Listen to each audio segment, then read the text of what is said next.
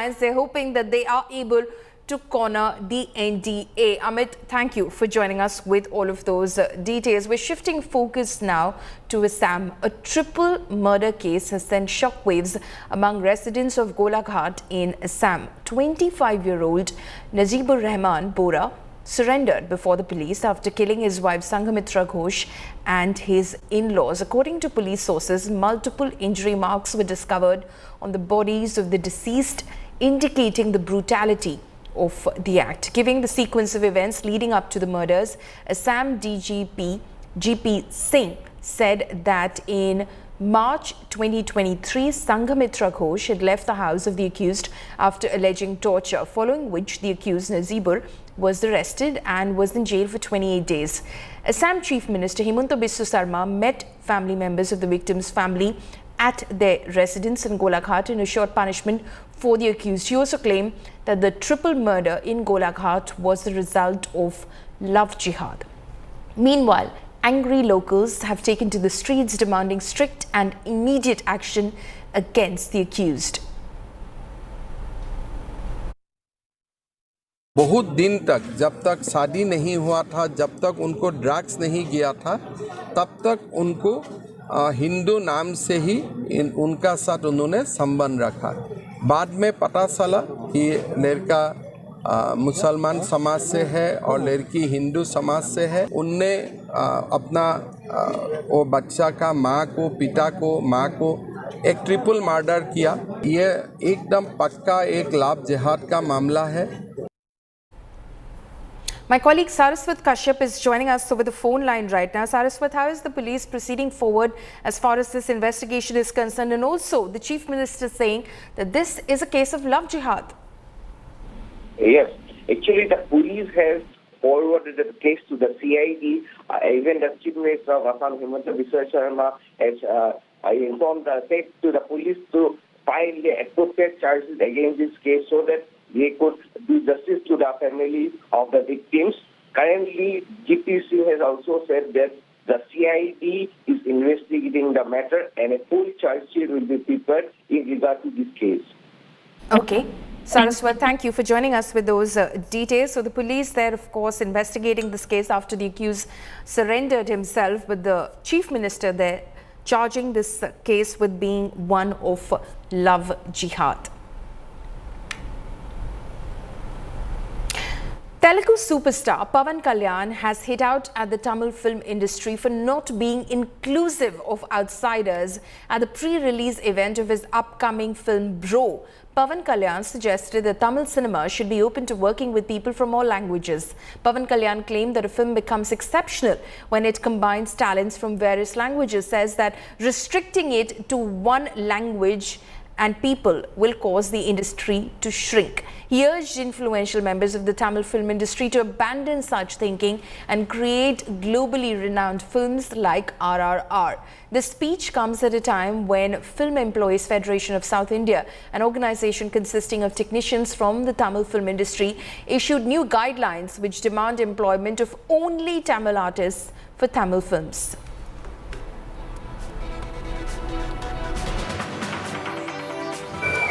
తమిళ చిత్ర పరిశ్రమ కూడా నా చిన్నపాటి విన్నపం,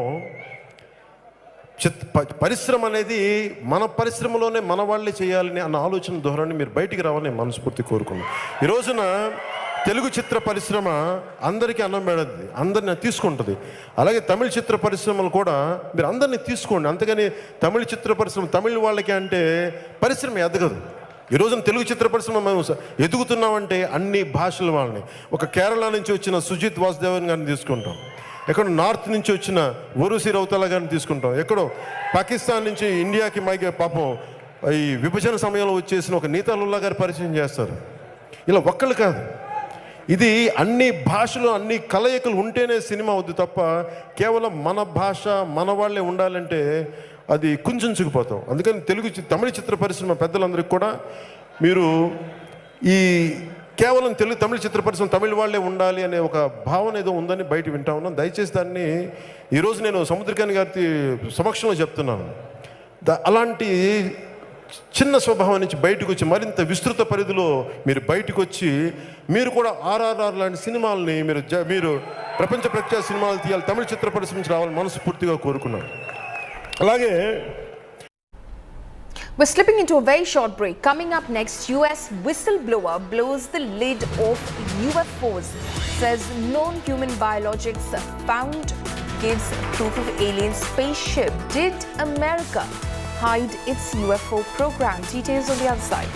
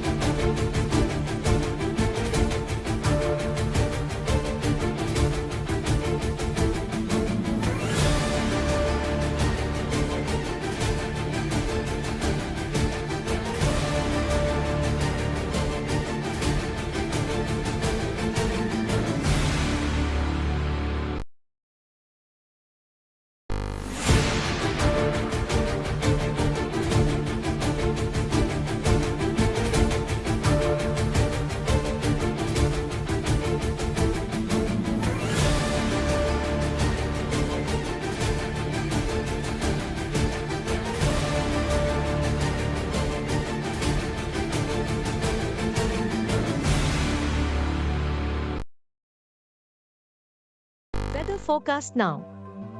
Delhi, maximum 36 and minimum 27 degrees. Mumbai, maximum 27 and minimum 25 degrees. Kolkata, maximum 34 and minimum 27 degrees. Bangalore, maximum 23 and minimum 19 degrees. Chennai, maximum 33 and minimum 26 degrees. Hyderabad, maximum 23 and minimum 21 degrees. Hey Danish, these India Today people want to do a show on Independence Day, it seems. You heard of what? Oh, okay. What about it? What am I supposed to do? Wait, I can't do a full suspense reveal right now, but they're still doing the lineup, but they want a singer for it. Hey, superb. You know what? I know someone. Let me get him on the call. Danish, what ra? What? India Today. What show ra? Okay, 1 second. We have a singer, but we also need a dancer. Ishna Kutte. You've not heard, huh? You check her Instagram ra. Ooh, that sounds like fun. Does this work? Since we're all expressing, I think we should also have her on board. But what do we all have in common though?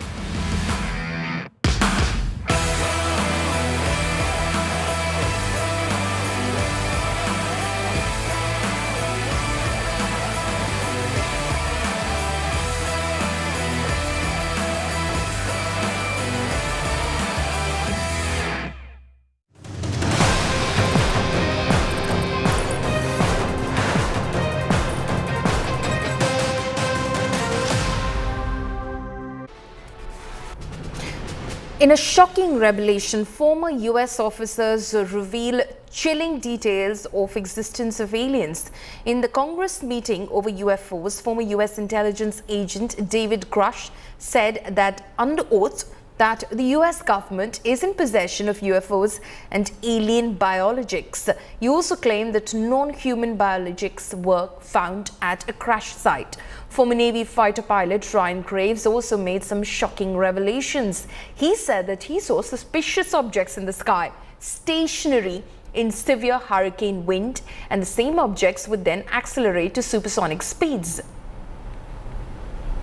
If you believe we have crashed craft, stated earlier, do we have the bodies of the pilots who piloted this craft?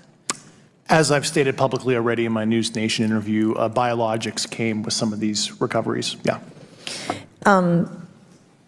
Were they, I guess, human or non-human biologics?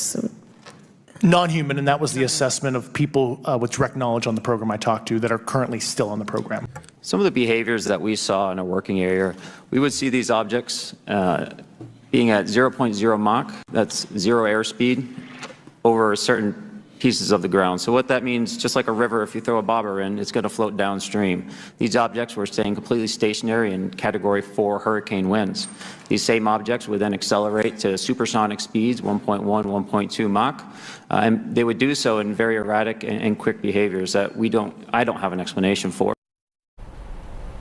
Kevin Spacey has been cleared of all 9 sexual charges in his UK criminal trial after more than 12 hours of deliberation. Following almost 4 weeks of evidence and testimonies, the jury at London's Southwark Crown Court reached the not guilty verdict. Here's a report. Kevin Spacey emerged from a London court on Wednesday having just been found not guilty of committing historical sex offences against 4 men. After more than 12 hours of deliberation, a jury acquitted the Oscar-winning US actor of 9 charges. I imagine that many of you can understand that there's a lot for me to process after what has just happened today. But I would like to say that I'm enormously grateful to the jury for having taken the time to examine all of the evidence and all of the facts carefully before they reach their decision. And I am humbled by the outcome today. The charges included sexual assault, causing a person to engage in sexual activity without consent, and causing a person to engage in penetrative sexual activity. Spacey, who turned 64 on Wednesday, began to cry and mouthed thank you to the jury before wiping away tears with a tissue. After he was released from the dock, he shook hands with his lawyers before leaving court via a side door. During the 4-week trial at Southwark Crown Court, jurors were told by prosecutors that the actor had aggressively groped 3 of the men in incidents between 2004 and 2013 in Britain, when he was working at London's Old Vic Theatre. The 4th said Spacey performed oral sex on him while he had passed out in the Hollywood star's London apartment. Spacey was tried under his full name, Kevin Spacey Fowler. Giving evidence, he said the case against him was weak and that the incidents, if they had occurred, were consensual. He said he was promiscuous, a quote, big flirt, who had casual, indiscriminate sexual encounters. While he might have made a clumsy pass at one of the men, he said he had never assaulted anyone and suggested that the accusers had come forward to make money. Slipping into a very short break, coming up next, CPI sees red over Congress new trust monopoly, says Trinamool Congress, and CPI spoke to Mallikarjun Kharge over filing no motion.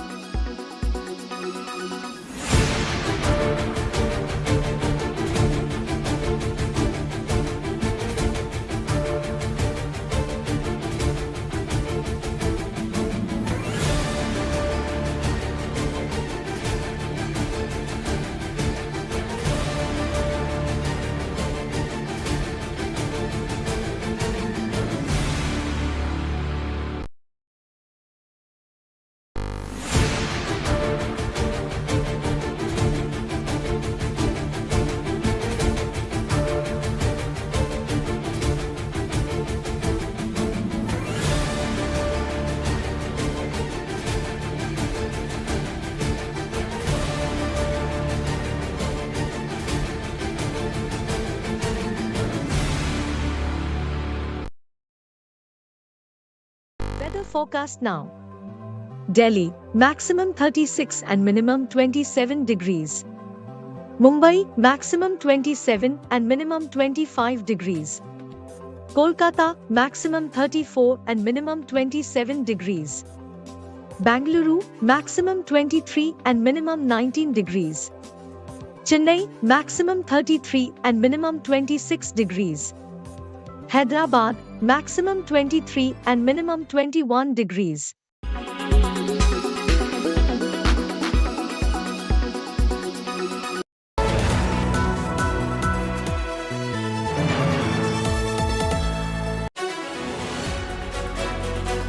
from the miracle of 1983 to becoming the first-time hosts in 1987. The More versus Miadad of 1992 to the Prasad versus Amir Sohail of 1996.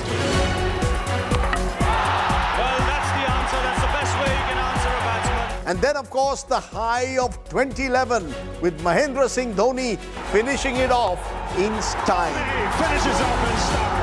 A magnificent strike into the crowd. India lift the World Cup after 28 years. Relive India's journey at the Cricket World Cup from 1983 to the last edition in 2019 with me, Rajdeep Sardesai. And me, Nikhil Nas. World Cup Rewind at these times on India Today.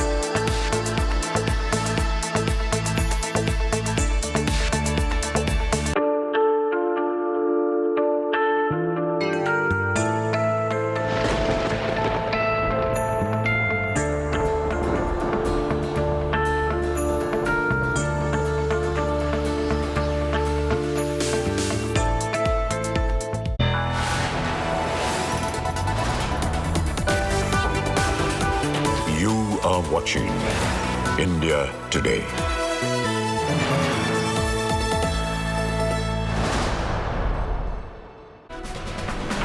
Good morning and a warm welcome to India Today. I'm Paula B. Saha. These are the headlines we're tracking at the top of this hour.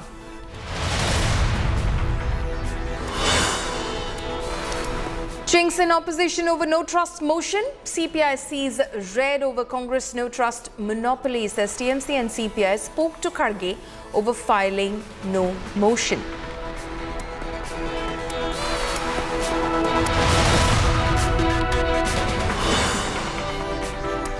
Maha-escalation in freebies Nataka fund crunch halting key Siddaramaiah government schemes.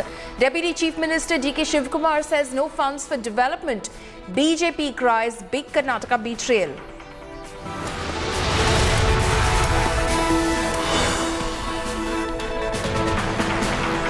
Pawan Kalyan hits out at Tamil film industry, says Tamil film industry not inclusive, claims Telugu industry has talents from other regions.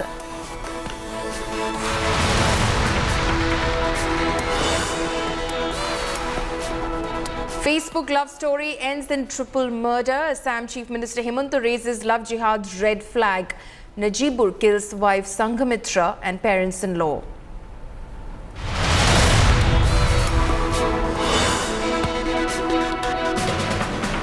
US whistleblower blows the lid off UFO, says non-human biologics found gives proof of alien spaceship. Did America hide its UFO program?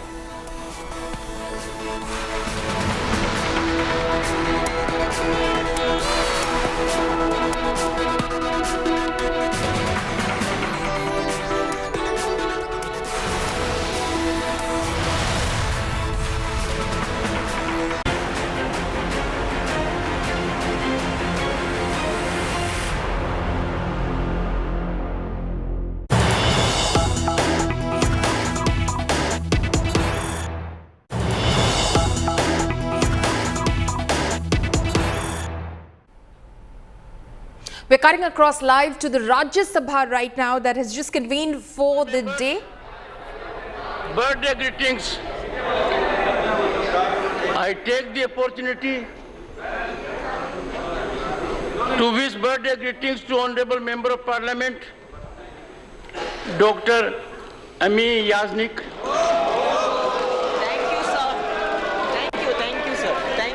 कोई उसके ऊपर बंधन नहीं रहता है। मैं अपने लोकसभा की बात कर रहा हूं अध्यक्ष महोदय। NH 114A में माननीय मंत्री जी ने आज से 5 साल पहले 4 फ्लाईओवर का शिलान्यास कर दिया। उसी तरह से NH 133 पर NHI आधा जो है 4 लेन का प्रोजेक्ट बना रही है और NH आधा बना रही है, लेकिन इसके A doctorate in law from Stanford University, Srimati Yaznik has authored books pertaining to electricity and power sector reforms. Her books, Electricity Reforms in India and India's Power Sector Reforms, came to be published by the Institute for International Studies at Stanford. She is a founding member of All India Federation of Women Lawyers. She has consistently state PWD की ओर से काम होता है। ये tender निकाला गया था, contractor के स्लो प्रोग्रेस के कारण वो टर्मिनेट किया गया। अब नया टेंडर निकाला गया है, पर इस नए टेंडर निकालने में काफ़ी देरी हुई है और इसमें देरी हमारे मिनिस्ट्री में हुई है। क्या स्टेट पीडब्ल्यूडी में इसकी इंक्वायरी की जाएगी? काफ़ी प्रमाण में ये देरी होती है, समय का बंधन होना चाहिए और जिसके कारण स्वाभाविक रूप से सम्मान्य सदस्य को ये सवाल पूछना पड़ा है। उसकी इंक्वायरी होगी और जिन्होंने देरी की है वो चाहे मिनिस्ट्री के हो चाहे स्टेट पीडब्ल्यूडी के हो, उनके ऊपर हम जरूर कार्रवाई करेंगे। ये कंस्ट्रक्शन का जो आरोपी है ये भी हमने 31/3/2021 को सैंक्शन किया था और कॉन्ट्रैक्ट टर्मिनेट ना अभी किया है। नए एजेंसी को पक्का किया जा रहा है और जल्दी ही नए एजेंसी के द्वारा काम शुरू होगा। विवरण सभा पटल पर रखता हूँ।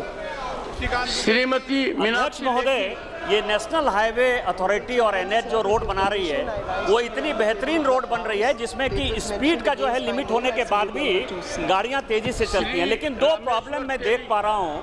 एक तो सड़क के किनारे लोग घर बना ले रहे हैं, उसको NH कंट्रोल नहीं कर पा रहा है। दूसरा ये है कि स्पीड ब्रेकर जो है उसमें जगह जगह पर लगा दिए जा रहे हैं जिसमें रात में दिखाई नहीं देता है, 2 व्हीलर पड़ा जाता है। तीसरा जानवर का एक बड़ा विषय है जो मेरे यहाँ भी है और लगातार मैं अखबारों में अभी खजुराहो वाला जो नेशनल हाईवे बना है उसके बारे में मैं लगातार देख रहा हूँ। तो इन 3 प्रॉब्लम के बारे में मंत्रालय क्या सोच रहा है और क्या भविष्य में वो किस प्रकार की कार्रवाई करने वाला है? एक बात सम्मान्य अध्यक्ष महोदय, ये सही है कि मध्य प्रदेश में और अनेक राज्यों में विशेषता हमने अच्छे हाईवे बनाए हैं और रात को वहाँ के किसान जानवरों को छोड़ देते हैं, वो रोड के बीच में आके खड़े हो जाते हैं जिसके कारण एक्सीडेंट होते हैं। तो निश्चित रूप से राज्य सरकार को इसके बारे में कानून करके जानवरों को रोकने के बारे में कहा जाएगा। दूसरी बात, रोड की क्वालिटी सुधरने के कारण जो एक्सीडेंट की संख्या बढ़ रही है इसके बारे में हम रोड सेफ्टी का ऑडिट भी कर रहे हैं।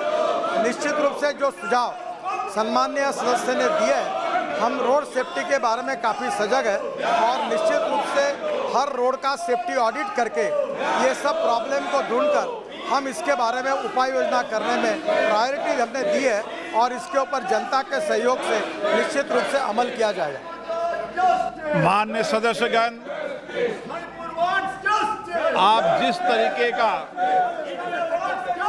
आचरण कर रहे हैं, इस संसद की, इस सदन की श्रेष्ठ परंपराएं रही है, उच्च परंपराएं रही है, उच्च मर्यादा रही है। लेकिन आप जिस तरीके का व्यवहार कर रहे हैं, जिस तरीके का आचरण कर रहे हैं, वह हमारे लोकतंत्र के लिए शोभा नहीं देता। मैं आप सबसे पुनः आग्रह करता हूं कि सदन की गरिमा, मर्यादा, उच्च परंपराएं बनाने हम सब की जिम्मेदारी है। हम सबको लोगों ने चुनकर इसलिए भेजा है कि उनके अभाव, उनकी अभिव्यक्ति, उनकी भावनाओं को सदन में रखें। आप यहाँ नारेबाजी करते हैं, प्ले कार्ड लगाते हैं, माननीय मंत्री जी के आगे प्ले कार्ड लगाते हैं। कोई माननीय सदस्य बेल में आकर स्पीकर से चर्चा करना चाहते हैं, ये तरीका उचित नहीं है और ये संसदीय परंपराओं के अनुरूप भी नहीं है। अगर आप इस संसदीय परंपराओं को जो श्रेष्ठ रही है उसके आचरण के कारण पूरा देश देख रहा है। आप कहां ले जाना चाहते हैं? अच्छी चर्चा करो, संवाद करो. So that is, of course, the pandemonium that continues in both houses of parliament. Earlier, of course, my colleague Jitendra Bahadur covered the protests and reported from the protests that the opposition has been holding outside parliament within the premises, of course. Manipur के मुद्दे को लेकर के विपक्षी पार्टियां यहां संसद भवन परिसर में काले कपड़ों में पहुंचे हुए हैं. आपको यहां तस्वीरें दिखाना चाहेंगे कि सभी जो विपक्षी पार्टियों का जो एक नया दल बनाया गया है इंडिया नाम से, उसमें सभी ज़्यादातर पार्टियां यहां पर मौजूद हैं और इनका ये कहना है कि प्रधानमंत्री सदन में आकर के इस पूरे मसले पर जवाब दें. वहीं सत्ता पक्ष की अगर बात करें तो सत्ता पक्ष ये कह रहा है कि जो मंत्री इस पूरी व्यवस्था को देखते हैं, जो कि गृह मंत्री अमित शाह ने भी पहले कहा है कि वो सदन में चर्चा करने के लिए इस पूरे मुद्दे पर तैयार हैं, लेकिन विपक्षी पार्टियां इस पूरे मामले पर तैयार नहीं हो रही हैं. तो आपको बता दें कि अब विपक्षी पार्टियां यहां पर काले कपड़े पहन करके संसद परिसर में हंगामा कर रही हैं. Jitendra Singh, Delhi. Ministry of Science and Technology. And fifth, the status of implementation of the recommendations of... So that is, of course, my colleague reporting from that protest that the India Alliance parties held earlier today. Lok Sabha already has been adjourned till 2 p.m. today. So within 6 minutes, Lok Sabha has been adjourned after convening for the day. So the pandemonium inside, of course, both houses of parliament continues. Let's listen in to more reactions that have been coming in. उधर network नहीं है, सब कुछ बंद है, तो हम चाहते हैं नॉर्मलसी एंड पीस रेस्टोर हो जाए और प्रधानमंत्री इधर एक शब्द भी नहीं बोलते, सदन में भी नहीं आते, हम लोगों को इसका मणिपुर के ऊपर डिस्कशन भी नहीं अलाउ करते. तो ये हमारी शर्म की बात है और मणिपुर के लिए, मणिपुर के पीपल के लिए और we the people of India के लिए हम ब्लैक कपड़ा पहन के प्रोटेस्ट में जा रहे हैं संसद में, क्योंकि हमारा फर्ज बनता पीपल्स वॉइस उठाना. Why is it that the chief minister continues to enjoy the confidence of the centre despite people of Manipur saying they have lost confidence? So those questions are to be answered by him, but as soon as you mention Manipur, our mics are switched off, LOP's mic is switched off, Sanjay Singh was suspended. So as a mark of protest that, you know, Manipur is an important part of this country.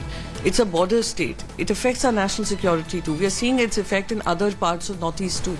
So we need answers. And that is why, since they are absolutely disregarding that, we are, as a mark of protest, we are wearing black today.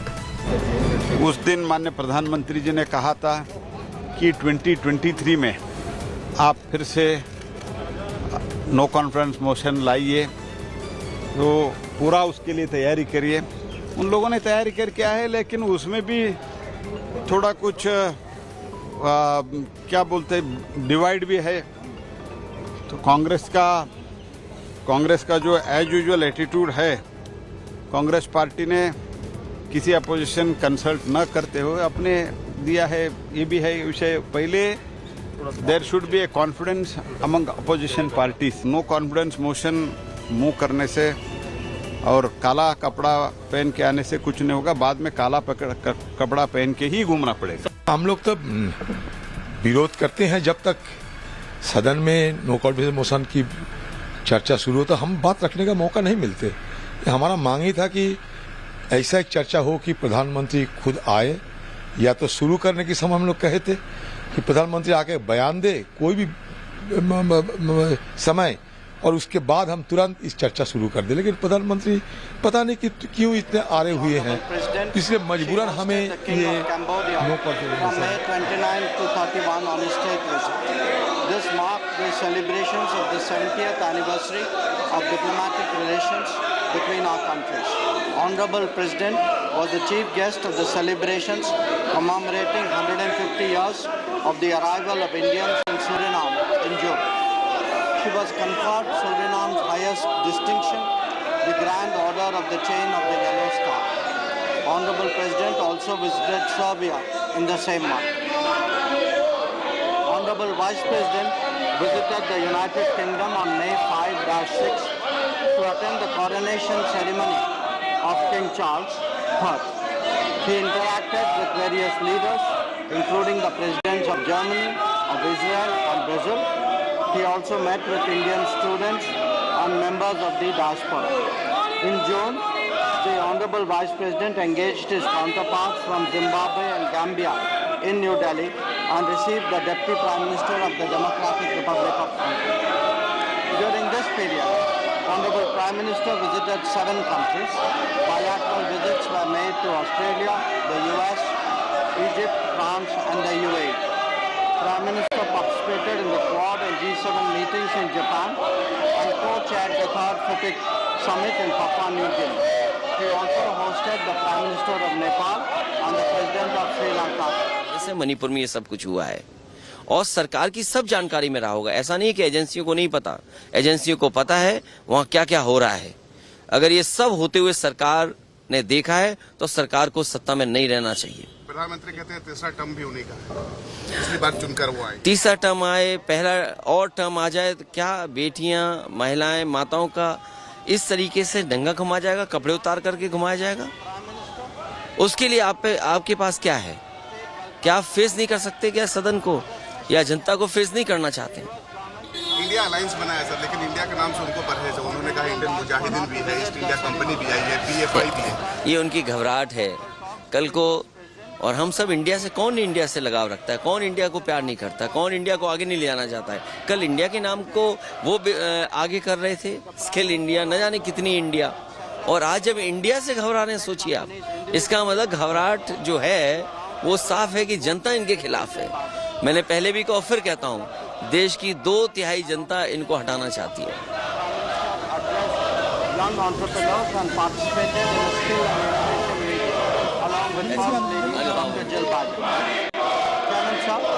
The key outcomes of the visit were reflected in a joint statement as follows. 1. Both sides agreed to augment technology cooperation, especially through the Initiative for Critical and Emerging Technologies, ICET, focusing on artificial intelligence, semiconductors, space, quantum, and telecom. India was included as a member in the Mineral Security Partnership, which aims to accelerate the development of sustainable global critical energy mineral supply chains. 2. Under the Defence Industrial Cooperation Roadmap, the defence industries and startups of both countries announced their intent to engage in co-production and other activities.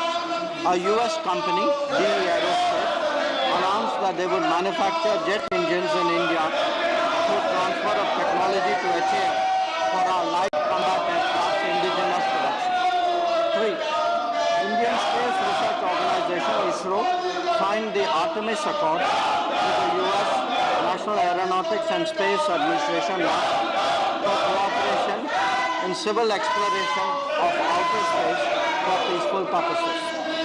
NASA and ISRO announced that they would cooperate in human space flight and launch a joint effort to the International Space Station in 2024.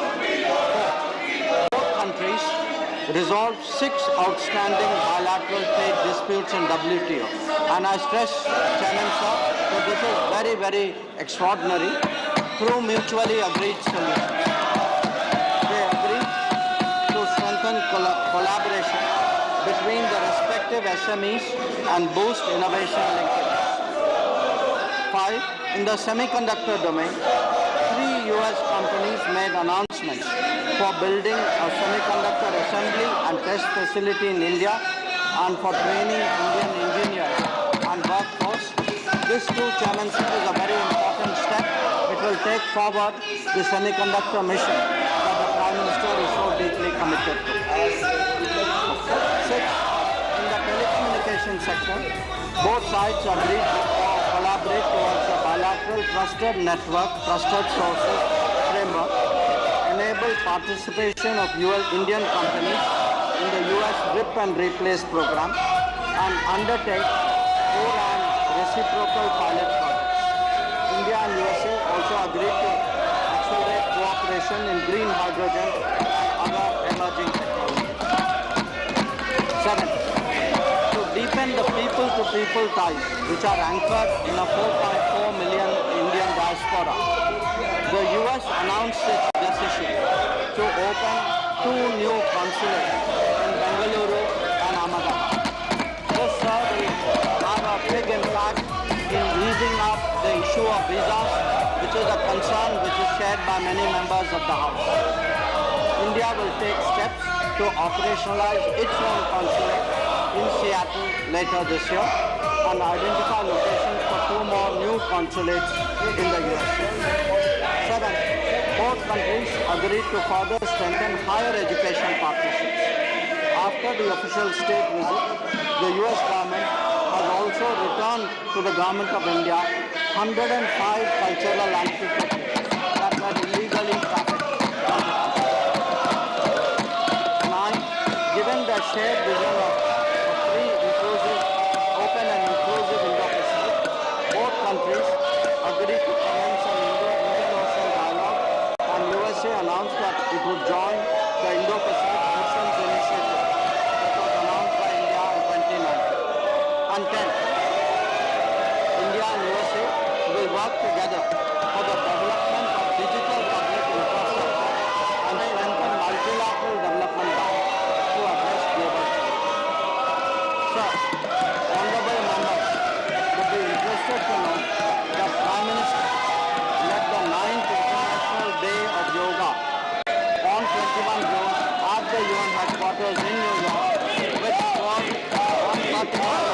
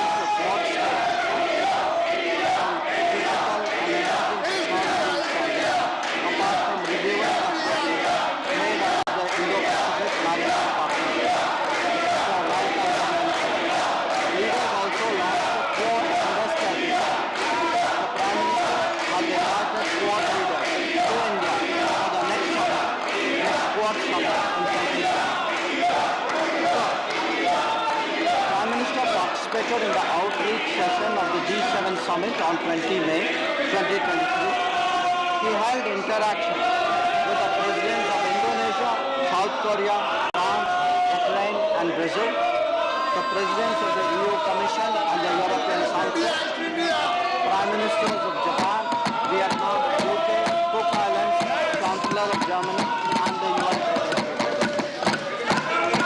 Chairman, sir, Prime Minister made his landmark visit to Australia thereafter, holding a bilateral meeting with his Australian counterpart on May 24.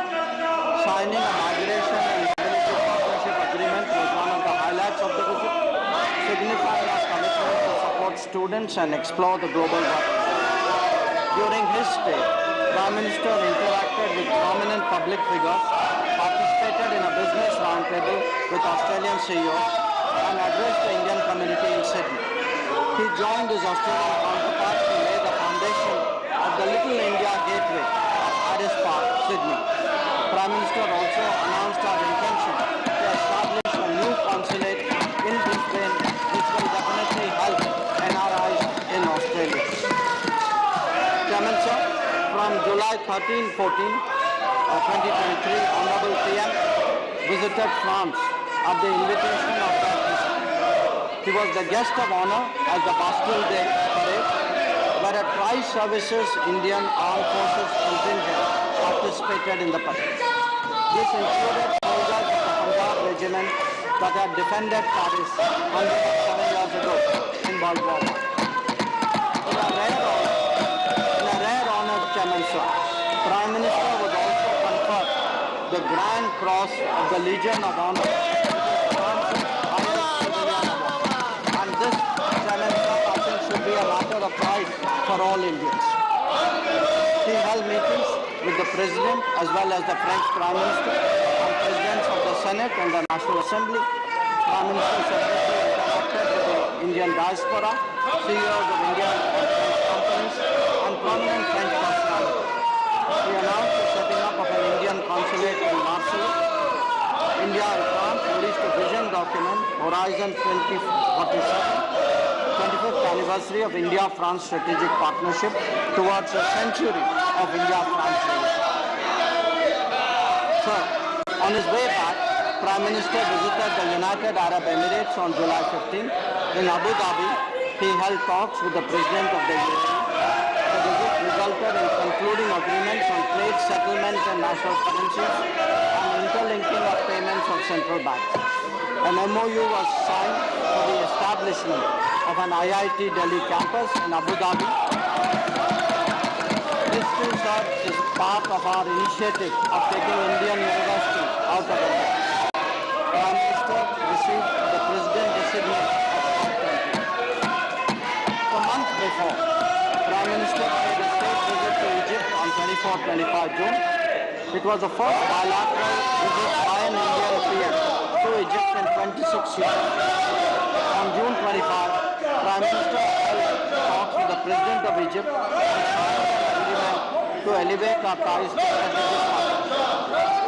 Agreements were signed in the fields of agriculture, protection and preservation of farmland and archaeological sites, and competition. Additionally, direct flights between Delhi-Cairo sector and setting up of a center of excellence of IT in Cairo were announced. In a special ceremony, Prime Minister was conferred with the Order of Merit, the highest state honor of. Another notable development in this period was India's co-host of the third summit of the Forum for Indo-Pacific Islands, FIPIC, jointly with Papua New Guinea on 22nd at Port Moresby. Prime Minister was received with exceptional warmth and courtesy by Pacific leaders, starting with his arrival, and for all honorable members had an opportunity to see that arrival for themselves on the television screen. He was conferred the Grand Order of Grand Companion of the Order of Logohu by the Governor General of Papua New Guinea, the Companion of the Order of Fiji by the Prime Minister of Fiji, which are the highest civilian awards of the two nations. He was also presented with abacus, a symbol of leadership and wisdom, by the President of France. The main outcomes of the FIPIC summit were: one, launch of Sustainable Coastal and Ocean Research Institute story housed in Suva, Fiji. Launch of the data warehouse for empowering Pacific Islands, DAPEC, which shows geospatial data and has been developed by ISRO. 3, Prime Minister announced an action plan to strengthen India-Pacific Island partnership. This included a 100-bed regional super specialty hospital in Fiji, setting up of regional IT and cyber security training hub in Papua New Guinea, Sagar Amrit scholarships, Jaipur food camps, SME development projects, solarization project for government buildings, desalination units for drinking water, supply of sea ambulances, setting up of dialysis units, creation of 24/7 emergency helplines, setting up of Jan Aushadhi Kendra abroad, and to make cost-effective and efficient pharmaceuticals available, and setting up of yoga. For the first time since joining the organization as a full member state, sir, Honorable Prime Minister hosted the SCO Summit, the Shanghai Cooperation Organization Summit, of heads of state in a virtual format on 4th July. The summit adopted the New Delhi Declaration and 2 joint statements on countering radicalization and cooperation in digital transformation. During the course of India's presidency, we successfully hosted 15 ministerial meetings, over 130 regular institutional meetings, and social, cultural events with a key focus on secure, which is security, economic development, connectivity, unity, respect for sovereignty and territorial integrity, and environmental protection. Chairman, sir.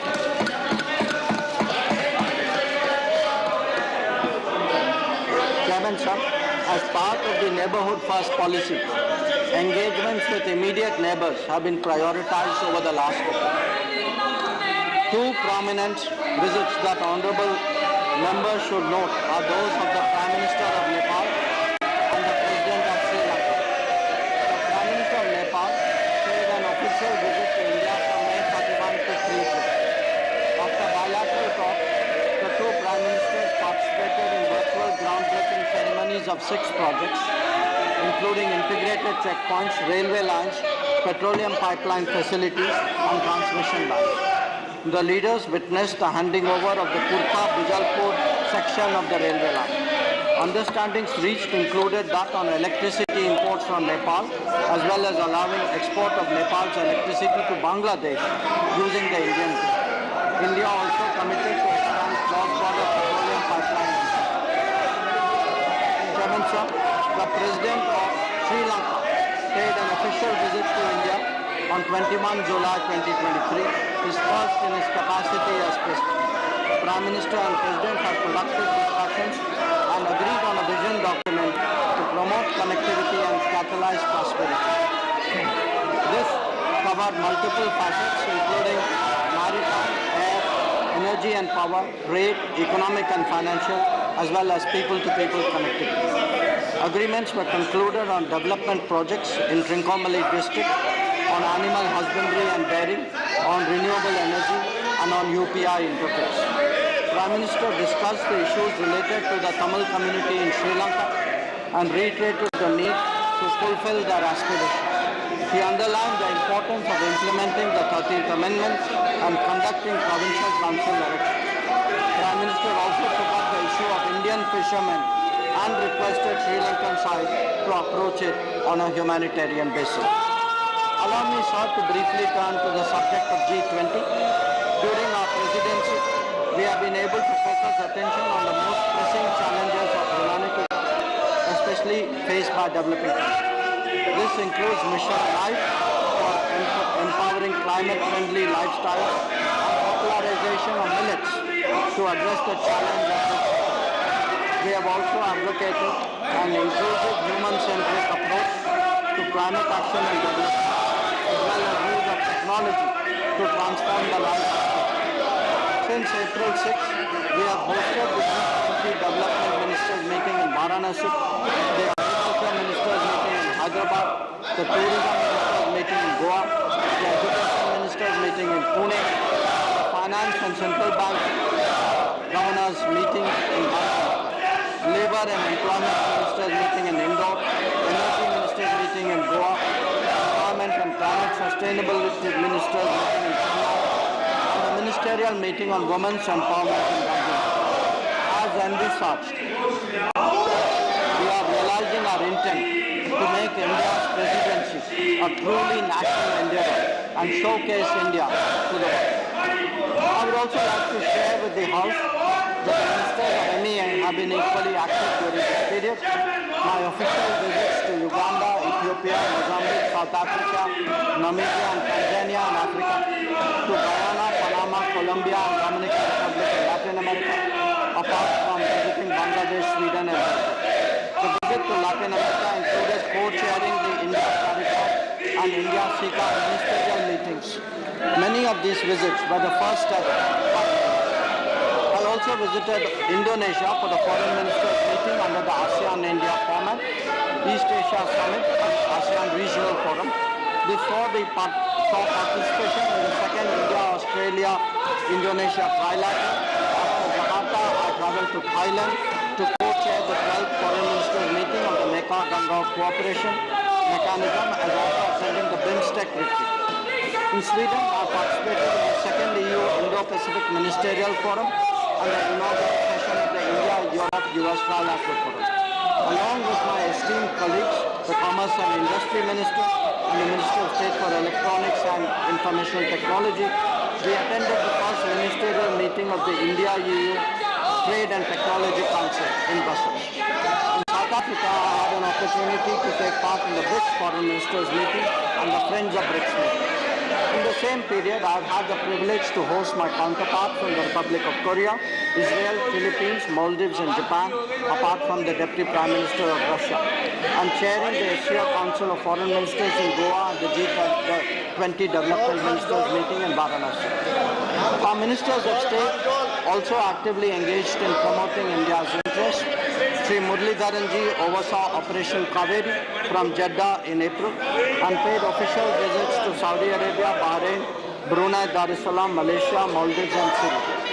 Srimati Meenakshi Lekhiji visited Croatia, Slovenia and Northern Macedonia. Dr. Rajkumar Ranjan Singh ji visited Singapore and Fiji. During our interlocutions, we noticed a growing interest among our partners and business leaders to be part of India's growth story and engage in development partnerships. India's undertaking of greater responsibilities was widely welcomed and our views on key global issues taken seriously. We aim to realize the Prime Minister's vision to make India a leader in democratizing technology, a trusted geography, and an important part of our global supply chain. In our travels abroad, I'm glad to report, sir, that we are now seen as a credible and effective development partner. Our development partnership portfolio now spans 78 countries, and hallmarks of this project is demand-driven, transparent, empowerment-oriented, environment-friendly, and relying on a consultative approach. We have also been spearheading the promotion of digital public infrastructure and sharing best practices in digital governance, especially in the global south. Honorable members should know that as part of our HADR efforts, India has provided medical supplies. The details are in my statement, but I would like to take the opportunity to mention an important rescue operation that took place a few months ago. On 15th April, an armed conflict broke out in Sudan. In order to protect and evacuate our citizens, Operation Kaveri was launched. Indian nationals were brought to Port Sudan from different conflict zones and then ferried to Jeddah using our Air Force aircraft and naval ships. During Operation Kaveri, like Operation Ganga, we not only evacuated thousands of citizens but helped people from many other countries. 4,075 Indian nationals were safely evacuated. Our diplomats and our armed forces displayed exemplary courage during this period, and I must mention, sir, to the House, many movements took place amidst firing, and one particular aircraft landing was particularly challenging. So I would like to underline that we have proven once again that India will never leave its people behind during a crisis, be it in Ukraine or in Sudan. We have also made consistent efforts to secure the release of our fishermen and civilians. 74 have been returned from Sri Lanka and 398 from Pakistan. Sir, in conclusion, let me say that at a time when international relations have become unprecedented and complex, our people-centric foreign policy, which is guided by the demands and aspirations of our society, has shown that India speaks as a voice of peace, of security and prosperity for all, while serving as a force of global good and stability. We have also vigorously defended our national interests. In 2022, at the beginning of Amrit Kal, India assumed the landmark G20 presidency. We will host a summit this September. Our presidency has invigorated our foreign policy and given more force to realize the Prime Minister's vision of an Atmanirbhar and Viksit Bharat that regains its rightful place in the world. Thank you. Honorable members,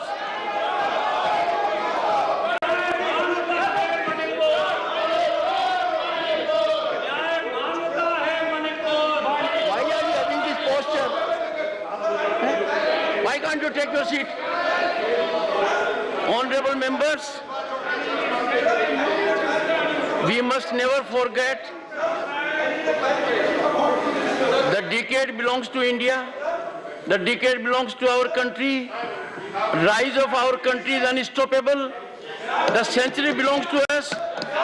I appeal to you to carefully go through the historic achievements that have been reflected in the address by the Foreign Minister. I have noticed during my 3 visits abroad, being citizen of this country is a great honor. Take your seat. Honorable members, can you take your seat? Take your seat. Take your seat. Take your seat. Take. Remember your duties before telling me my duties. No, please, honorable members, why don't you, honorable members, listen to me what I am saying. Honorable members, as per Rule 251, no clarifications are permitted at the time of statement. I would allow, because there is a convention and we need to follow it. And clarifications are required because, would you please take your seat? You don't believe in growth of the country. You don't believe in historic growth. You don't believe in rise in our reputation all over. You don't believe in all achievements the Honorable Minister put up.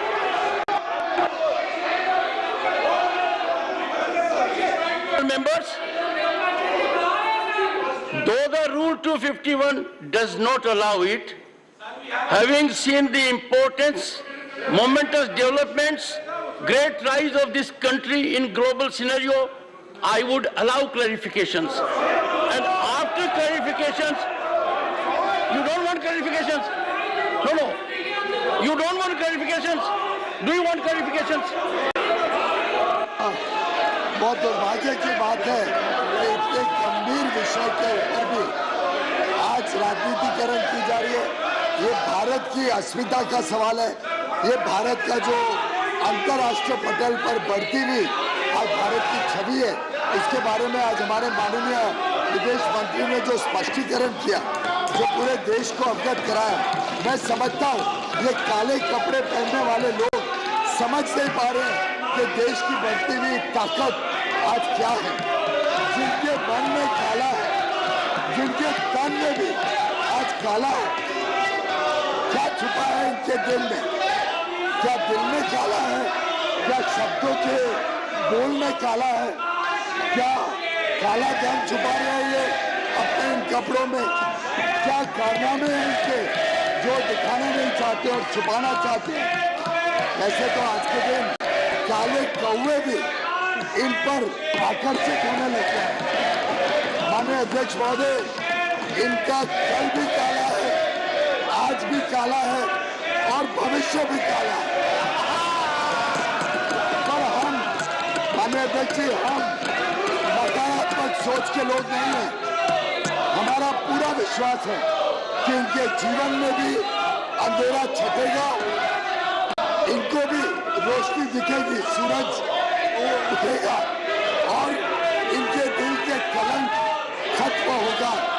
इनको भी एक विकसित समृद्ध भारत के लिए कमल खिलता दिखेगा। Sir, काला कपड़ा, काला काम नहीं सहेगा हिंदुस्तान। कोई हिंदुस्तानी उनके काले काम से नहीं सहेगा।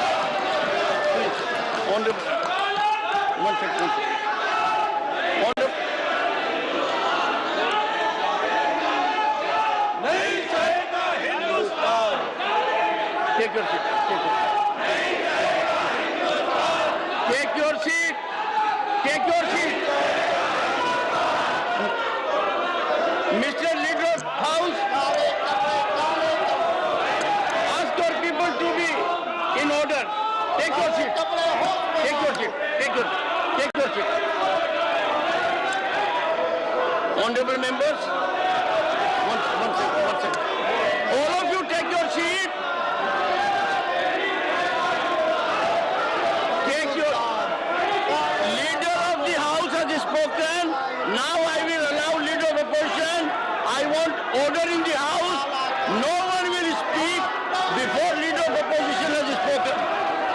seat.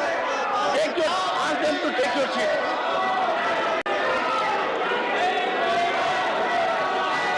Honorable members,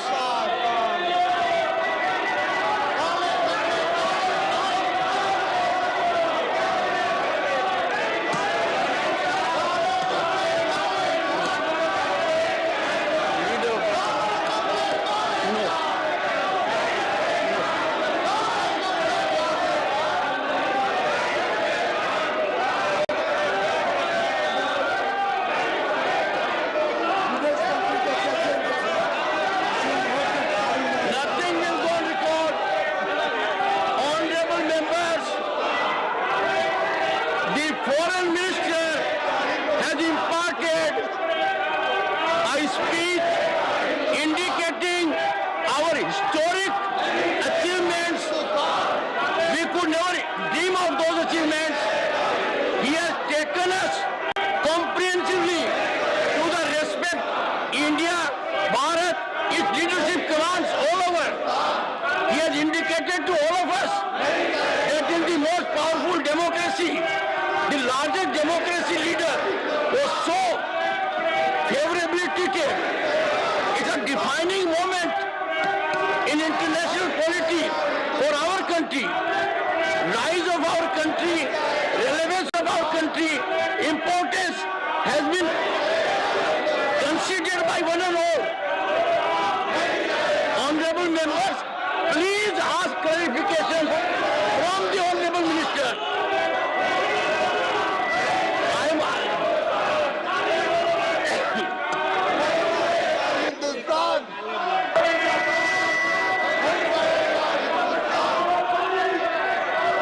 Mr. Shiva, when the Honorable Foreign Minister was on his legs, he was reflecting about our country's achievements.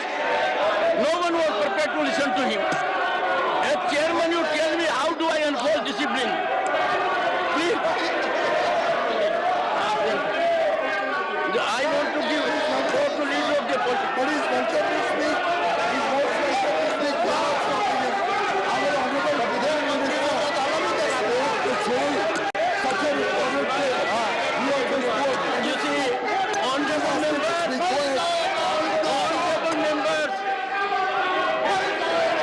honorable, nothing will go on record. Nothing will go on record.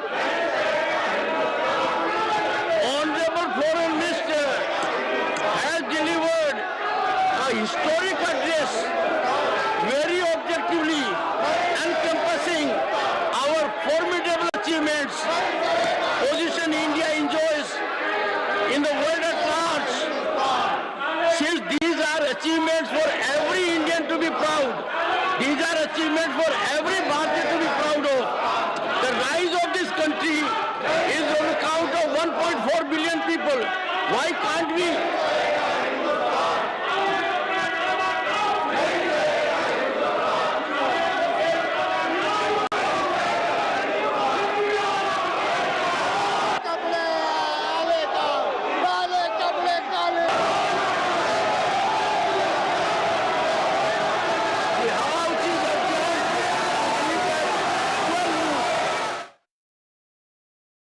So amid, of course, all of that pandemonium and chaos that you saw in the Rajya Sabha has just been adjourned. Of course, earlier, the Lok Sabha had been adjourned till 2 p.m.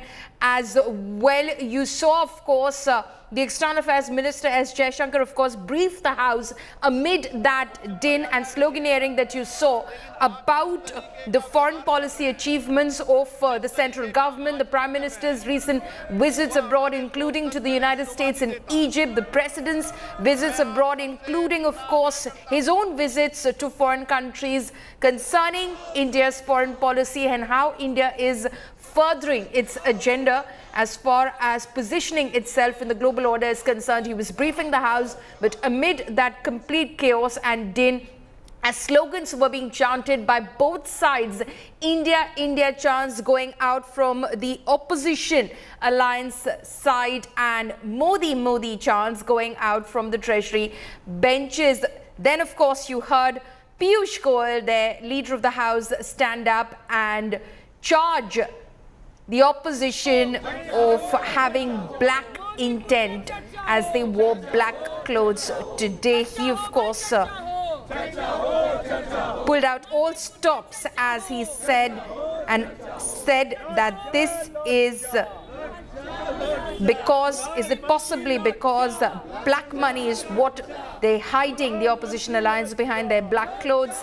Their words, are they black? Their intent is that black. Even black crows, he said, are attracted to them. Of course, taking a pot shot and jibe at that moment, which was caught on cameras yesterday, as a crow almost attacked Aam Aadmi Party Member of Parliament Raghav Chadha. He said, Piyush Goyal, that the opposition alliances, past, present and future, is black. He said that the people of India won't tolerate these black clothes. Remember that the opposition alliance, which is the India Alliance, is wearing black clothes today. Some of them wearing black badges in protest, they say, against the central government refusing the Prime Minister the official state visit. the demand of the opposition for the Prime Minister to make a statement on the floor of the House on the Manipur issue. They stand in solidarity with the people of Manipur, and that is what they're protesting. Let's listen in to Congress MP Shashi Tharoor. I do believe in many ways that the opposition loses out when there is disruption, because we are the ones who want to question the ministers. We are the ones who have to raise constituency issues. We are losing our 0 hour. We are losing out all sorts of opportunities to put the government on the spot. But I think the decision was taken by the leaders of all these parties to go for disruption because they felt it was the only way of getting the government to focus on the most burning issue in the country. And the sad truth is the government is still not focused on the burning issue. So we are looking at a situation where the opposition is losing out, the government is losing out, the whole country is losing out. बहुत दुर्भाग्य की बात है कि इतने गंभीर विषय के ऊपर भी आज राजनीतिकरण की जा रही है। ये भारत की अस्मिता का सवाल है। ये भारत का जो अंतर्राष्ट्रीय पटल पर बढ़ती हुई आज भारत की छवि है, इसके बारे में आज हमारे माननीय विदेश मंत्री ने जो स्पष्टीकरण किया, जो पूरे देश को अवगत कराया, मैं समझता हूँ ये काले कपड़े पहनने वाले लोग समझ नहीं पा रहे हैं कि देश की बढ़ती हुई ताकत आज क्या है। जिनके मन में काला है, जिनके तन में भी आज काला है, क्या छुपा है इनके दिल में? क्या दिल में काला है? क्या शब्दों के बोल में काला है? क्या काला धन छुपा रहे हैं ये अपने इन कपड़ों में? क्या कारनामे हैं इनके जो दिखाना नहीं चाहते और छुपाना चाहते हैं? ऐसे तो आज के दिन काले कौवे भी इन पर आकर्षित होने लगते हैं। माननीय अध्यक्ष महोदय, इनका कल भी काला है, आज भी काला है और भविष्य भी काला है। पर हम, माननीय अध्यक्ष जी, हम नकारात्मक सोच के लोग नहीं हैं। हमारा पूरा विश्वास है कि इनके जीवन में भी अंधेरा छटेगा, इनको भी रोशनी दिखेगी, सूरज उठेगा और इनके दिल के कलंक खत्म होगा। इनको भी एक विकसित समृद्ध भारत के लिए कमल खिलता दिखेगा। सिर्फ काला कपड़ा, काला काम नहीं सहेगा हिंदुस्तान। कोई हिंदुस्तानी के काले काम नहीं सहेगा। My colleague Amit Bhardwaj is joining us live on this. The commotion, of course, the log jam in Parliament. Amit continues. The External Affairs Minister making a statement there on India's foreign policy achievements over the past few months in the Rajya Sabha amid complete din. And then, of course, Piyush Goyal attacking the opposition, saying it is their black intent and their black words that seem to be reflected in their black clothes. Right, Paul, since morning we have been telling our viewers as to what could be the opposition strategy in Lok Sabha and Rajya Sabha, and specifically about Rajya Sabha. And we did see when Mr. Jaishankar was making his speech, nearly 30 minutes of speech, how the opposition MPs, or rather the India Alliance MPs, were behaving in the House, how they were constantly protesting, seeking discussion and response on Manipur, and also asking the Prime Minister to come to the floor of the House. So that strategy, which we had already told our viewers this morning, has been executed in the upper house of the Parliament as well. And now you have direct attack coming from the India Alliance MPs as well. Derek O'Brien of the Trinamool Congress saying that, Mr. Jaishankar made unending 30-minute speech in the Rajya Sabha. Absolutely. So this was, of course, what the opposition has to say after Jaishankar made that statement, Amit, in the House. For Modi, tourism is more important than those suffering in Manipur. That's what Derek O'Brien has tweeted at the moment. Amit Bharadwaj, they're reporting from outside Parliament. Thank you for joining us. We're slipping into a very short break. Stay tuned. News and updates will continue on the other side.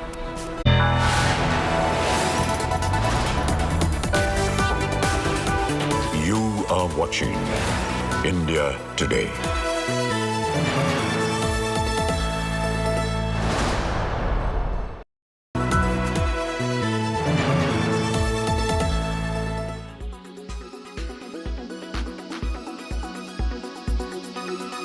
I want to ask you, how far is 21,000 on the Nifty now? Yeah, so I think markets would continue to achieve new milestones going ahead.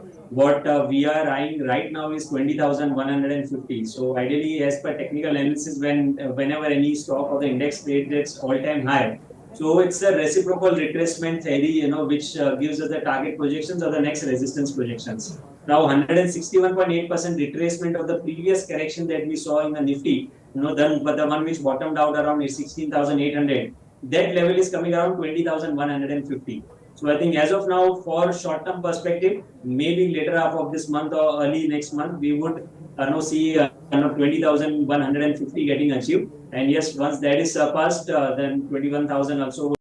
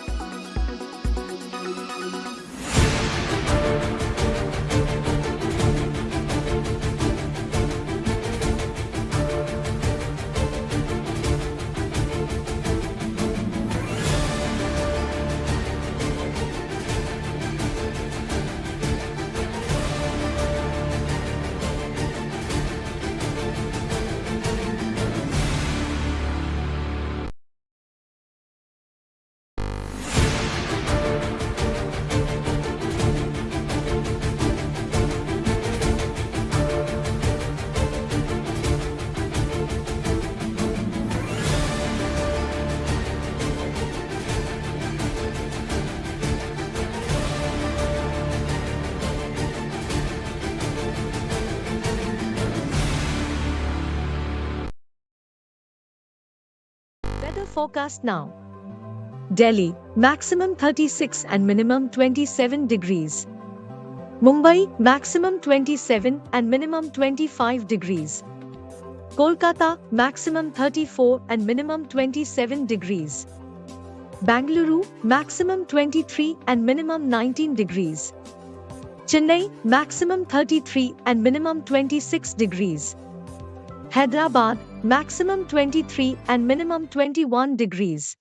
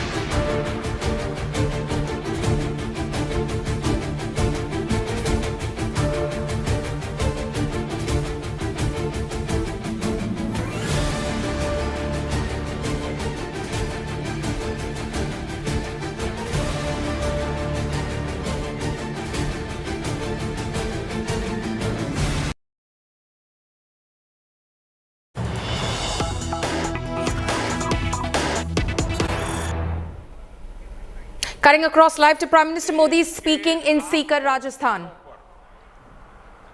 करोड़ों किसान हमारे साथ जुड़े हैं। मैं राजस्थान की धरती से देश के उन करोड़ों किसानों को भी नमन करता हूं और राजस्थान के मेरे प्यारे भाई बहन भी आज इस महत्वपूर्ण कार्यक्रम की शोभा बढ़ा रहे हैं। खाटू श्याम जी की ये धरती देश भर के श्रद्धालुओं को भरोसा देती है, एक उम्मीद देती है। मेरा सौभाग्य है कि आज मुझे वीरों की भूमि शेखावटी से देश के लिए अनेक विकास परियोजनाओं को शुरू करने का अवसर मिला है। आज यहां से देश के करोड़ों किसानों को पीएम किसान सम्मान निधि के लगभग 18,000 करोड़ रुपए भेजे गए हैं, सीधे उनके बैंक खाते में जमा हुए हैं। आज देश में 1,25,000 पीएम किसान समृद्धि केंद्रों की शुरुआत की गई है। गांव और ब्लॉक लेवल पर बने इन पीएम किसान समृद्धि केंद्रों से करोड़ों किसानों को सीधा लाभ होगा।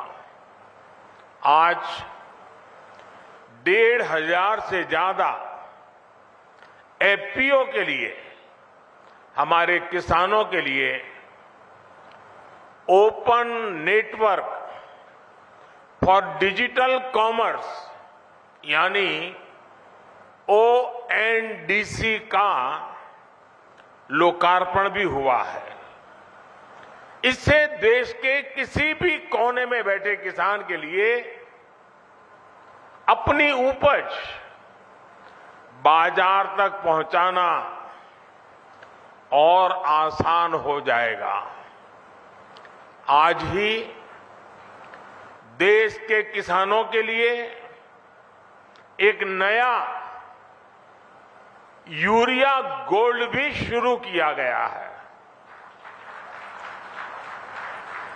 इनके अलावा राजस्थान के अलग अलग शहरों को नए मेडिकल कॉलेज और एकलव्य मॉडल स्कूल का उपहार भी मिला है। मैं देश के लोगों को, राजस्थान के लोगों को और खासकर मेरे किसान भाई बहनों को बहुत बहुत शुभकामनाएं देता हूं, बहुत बधाई देता हूं। साथियों, राजस्थान में सीकर और शेखावटी का ये हिस्सा एक प्रकार से किसानों का गढ़ है। यहां के किसानों हमेशा ये साबित किया है कि उनकी मेहनत के आगे कुछ भी मुश्किल नहीं है। पानी की कमी के बावजूद यहां किसानों ने धरती से भरपूर फसल लेकर दिखाई है। किसान का सामर्थ्य, किसान का परिश्रम मिट्टी से भी सोना निकाल देता है और इसलिए हमारी सरकार देश के किसान के साथ कंधे से कंधा मिलाकर खड़ी है। साथियों, आजादी के इतने दशक बाद आज देश में ऐसी सरकार आई है जो किसान का दुख दर्द समझती है, किसान की चिंता समझती है। इसलिए बीते 9 वर्षों में भारत सरकार द्वारा लगातार किसान हित में फैसले लिए गए हैं। हमने बीज से बाजार तक किसानों के लिए नई व्यवस्थाओं का निर्माण किया है। मुझे याद है, यहां राजस्थान के सूरतगढ़ से ही हमने 2015 में सॉइल हेल्थ कार्ड योजना शुरू की थी।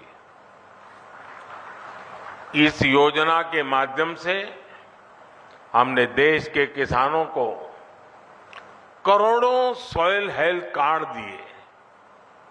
इन कार्डों की वजह से आज किसानों को मिट्टी की सेहत के बारे में पता चल रहा है। वो उसी हिसाब से खाद का इस्तेमाल कर रहे हैं। मुझे खुशी है कि आज फिर राजस्थान की धरती से किसानों के लिए एक और बड़ी योजना शुरू की जा रही है। आज देश भर में 1.25 लाख से ज्यादा प्रधानमंत्री किसान समृद्धि केंद्र राष्ट्र को समर्पित किए गए हैं। ये सभी केंद्र सच्चे अर्थों में किसानों की समृद्धि का मार्ग प्रशस्त करेंगे। ये एक तरह से किसानों के लिए वन स्टॉप सेंटर है। आप किसान भाई बहनों को अक्सर खेती से जुड़े सामानों के लिए, दूसरी जरूरतों के लिए अलग अलग जगह पर जाना पड़ता है। अब आपको ऐसी मुश्किलों का सामना नहीं करना पड़ेगा।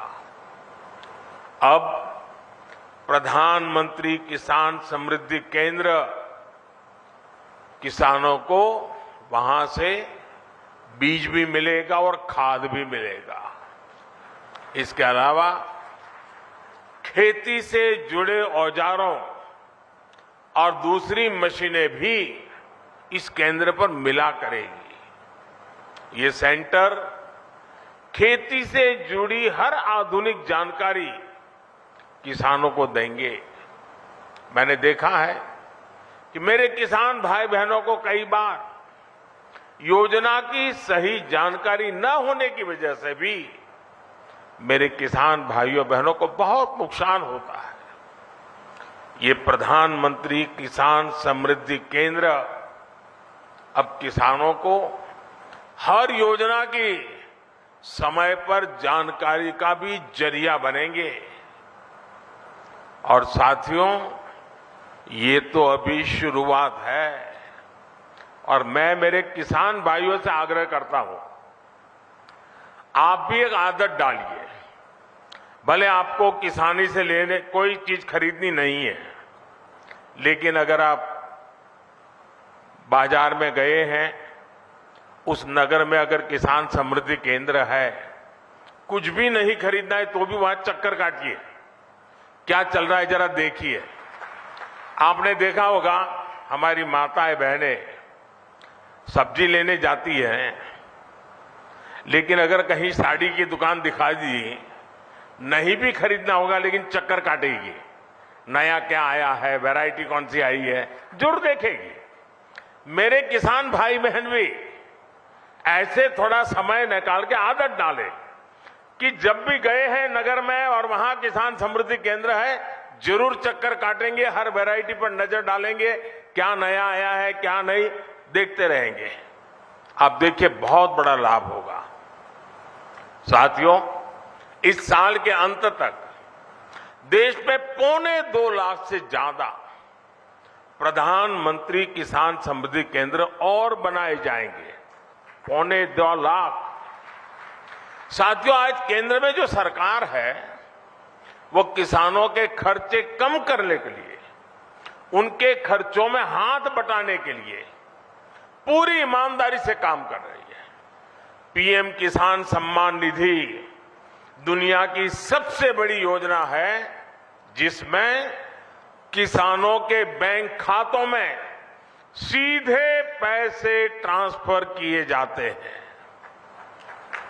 आज की 14वीं किस्त को जोड़ दें तो अब तक 2,60,000 करोड़ रुपए, 2,60,000 करोड़ से भी ज्यादा रुपए किसानों के बैंक खाते में सीधे भेजे गए हैं। इन पैसों ने छोटे छोटे अनेक खर्च निपटाने में किसानों की बड़ी मदद की है। हमारी सरकार कैसे अपने किसान भाइयों के पैसे बचा रही है, इसका एक उदाहरण यूरिया की कीमतें भी है। और देश भर के किसान मुझे सुन रहे हैं, मेरी बात को ध्यान से सुने। आप जानते हैं कोरोना की कितनी बड़ी भयंकर महामारी आई, उसके बाद रूस और यूक्रेन का युद्ध हो गया और इसके कारण बाजार में बहुत बड़ी उथल पाथल हो गई। खास करके फर्टिलाइजर के क्षेत्र में तो तूफान मच गया, लेकिन इसका असर हमारी सरकार ने किसानों पर नहीं पड़ने दिया। मैं देश के अपने हर किसान भाई बहन को खाद कीमतों की ये सच्चाई बताना चाहता हूं। आज भारत में यूरिया की जो बोरी हम किसानों को 266 रुपये में देते हैं, उतनी ही यूरिया हमारे पड़ोस में पाकिस्तान के किसानों को करीब करीब 800 रुपये में वो बोरा मिलता है। आज भारत में यूरिया की जो बोरी हम किसानों को 266 रुपये में देते हैं, उतना ही यूरिया बांग्लादेश के किसानों को वहां के बाजार में 720 रुपये में मिलता है। आज भारत में यूरिया की जो बोरी हम किसानों को 266 रुपये में देते हैं, उतनी ही यूरिया की बोरी चीन में किसानों को 2100 रुपये में मिलती है। और आप जानते हैं अमेरिका में यूरिया की यही बोरी आजकल कितने रुपये में मिल रही है? यूरिया की जिस बोरी के लिए आप 300 रुपये से भी कम देते हैं, उसी बोरी के लिए अमेरिका के किसानों को 3,000 रुपये से ज्यादा देना पड़ता है। कहां 300 और कहां 3,000? हमारी सरकार यूरिया की कीमतों की वजह से भारत के किसानों को परेशानी नहीं होने देगी। और इस सच्चाई को देश का किसान देख रहा है, हर दिन अनुभव कर रहा है। जब यूरिया खरीदने जाता है ना, तो उसे पक्का विश्वास होता है कि ये मोदी की गारंटी है।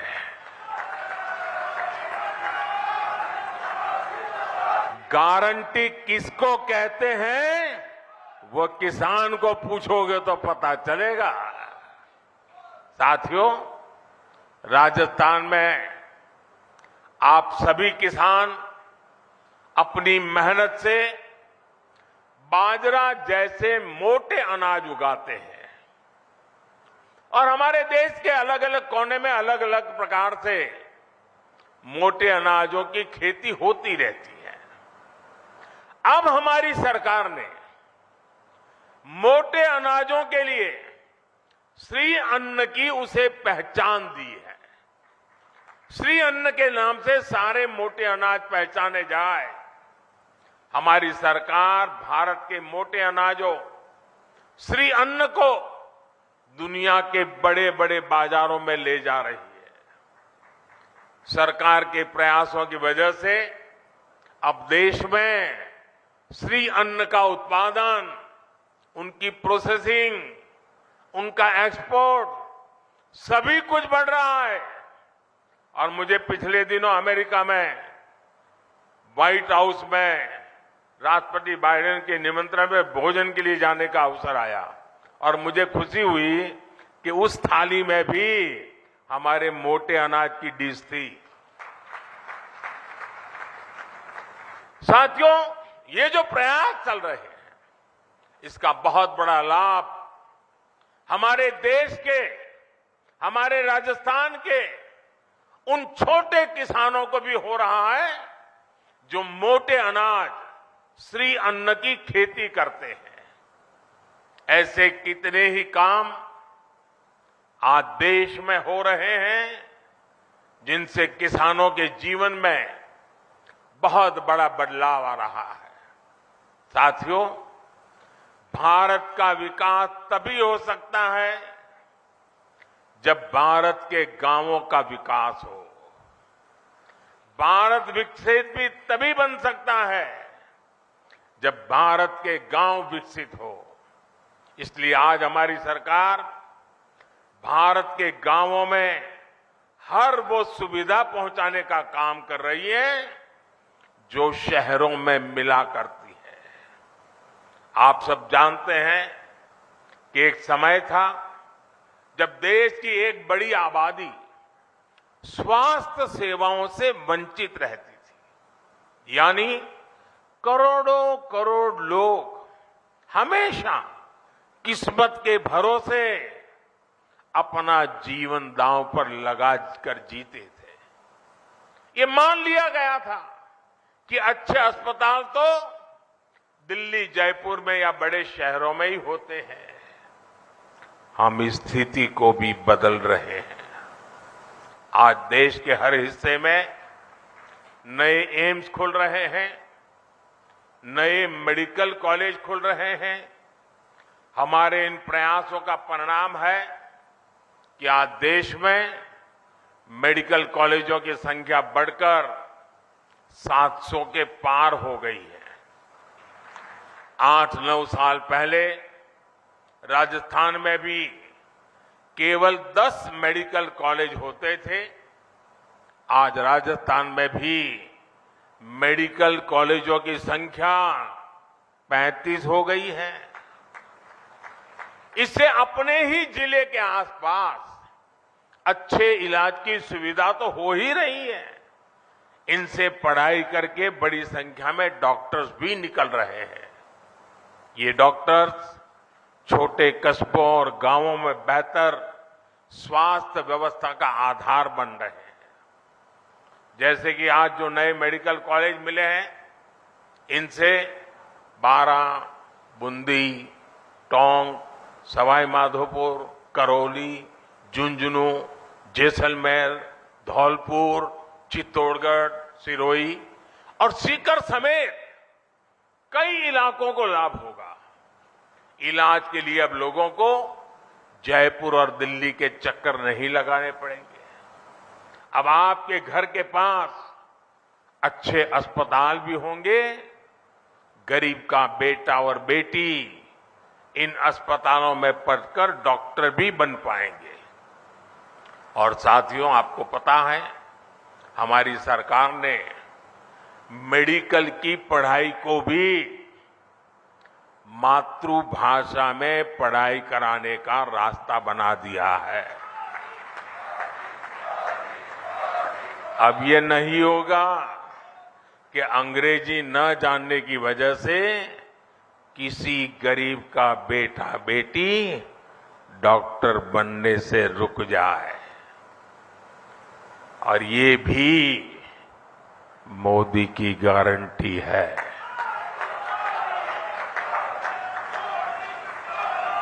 भाई और बहनों, दशकों तक हमारे गांव और गरीब इसलिए भी पीछे रह गए क्योंकि गांवों में पढ़ाई के लिए अच्छे स्कूल नहीं थे। पिछड़े और आदिवासी समाज के बच्चे सपने तो देखते थे, लेकिन उनके पास उन्हें पूरा करने का कोई रास्ता नहीं होता था। हमने शिक्षा के लिए बजट बहुत बड़ी मात्रा में बढ़ाया, संसाधनों को बढ़ाया, एकलव्य आदिवासी स्कूल खोले। इसका बहुत बड़ा लाभ हमारे आदिवासी युवाओं को मिला है। साथियों, सफलता तभी बड़ी होती है जब सपने बड़े होते हैं। राजस्थान तो देश का वो राज्य है जिसके वैभव ने सदियों तक दुनिया को हैरान किया है। हमें उस विरासत को संरक्षित करना है और राजस्थान को आधुनिक विकास की ऊंचाई पर भी पहुंचाना है। इसलिए राजस्थान में आधुनिक इंफ्रास्ट्रक्चर बनाना यह हमारी प्राथमिकता है। राजस्थान में बीते कुछ महीनों में ही दो हाईटेक एक्सप्रेसवे का लोकार्पण हुआ है। दिल्ली मुंबई एक्सप्रेसवे का एक प्रमुख सेक्शन और अमृतसर जामनगर एक्सप्रेसवे के जरिए राजस्थान विकास की नई गाथा लिख रहा है। राजस्थान के लोगों को वंदे भारत ट्रेन की सौगात भी मिली है। भारत सरकार आज जो इंफ्रास्ट्रक्चर पर निवेश कर रही है, पर्यटन से जुड़ी हुई सुविधाओं का विकास कर रही है, उससे राजस्थान में भी नए अवसर बनेंगे। जब आप पधारो हमारे देश कहकर पर्यटकों को बुलाएंगे तो एक्सप्रेसवे और अच्छी रेल सुविधाएं उनका स्वागत करेगी। हमारी सरकार ने स्वदेश दर्शन योजना के तहत खाटू श्याम जी मंदिर में भी सुविधाओं का विस्तार किया है। मुझे भरोसा है कि श्री खाटू श्याम के आशीर्वाद से राजस्थान के विकास को और भी गति मिलेगी। हम सब राजस्थान के गौरव और विरासत को पूरी दुनिया में नई पहचान देंगे। साथियों, राजस्थान के मुख्यमंत्री श्रीमान अशोक गहलोत जी कुछ दिनों से बीमार चल रहे हैं। उनके पैरों में कुछ तकलीफ है। आज इस कार्यक्रम में आने वाले थे, लेकिन उस कठिनाई के कारण नहीं आ पाए हैं।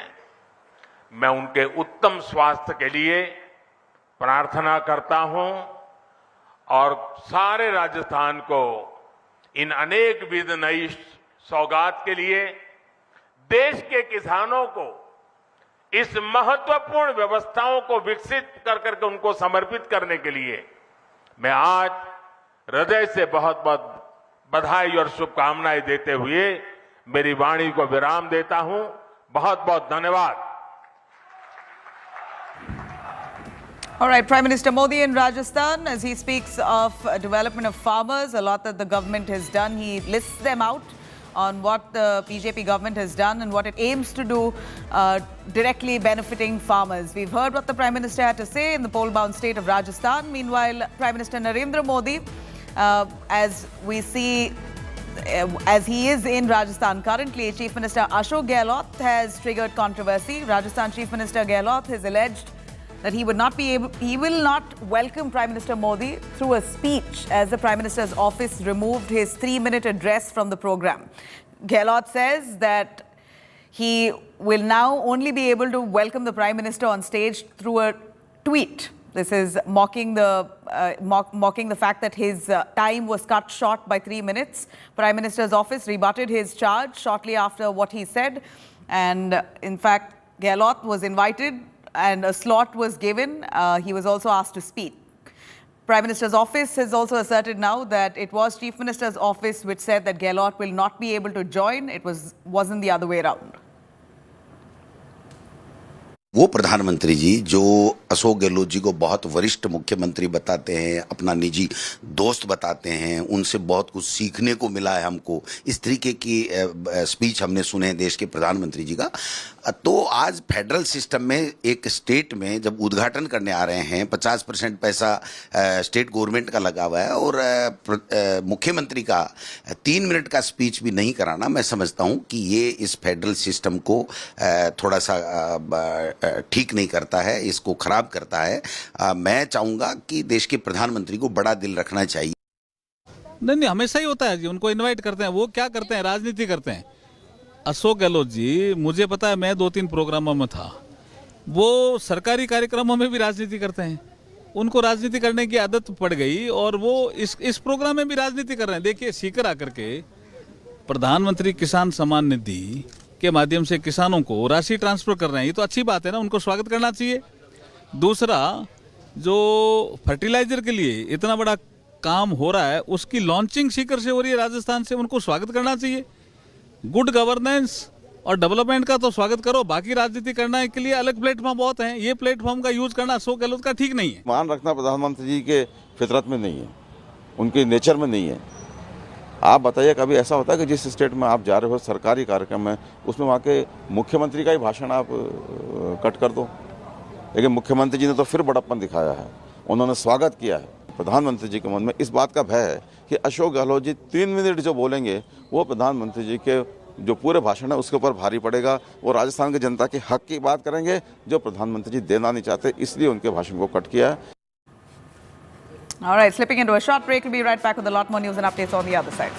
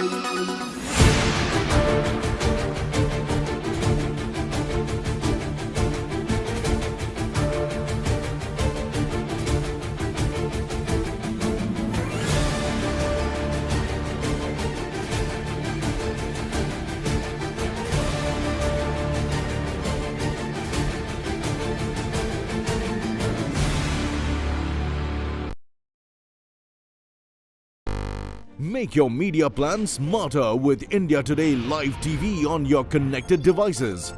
Amplify your brand with 100 million smart internet viewers. To advertise, mail us at sales@aajtak.com.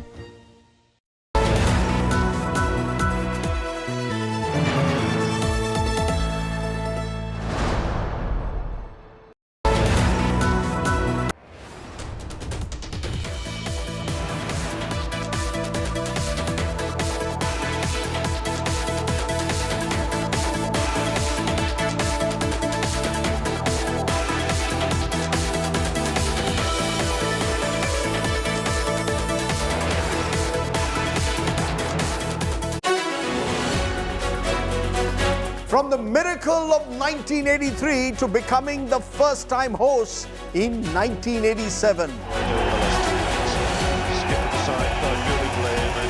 The More versus Miadad of 1992 to the Prasad versus Amir Sohail of 1996.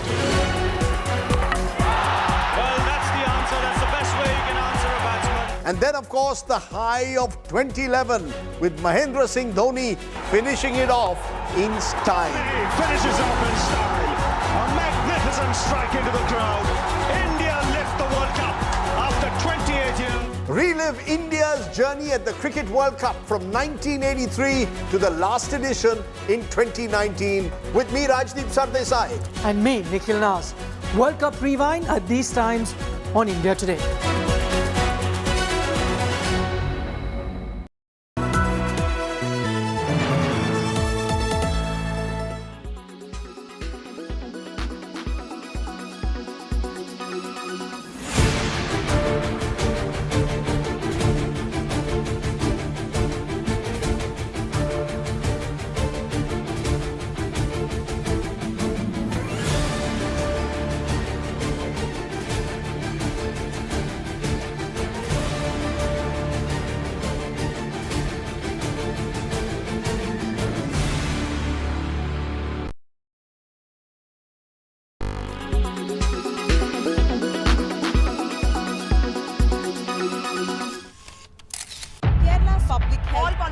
traveling from different parts. Armed with facts, Looking at political back. she takes the news by its horns. Do you think the future of these students are not hampered?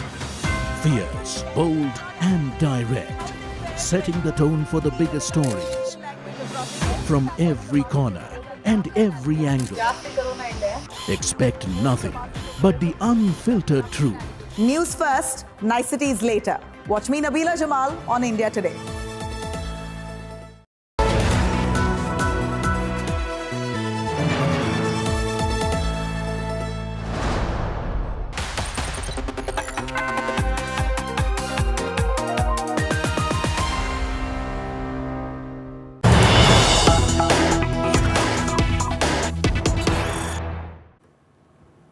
All right, an incident has been reported from Karnataka that's quite shocking. In Kalburgi, a bus driver restricted some of the girls, Muslim school girls, from entering the bus unless they wore a hijab.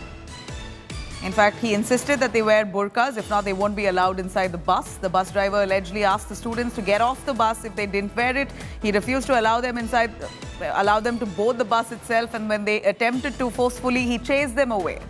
In fact, he says that only those wearing burqas will be accepted to board the bus. Students alleged that they were also verbally abused by the driver and were eventually chased away, weren't allowed to board the bus. Let's have a listen as that girl speaks.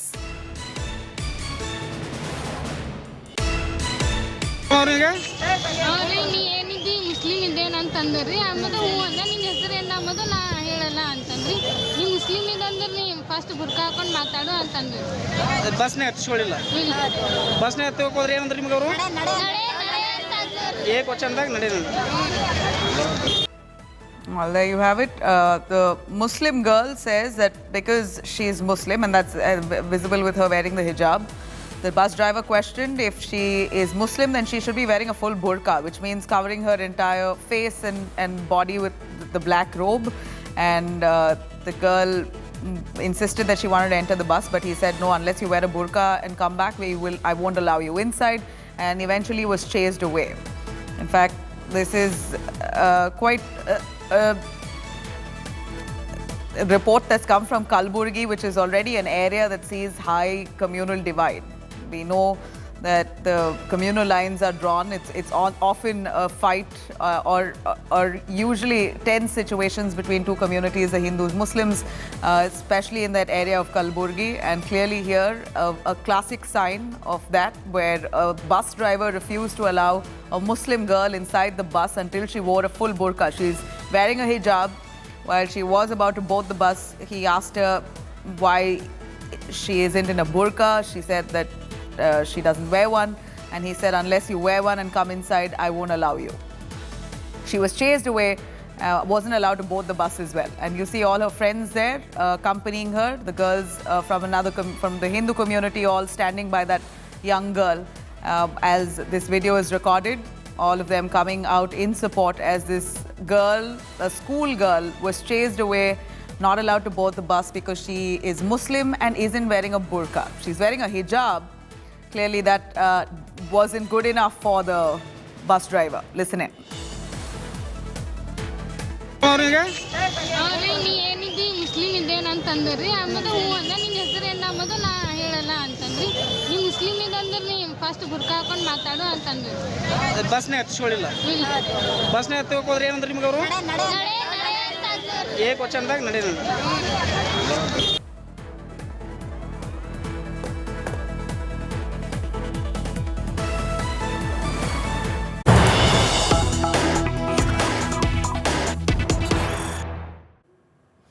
All right, meanwhile, in Karnataka, the ABVP has now erupted in protest over the Udupi College shocker. Protest has started against the Udupi toilet case, questioning why there was a delay in filing the FIR. Here you have the ABVP students, the BJP's student wing that's out on the streets protesting against inaction or delayed action on the Udupi College incident, where there were alleged cameras placed in a girl's toilet, where 3 Muslim girls placed a phone or a camera, the details are still sketchy, inside a toilet to record a girl using the toilet. and then blackmail her and threaten to put it online. Initially, it was passed off as a prank, but now we see the issue that has escalated with a bunch of the girls from college coming together, raising this as a huge concern. This is certainly something that can't be taken lightly, as we're speaking of a woman's modesty. And once the situation was raised to the college administration, we believe even they too brushed it aside, calling this a mere prank, warned the girls and let them off. Now, this has finally turned into an FIR after a complaint was initially filed about 8 days ago. So it took a little pressure from the BJP leaders, of course, who've taken this up, who are accusing this to have a communal angle, saying 3 Muslim girls trying to target a Hindu girl by shooting and filming her. That's the narrative that the BJP has launched at the moment, but this is seemingly what it looks like. 3 girls who are Muslims placing a camera inside a toilet, trying to capture a video of a girl who is from the Hindu religion, and clearly that's become a flashpoint here, that the Hindu girls are being targeted by the Muslim girls. Now this is spilt on the streets with ABVP coming out in huge protests. They have become the voice of the jihadis. This government is jihadi government. They are not having any harmony. They are with the fanatics. They are promoting the fanatism. They are promoting the hatredness. They are promoting jihadi people. This government is trying time and again, not one incident, now many incidents has happened. So we urge upon this government to immediately take the complaint from the victim. Book the complaint from the victim. Now, victim has been dissuaded from giving a complaint. The complaint should be taken by the victim. I don't say who has to come, who has to see all that. Manipurದಲ್ಲಿ Manipur incident is so, I don't know what to call it. And there the commission has not gone. Is that that magnitude, this incident? In Udupi, let them come. I don't say you don't come. Why should you come? I don't say that. I'm not the person to say that. Let them come. I'm cutting across to more stories coming in from Karnataka as we see escalation on freebies in the state. The guarantees that the Karnataka Congress government has given to the state of Karnataka has cost them quite a bit. And now DK Shivakumar, Deputy Chief Minister, says they don't have enough money for development of the state, at least for the first year. This is the financial constraints that they are currently facing, and therefore one can't expect development for the state of Karnataka, at least for the next 1 year, as their commitments is towards the guarantees they've made. He's blamed the previous BJP government and said that the treasury of the Karnataka government is empty. Basuraj Bommai government has created bankruptcy, which will eventually lead to delay in development. This is precisely what DK Shivakumar has said. Training guns at the Sidhu Sarkar, though, BJP has said that Congress will ruin Karnataka. There is no sign of 5 guarantees being implemented, and now no development too, as claimed by the deputy, owing to MLAs. In fact, MLAs, owing to this, are facing problems in their constituencies as funds is not being directed to them. Now, DK Shivakumar said this in a question raised to him about his own MLAs revolting against his own cabinet ministers, to which he responded, MLAs will have to wait, development will have to wait, 5 guarantees are costing a price, so do not expect any development, at least for this 1 year. This comes after Siddaramaiah government presented a new budget of 2023-24 earlier this month, which marked over 35,000 crores for the Congress's 5 guarantees, that is Gruha Jyoti, Gruha Lakshmi, Anna Bhagya, Shakti and Yuva Nidhi. ಬೇರೆ ಟೈಮಲ್ಲಿ ನಮಗೆ time ಭಾಳ busy ಇತ್ತು. ಆ ದೃಷ್ಟಿಯಿಂದ ಮುಖ್ಯವಾಗಿ ಕೆಲವು financial constants ಆಗಿದೆ. ನಮಗೂ ಗೊತ್ತಿದೆ, ನಾವು ಈ ಸ್ಕೀಮ್ನ ಇಂಪ್ಲಿಮೆಂಟ್ ಮಾಡಿದ್ವಿ. ಅದಕ್ಕೆ ಎಲ್ಲರೂ ಪಾಪ ಭಾಳ ಆಸೆರಿದ್ದಾರೆ. ಆ ಮಾತು ಕೊಟ್ಬಿಟ್ಟಿದ್ದೀವಿ, ಈ ಮಾತು ಕೊಟ್ಬಿಟ್ಟಿದ್ವಿ ಅಂತೆಲ್ಲ ಸ್ವಲ್ಪ ಈ ವರ್ಷ ಸ್ವಲ್ಪ ಹೋಲ್ಡ್ ಮಾಡಿ ಅಂತ ಎಲ್ಲರಿಗೂ ಹೇಳ್ತಾ ಇದ್ದೀವಿ. ನನ್ನ ಇಲಾಖೆಲೇ ಹೇಳ್ತಾ ಇದ್ದೀನಿ, ಒಬ್ಬೊಬ್ಬ ಶಾಸಕರು 10 ಕೋಟಿ, 100 ಕೋಟಿ, 200 ಕೋಟಿ, 300 ಕೋಟಿ ರೂಪಾಯಿ ಕೆಲಸ ಕೇಳ್ತಾ ಇದ್ದಾರೆ. ಎಲ್ಲಿ 300 ಕೋಟಿ ಕೆಲಸ ನಾವು ಕೊಡೋಕ್ಕಾಗಲ್ವಪ್ಪ, ಸ್ವಲ್ಪ ನೀವು ಹೋಲ್ಡ್ ಮಾಡ್ಕೊಳ್ಳಿ ಅಂತ ಎಲ್ಲರಿಗೂ ತಾಳ್ಮೆ ಹೇಳ್ತಾ ಇದ್ದೀವಿ. ಜೊತೆಗೆ ಹೊಸ್ದಾಗಿ ಗೆದ್ದಿದ್ದೀರಿ, ಜನರ ಹತ್ರ ಹೋಗಿ ನೀವು ಟೂರ್ ಮಾಡಿ. ಮಳೆಗಾಲ ಇದೆ, ಬೇರೆ ಬೇರೆ ಕಡೆ ಎಲ್ಲ ಕೆಲವು ಪ್ರವಾಹ ಬರ್ತಾ ಇದೆ, ಕೆಲವು ಕಡೆ ಮಳೆ ಕಡಿಮೆ ಇದೆ. ಆ ವಿಚಾರದಲ್ಲಿ ಅವ್ರಿಗೆಲ್ಲ ನಾವು ತಿಳುವಳಿಕೆ ಹೇಳ್ಬೇಕಾಗಿದೆ. ಯಾಕೆಂದ್ರೆ ಮೊನ್ನೆ ನಾವು ಈಗ ಇಡಬೇಕಾಗಿದೆ. ಡೆವಲಪ್ಮೆಂಟ್ ಈ ವರ್ಷ ನಾವು ಕೊಡಕ್ಕಾಗಲ್ಲ. ನಾನು ಇರಿಗೇಷನ್ ಇಲಾಖೆಲ್ಲೂ ಕೊಡಕ್ಕಾಗಲ್ಲ, PWD ಕೊಡಕ್ಕಾಗಲ್ಲ. ಎಕ್ಸ್ಪೆಕ್ಟೇಷನ್ ಬಹಳ ಇದೆ ಇದಕ್ಕೆ. ಸೊ ಅದಕ್ಕೆ ವೇಟ್ ಮಾಡಿ ಅಂತ ಹೇಳಿದೀವಿ. ನಾವೆಲ್ಲ ಶಾಸಕಾಂಗ ಪಕ್ಷದ ಸಭೆ ಕರೆದು ಅವ್ರಿಗೆ ಎಕ್ಸ್ಪ್ಲೈನ್ ಮಾಡ್ತೀವಿ ಪರಿಸ್ಥಿತಿ. ಮುಖ್ಯಮಂತ್ರಿಗಳು ಹೇಳಿದ್ದಾರೆ ಬಜೆಟ್ ಮಾಡುವಂತ ಸಂದರ್ಭದಲ್ಲಿ ಮಂತ್ರಿಗಳು ಕೂಡ ಅವರು ಸ್ವಲ್ಪ ತಾಳ್ಮೆಯಿಂದ ಇರಬೇಕು ಅಂತ. The 5 guarantees that they promised, which is nothing but freebies, it is funding consumption, and now they have no money left for development. This is not all. Their MLAs have been writing letters to the ministers seeking development funds for their areas, which has not been forthcoming. There is talk of rampant corruption and transfer posting in Karnataka, and they've not been in power even for 6 months. You can imagine what Karnataka is going to go through if this kind of governance continues. And let's be clear, there are no free lunches. The freebies are not coming out of the Congress's kitty. It's coming out from the taxpayers' money. Karnataka needs development. It is a progressive state. It's an industrialized state. It needs new investments. And here we see Karnataka being taken back to the medieval era by the Congress party. All right, I'm going to cut across to Udupi, back again to the story on the college where the 3 girls were taken up, reprimanded for placing cameras inside girls' toilets. The situation is snowballed to the ABVP now coming out on the streets with placards protesting, and these are live visuals that I'm bringing to you with my reporter there right on ground, India Today's correspondent, Anaga, joining us for a little more information on that. Anaga, are you with those protesters? Tell us a little more about the story. We see ABVP now escalating the matter. Khushbu Sundar also, the BJP Neta who's arrived all the way from Tamil Nadu to here. She's part of the NCW team. They seem to be taking strict cognizance. Any inside details on what really was the truth behind this case? Nabila, I am standing in the college, the Netra Jyoti College, where Khushbu right now is in fact speaking to the college officers. We are right now waiting for her to come out. She will be speaking to the victim as well, and the 3 girls is what we're being told. The meeting as we speak is currently underway between Khushbu Sundar and the college officers. This is in one part of the city, while on the other part is the ABVP protest. Hundreds of student unions have now gathered. They were even protesting despite pouring rain or shine. These student unions have made it clear that they are. Across to Prime Minister Narendra Modi speaking in Sikar, a BJP organized event. Let's have a listen. बोली जानी मीठी मिसरी, बोली जानी मीठी मिसरी,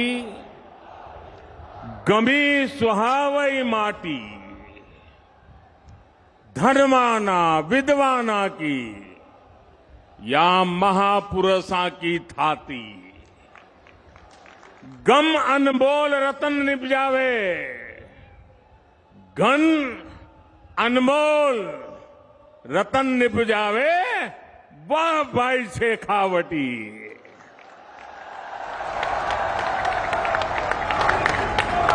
यहां आने पर आध्यात्मिक अनुभूति भी मिलती है और दिव्य आशीर्वाद भी मिलता है।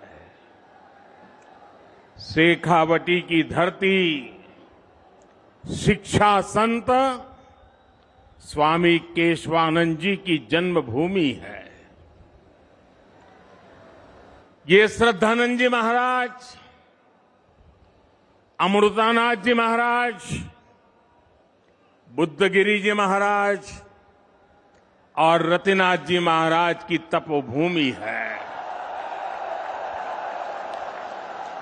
इसी धरती ने हमें भैरों सिंह शेखावत, जगदीप प्रसाद माथुर, मदनलाल सैनी जैसे नेता दिए।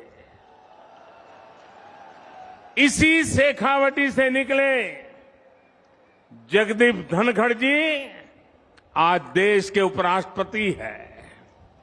इसलिए आज जब मैं सीकर आया हूं तो मेरे मन में एक अलग उमंग है, उत्साह है, ऊर्जा है। आप इतनी बड़ी संख्या में हमें आशीर्वाद देने आए हैं। जहां जहां मेरी नजर पहुंचती है लोग ही लोग हैं। वहां पीछे तो बिल्डिंग के ऊपर भी लोग दिखते हैं। ये जन सैलाब बता रहा है कि आने वाले चुनाव में ऊंट किस करवट बैठेगा। अब राजस्थान की करवट भी बदलेगी और मेरी गारंटी है राजस्थान की किस्मत भी बदलेगी। इसलिए आज राजस्थान में चारों तरफ एक ही गूंज है,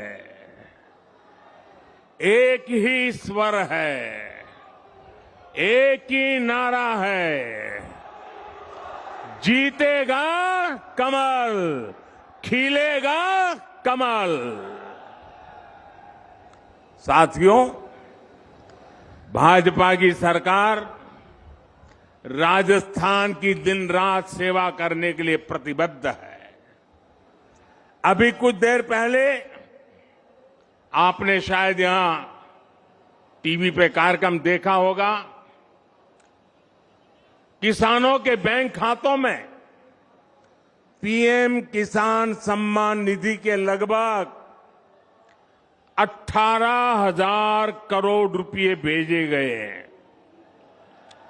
राजस्थान के भी 55 लाख से ज्यादा किसानों को आज 1200 करोड़ रुपए से ज्यादा सीधे उनके खाते में पहुंच गए हैं। आज मुझे राजस्थान के अलग अलग जिलों में 7 मेडिकल कॉलेजों के शिलान्यास उसका भी अवसर मिला है।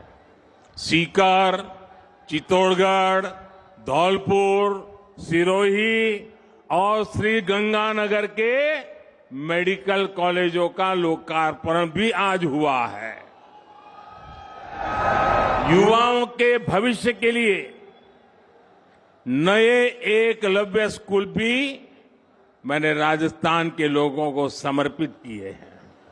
साथियों, केंद्र सरकार की तरफ से राजस्थान की सेवा का ये सिलसिला लगातार चल रहा है। इससे पहले कुछ सप्ताह पहले मैं बीकानेर आया था, तब भी मुझे अमृतसर जामनगर एक्सप्रेसवे और 24,000 करोड़ रुपयों की परियोजनाओं के लोकार्पण शिलान्यास का सौभाग्य मिला था। राजस्थान में अच्छी सड़कों के लिए, अच्छे हाईवे के लिए, राज्य के विकास के लिए भाजपा सरकार केंद्र से लगातार पैसे भेज रही है। जब केंद्र में, साथियों याद रखना, याद रखोगे, याद रखोगे, जरा हाथ ऊपर करके बताओ, याद रखोगे, पक्का याद रखोगे। केंद्र में जब कांग्रेस की सरकार थी तो 10 साल में राजस्थान को टैक्स की हिस्सेदारी के रूप में 1 लाख करोड़ रुपए ही दिए गए थे। बीते 9 वर्षों में भाजपा की सरकार ने टैक्स की हिस्सेदारी के रूप में राजस्थान को 4 लाख करोड़ रुपए से भी ज्यादा पहुंचाए हैं। कहां 1 लाख करोड़ और कहां 4 लाख करोड़। जब केंद्र में 10 साल कांग्रेस की सरकार थी तो राजस्थान को सेंट्रल ग्रांट के रूप में भी करीब 50,000 करोड़ रुपए ही दिए गए थे। हमारी सरकार ने बीते 9 वर्षों में सेंट्रल ग्रांट के तौर पर राजस्थान को 1.5 लाख करोड़ रुपए से ज्यादा दिए हैं। लेकिन जब से यहां कांग्रेस की सरकार बनी है, तब से यहां विकास के काम में सिर्फ रोड़े अटकाने का ही काम चल रहा है। मैंने राजस्थान सहित पूरे देश की बहनों से वादा किया था कि उनके घर तक पाइप से पानी पहुंचाऊंगा, और जब इतनी बड़ी मात्रा में आज माताएं बहनें आशीर्वाद देने आई हैं, हमने इसके लिए जल जीवन मिशन शुरू किया। आज देश भर में आंकड़ा सुनिए दोस्तों, आज देश भर में 9 करोड़ से अधिक नए परिवारों तक पानी के कनेक्शन पहुंच चुके हैं। अनेक राज्यों में 100% नल से जल देने का काम पूरा हो गया है, लेकिन राजस्थान के लोगों को कांग्रेस की सरकार पानी के लिए भी तरसा कर रखना चाहती है। राजस्थान हर घर जल योजना में बहुत पीछे चल रहा है। यहां शेखावटी के लोग जानते हैं कि कुंभाराम लिफ्ट पेयजल योजना के साथ इन्होंने क्या किया। जब यहां भाजपा सरकार थी, तब इस पर 5,000 करोड़ रुपए का खर्च होने का अनुमान था। कांग्रेस की सरकार बनी तो उन्होंने परियोजना को तो लटका दिया। आज इसकी लागत भी करीब करीब 2 गुनी हो गई है। यानी कांग्रेस ने पानी का भी नुकसान किया और पैसे का भी नुकसान किया। भाई और बहनों, कांग्रेस ने राजस्थान में सरकार चलाने के नाम पर सिर्फ लूट की दुकान चलाई है, झूठ का बाजार सजाया है। कांग्रेस का मतलब ही है लूट की दुकान, झूठ का बाजार। और लूट की इस दुकान का सबसे ताजा प्रोडक्ट है, ताजा प्रोडक्ट राजस्थान की लाल डायरी। आपने लाल डायरी के बारे में सुना है ना? सुना है ना? कहते हैं इस लाल डायरी में कांग्रेस सरकार के काले कारनामे दर्ज है। लोग कह रहे हैं कि लाल डायरी के पन्ने खुले तो अच्छे अच्छे निपट जाएंगे। कांग्रेस के बड़े से बड़े नेताओं की इस लाल डायरी का नाम सुनते ही बोलती बंद हो रही है। ये लोग भले ही मुंह पर ताला लगा ले, लेकिन ये लाल डायरी इस चुनाव में पूरी कांग्रेस का डिब्बा गोल करने जा रही है। साथियों, लोकतंत्र में हर सरकार को अपने काम का हिसाब देना होता है, लेकिन क्या राजस्थान में कांग्रेस आपको अपने काम का हिसाब देती है क्या? जरा जोर से बताइए ना, ये अपने काम का हिसाब देती है क्या? जो 4 साल सिर्फ सोएगा वो अपने काम का हिसाब कैसे देगा? इन लोगों ने सरकार का हर दिन आपसी खींचतान में, वर्चस्व की लड़ाई में बर्बाद किया है। साथियों, आज केंद्र की भाजपा सरकार आपके सुख दुख की साथी बनकर आपके जीवन से मुश्किलें कम करने के लिए काम कर रही है। देश के करोड़ों लोगों को पक्का घर बनाकर लखपति बनाने की गारंटी दी गई है। साथियों, ये पक्का घर बनाकर लखपति बनाने की गारंटी किसने दी है? ये गारंटी किसने दी है?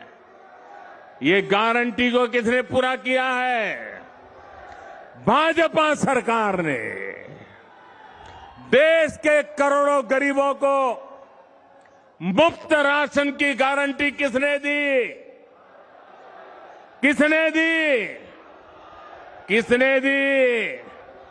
भाजपा सरकार ने दी। कोरोना के काल में करोड़ों गरीबों को मुफ्त वैक्सीन की गारंटी किसने दी? किसने दी? भाजपा सरकार ने दी। देश के करोड़ों गरीबों को अस्पताल में 5 लाख तक के मुफ्त इलाज की गारंटी किसने दी? किसने दी? जन औषधि केंद्र में गरीबों को सस्ती दवाइयों की गारंटी किसने दी? किसने दी? गरीब का बच्चा भी डॉक्टर इंजीनियर बन सके, अंग्रेजी ना आने की वजह से पीछे न रह जाए, इसके लिए मातृभाषा में पढ़ाई की गारंटी किसने दी? पूरी ताकत से बोलिए, किसने दी? किसने दी? गरीब के कल्याण के लिए दिल्ली में बैठा आपका ये सेवक पूरे समर्पित भाव से काम कर रहा है। भाई और बहनों, हमारे सीकर की पहचान तो शिक्षा नगरी के रूप में भी होती है। यहां के गांव ढाणी डॉक्टर इंजीनियर बनाते आए हैं। केंद्र की भाजपा सरकार युवाओं को शिक्षा और रोजगार के नए अवसर देने में जुटी है। लेकिन राजस्थान में क्या हो रहा है? राजस्थान में युवाओं के भविष्य से खिलवाड़ हो रहा है। पेपर लीक उद्योग चल रहा है, पेपर लीक उद्योग।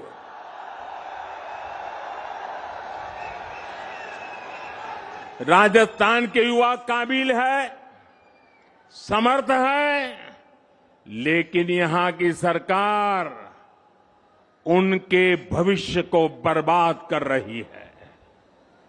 यहां सत्ताधारी दल के लोगों पर ही पेपर लीक माफिया होने का आरोप लग रहा है।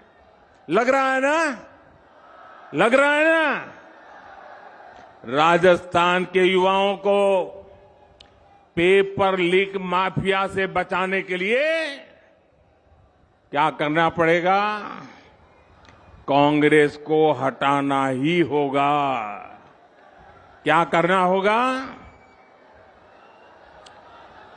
भाइयों बहनों, राज्य सरकारों की एक और सबसे बड़ी जिम्मेदारी होती है नागरिकों की सुरक्षा की, कानून व्यवस्था की। लेकिन कांग्रेस सरकार ये भी नहीं कर पा रही। आए दिन गैंग वॉर की खबरों ने राजस्थान जैसे शांति प्रिय प्रदेश को, उसकी साख को बिगाड़ दिया है। राजस्थान में दलितों पर अत्याचार चरम पर है। राजस्थान में नशे की तस्करी, नशे का कारोबार फल फूल रहा है। हमारे तीज त्योहारों पर खतरा मंडराता रहा है। कब पत्थर चलने लगे, कब गोलियां चले, कब कर्फ्यू लग जाए, कोई नहीं जानता। भाइयों और बहनों, राजस्थान के लोग कुछ भी बर्दाश्त कर सकते हैं, लेकिन राजस्थान के लोग बहन बेटियों के सम्मान से खिलवाड़ कभी भी बर्दाश्त नहीं कर सकते। मां पद्मावती और पन्ना धाई की इस धरती की बेटियों के साथ जो हो रहा है वो आक्रोश से भर देता है। किसी दलित बेटी के साथ दुष्कर्म होता है और फिर उस पर एसिड डाल दिया जाता है। किसी दलित बहन के साथ उसके पति के सामने गैंगरेप होता है, आरोपी उसका वीडियो बनाते हैं, पुलिस में रिपोर्ट नहीं लिखी जाती, बेखौफ आरोपी वीडियो वायरल कर देते हैं। छोटी छोटी बच्चियां, स्कूलों में पढ़ाने वाली टीचर तक यहां सुरक्षित नहीं है। और साथियों, कार्रवाई करने के बजाय कांग्रेस के नेता पीड़ित महिलाओं पर ही झूठ बोलने का आरोप लगा रहे हैं। वाकई बहुत हो गया। भाइयों बहनों, राजस्थान की धरती है, ये वीरों की धरती है, ये पराक्रमियों की धरती है। ये याचना करने वाले लोग नहीं है, ये हुंकार करने वाले लोग हैं। और इसलिए इस बार चारों ओर एक ही हुंकार है, एक ही नारा है, हर राजस्थानी का एक ही संकल्प है, बहन बेटियों पर अत्याचार नहीं सहेगा राजस्थान। बहन बेटियों पर अत्याचार, बहन बेटियों पर अत्याचार, बहन बेटियों पर अत्याचार, दलित पर अत्याचार, दलित पर अत्याचार, कर्ज से मरता किसान, कर्ज से मरता किसान अपराध बेलगाम नहीं सहेगा, अपराध बेलगाम नहीं सहेगा राजस्थान। पेपर लीक से युवा परेशान नहीं सहेगा राजस्थान। भ्रष्टाचार नहीं सहेगा राजस्थान। साथियों, कांग्रेस आज देश की सबसे बड़ी दिशाविहीन पार्टी बनकर रह गई है। इन दिनों कांग्रेस और उसके सहयोगी दलों ने एक नया पैंतरा चला है। ये पैंतरा है नाम बदलने का। पहले के जमाने में राजस्थान के लोग व्यापारियों की दुनिया बराबर जानते हैं। पहले के जमाने में कोई पीढ़ी, कोई कंपनी अगर बदनाम हो जाए, उसके फ्रॉड करने वाली कंपनी का चिट्ठा निकल जाए, तो तुरंत वो कंपनी वाले नया बोर्ड लगा करके अपना कारोबार शुरू कर करके लोगों को भ्रमित करने का काम करते हैं और नाम बदल करके लोगों को मूर्ख बना करके अपना धंधा पानी चलाने की कोशिश करते हैं। कांग्रेस और उसके साथियों की जमात ऐसी फ्रॉड कंपनियों की नकल कर रही है। यूपीए के कुकर्म लोगों को याद न आए, इसलिए इन्होंने अपना नाम यूपीए से बदलकर INDIA कर दिया और इतना लंबा कर दिया कि लोग भूल जाएं। यूपीए के नाम बदला है ताकि ये आतंकवाद के सामने घुटने टेकने का अपना पाप छिपा सके। इन्होंने नाम बदला है ताकि ये कर्ज माफी के नाम पर किसानों से विश्वासघात को छिपा सके। यूपीए नाम बदला है ताकि ये गरीबों के साथ किए गए छल कपट को छिपा सके। और मैं आज राजस्थान की धरती से देश के लोगों को एक और बात बताना चाहता हूं। इनका तरीका वही है जो हमेशा देश के दुश्मनों ने अपनाया है। पहले भी ये तो INDIA के नाम से आए हैं, लेकिन पहले इंडिया के नाम के पीछे अपने पाप को छुपाने का प्रयास किया गया है। इंडिया नाम तो ईस्ट इंडिया कंपनी में भी था। ईस्ट इंडिया कंपनी में भी इंडिया था कि नहीं था? लेकिन इंडिया नाम अपनी भारत भक्ति दिखाने के लिए नहीं, बल्कि भारत को लूटने के इरादे से लगाया गया था। आपको याद होगा कि कांग्रेस के शासनकाल में सिमी यानी student Islamic movement of India बना था। नाम में इंडिया था, लेकिन मिशन इंडिया को आतंकी हमलों से बर्बाद करने का था। जब इसके कुकर्म सामने आए तो सीमी पे बैन किया गया और ये बैन हुआ तो फिर नया नाम लेकर आए। उन्होंने भी नाम बदला, PFI।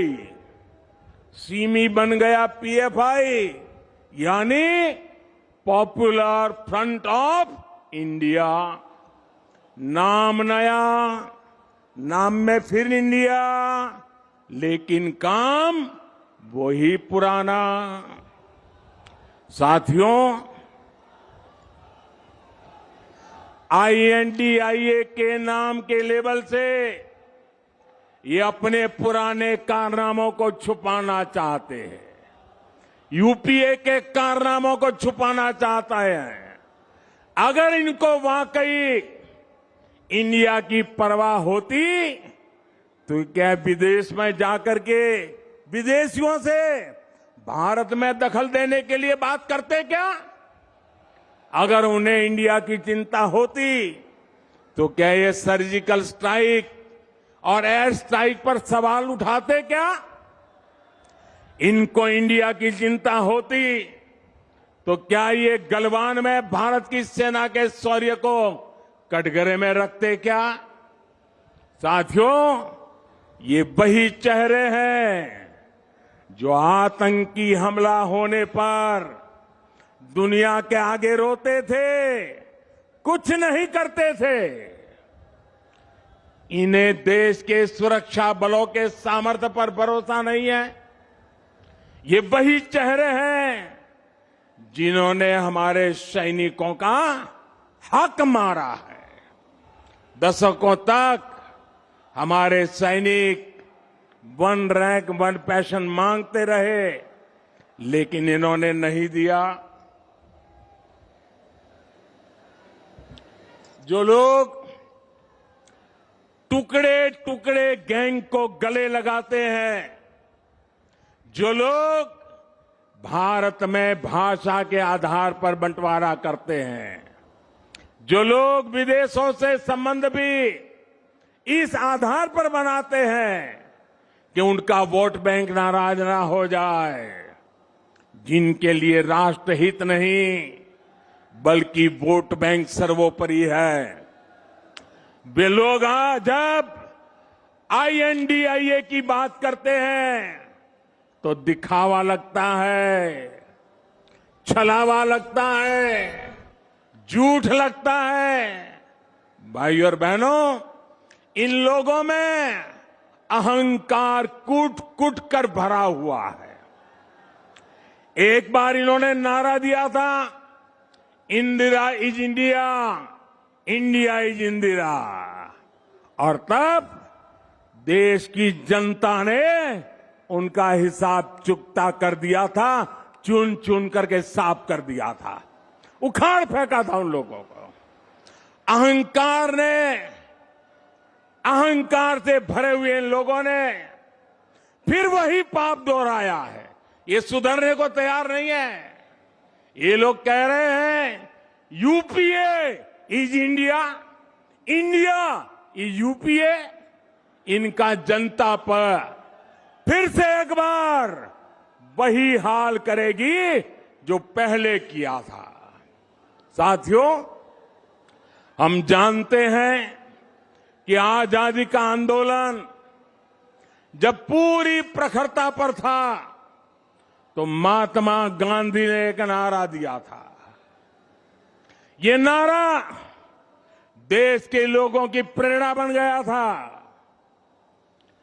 और आजादी के आंदोलन में इस नारे ने ऊर्जा भर दी थी। नौजवान स्कूल कॉलेज में अपनी किताबें छोड़ करके महात्मा गांधी के आदेश पर आजादी के लिए चल पड़े थे, जेलें भर दी थी, अंग्रेजों की गोलियां कम पड़ गई थी। वो दिन थे और तब महात्मा गांधी ने जो नारा दिया था, आज फिर से देश के कल्याण के लिए, देश के उज्जवल भविष्य के लिए उस नारे की फिर से जरूरत है। दोस्तों, इस नारे को फिर से गांव गांव घर घर पहुंचाने की जरूरत है। वो क्या नारा था? महात्मा गांधी ने नारा दिया था, क्विट इंडिया, अंग्रेजों इंडिया छोड़ो, अंग्रेजों इंडिया छोड़ो। और अंग्रेजों को देश छोड़कर जाना पड़ा था। वैसे ही आज हम समृद्ध भारत बनाने का संकल्प लेकर चले हैं। जैसे गांधी जी ने क्विट इंडिया का मंत्र दिया था, वैसे ही आज का मंत्र है भ्रष्टाचार क्विट इंडिया, भ्रष्टाचार छोड़ो इंडिया, परिवारवाद क्विट इंडिया, परिवारवाद छोड़ो इंडिया, तुष्टीकरण क्विट इंडिया, तुष्टीकरण छोड़ो इंडिया। क्विट इंडिया ही देश को बचाएगा और देश को विकसित भारत बनाएगा। भाइयों और बहनों, राजस्थान के लिए भी भाजपा का रोड मैप स्पष्ट है, नीति साफ है।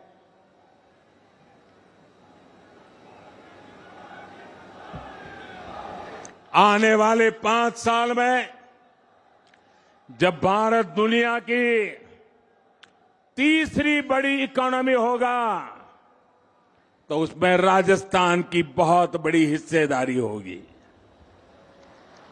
भाजपा सरकार बनते ही यहां भ्रष्टाचारियों पर, अपराधियों पर कड़ी कार्रवाई की जाएगी।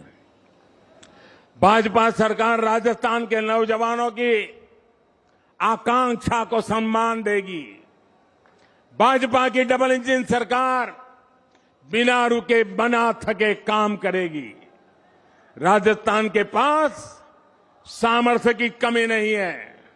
राजस्थान के विकास के लिए जैसे पूरा राजस्थान आज मुझे साथ दे रहा है, मेरा शेखावटी भी पीछे नहीं रहेगा, ये मुझे पूरा भरोसा है।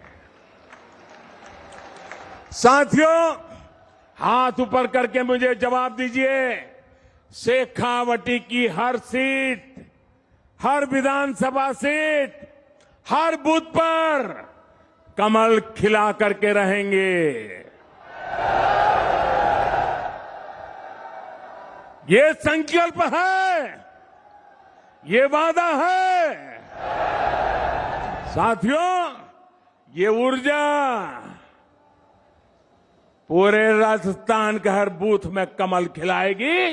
इसी विश्वास के साथ घर घर मंत्र लेके चले जाइए, भ्रष्टाचारी क्विट इंडिया, परिवारवादी क्विट इंडिया। इस मंत्र को लेकर के आगे बढ़े। बहुत बहुत धन्यवाद।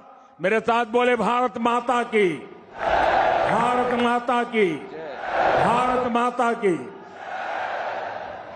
धन्यवाद माननीय प्रधानमंत्री जी। नारा लगाएंगे मेरे से जोर से, हर हर मोदी, हर हर मोदी, भारत माता की, भारत माता की। धन्यवाद। जय Bharat. All right, that's Prime Minister Modi there. Outright attack at the Congress party. Again, raising almost taking jibes and attacking the alliance partners on its acronym India.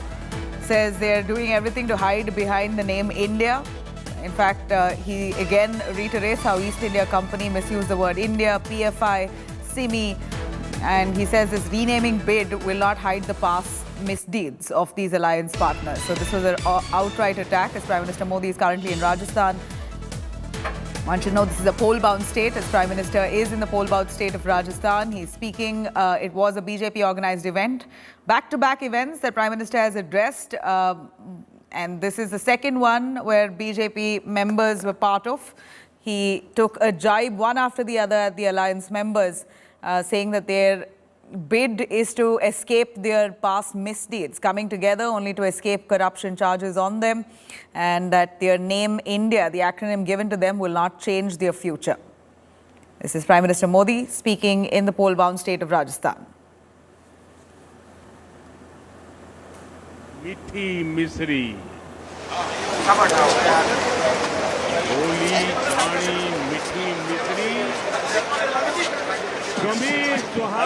Was he right at the start when Prime Minister Modi was supposed to, he was in Gujarat at an event. It was Govt also who was supposed to be on stage, and we believe that Govt, his time to speak on stage was cut off by a few minutes. So Ashok Gehlot taking a jibe at the BJP leadership, saying, I can't even greet Prime Minister Modi coming to Rajasthan. Maybe I could greet him on Twitter.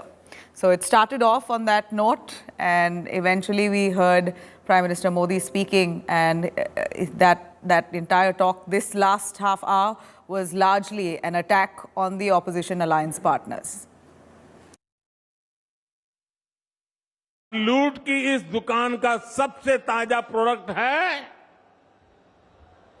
ताजा product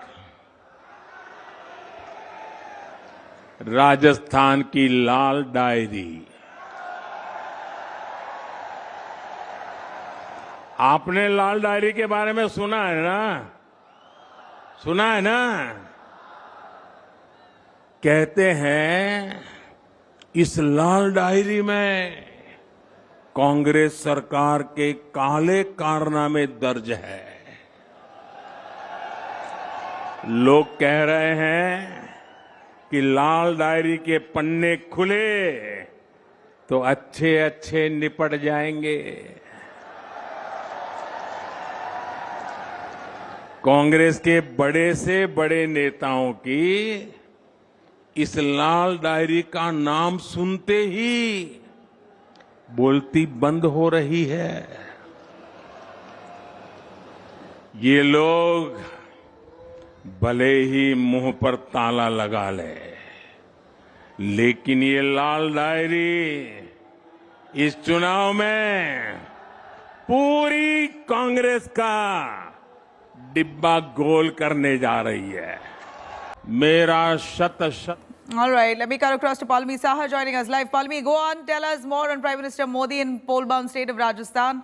While you see a logjam in the parliament with opposition demanding that Prime Minister Modi be part of discussions on Manipur inside the parliament in both houses. Here you have Prime Minister Modi currently in Rajasthan as he makes a point-by-point attack on the opposition and their alleged misdeeds, claiming they're all coming together only to hide their past, their corrupt past. This was a fiery attack on the opposition leaders as the opposition on one end staging a black protest, wearing black clothes, asking, where is Modi? That's right. This was, of course, the Prime Minister's big attack against the opposition, specifically the India alliance, after they moved a no-confidence motion against the central government, which, of course, has been admitted and will be taken up most likely in Parliament for debate next week. So while, of course, his government faces that big challenge where it has to in fact, counter the opposition on the floor of the House in Parliament, the Prime Minister there, of course, coming down heavily on the Ashok Gehlot government in Rajasthan, saying that this is a government which is corrupt. This is a government which basically is hiding its misdeeds, as has been exposed by the Red Diary. He, of course, referred to the Red Diary, which has been referred to by former Rajasthan Minister Rajendra Gura, who was recently sacked by Ashok Gehlot. The BJP alleges because he, in fact, put his own government in the dock, in the House, in the Assembly in Rajasthan, when he said that crimes against women in Rajasthan are growing. Then, of course, he said that, the misdeeds of the Ashok Gehlot government are all detailed in a Red Diary.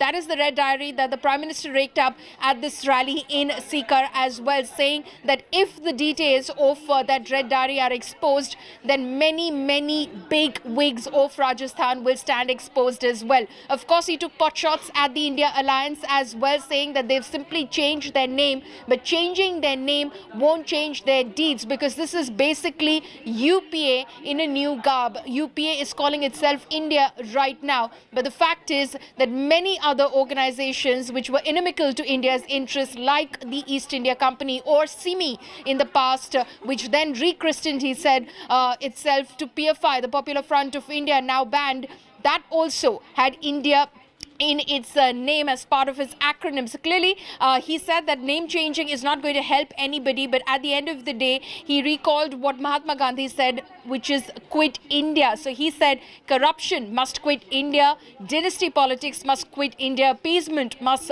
quit India. So the Prime Minister there taking pot shots at the alliance of the 26 opposition parties, calling themselves India. All right, those were a series of jibes and attacks by Prime Minister. I'm going to compile that for our viewers. Let's cut across. On one end, you have a parliamentary logjam asking for Prime Minister Modi to be part of a Manipur debate. Here on the other, you have Prime Minister Modi as he speaks in a poll-bound state of Rajasthan, attacking the opposition, claiming their alliance itself is only to escape their corruption charges. This is itself, the alliance itself has intentions that are all completely wrong, not in favor of a growing nation. लोकतंत्र में हर सरकार को अपने काम का हिसाब देना होता है, लेकिन क्या राजस्थान में कांग्रेस आपको अपने काम का हिसाब देती है क्या? जरा जोर से बताइए ना, ये अपने काम का हिसाब देती है क्या? जो 4 साल सिर्फ सोएगा, वो अपने काम का हिसाब कैसे देगा?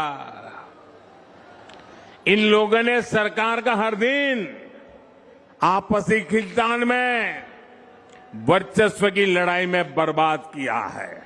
राजस्थान के लोगों को कांग्रेस की सरकार पानी के लिए भी तरसा कर रखना चाहती है। राजस्थान हर घर जल योजना में बहुत पीछे चल रहा है। यहां शेखावटी के लोग जानते हैं कि कुंभाराम लिफ्ट पेयजल योजना के साथ इन्होंने क्या किया। जब यहां भाजपा सरकार थी, तब इस पर 5,000 करोड़ रुपए का खर्च होने का अनुमान था। कांग्रेस की सरकार बनी तो उन्होंने परियोजना को तो लटका दिया। आज इसकी लागत भी करीब करीब 2 गुनी हो गई है। यानी कांग्रेस ने पानी का भी नुकसान किया और पैसे का भी नुकसान किया। भाई और बहनों, कांग्रेस ने राजस्थान में सरकार चलाने के नाम पर सिर्फ लूट की दुकान चलाई है, झूठ का बाजार सजाया है। All right, loot ki dukaan, jhoot ka bazaar. Attacks by Prime Minister Modi against the opposition alliance as they've now staged a black protest outside the parliament where opposition party netas asking where is Prime Minister Modi, asking for a debate on Manipur. It's the 6th day of the monsoon session in the parliament. Seems like the logjam continues over the Manipur violence. Palmi Saha with more on that. Palmi, give us more on the opposition netas who have come out in black clothes today, all of them raising questions on Prime Minister Modi's absence from the parliament, both houses of parliament, no discussion on Manipur violence so far. They stand firm on their demand that Prime Minister itself should take up the debate inside both houses. That's right. The opposition, of course, continued to mount pressure on the central government in both houses of parliament today. The opposition members, especially the India Alliance members, are wearing black today in order to protest what they say is the Prime Minister's silence on the Manipur issue and in solidarity with the people of Manipur who have been caught up in ethnic violence for the past few months since May this year. So clearly, the opposition, they're trying to mount pressure on the central government. Already, they've moved a no confidence motion. It will, of course, be taken up for discussion whenever the speaker slots it. It has been admitted, the notice has been admitted, but as far as the opposition is concerned, they continue to, of course, create ruckus in both houses of parliament because they demand that the Prime Minister be present and Manipur be discussed, suspending all other business. No other business should be transacted until, of course, Manipur is discussed in the House. Of course, the Piyush Goyal, leader of the House in the Rajya Sabha, directly attacked the opposition alliance, the India Alliance, for wearing a black, saying, is this because of their black intent? Is this because they're hiding black money? Is this because of their words that are black as well? Their past, their present, their future is all black. He said that this is demeaning to the House, especially because External Affairs Minister S. Jaishankar has just made a statement in the Rajya Sabha while, of course, that commotion was ongoing and there was a huge, massive, sloganeering which was happening from both sides. One side chanting India, India. The other side, the Treasury benches chanting Modi, Modi, while the Foreign Minister was making a statement on India's achievements and the Prime Minister's achievements over his recent foreign tours. Piyush Goyal said that this is all about India and the growth trajectory it is on, India's position in the global order, and when the opposition sloganeers through it, clearly they're demeaning India. All right. Palmi, thank you very much. To stay with us, even as Prime Minister Narendra Modi landed in Rajasthan, it started off on quite a volatile beginning. I'm going to cut across to some news coming in from Rajasthan as we see right after Prime Minister Modi arrived in Sikar. Ashok Gehlot claims that Prime Minister Modi, or the PMO's team rather, deliberately cut off his connection from his virtual address.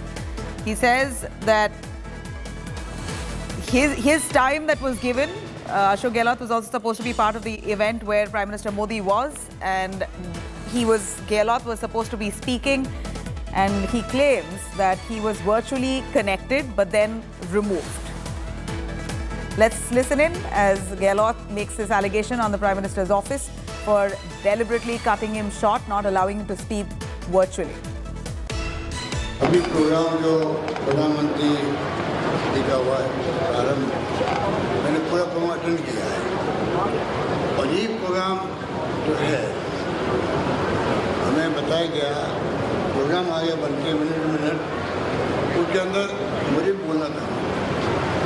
अचानक रात को उन्होंने उनके लिए चलवा दिया कि उनकी स्पीच नहीं है। मैं कहना चाहूँगा कि ये तरीका अच्छा नहीं है।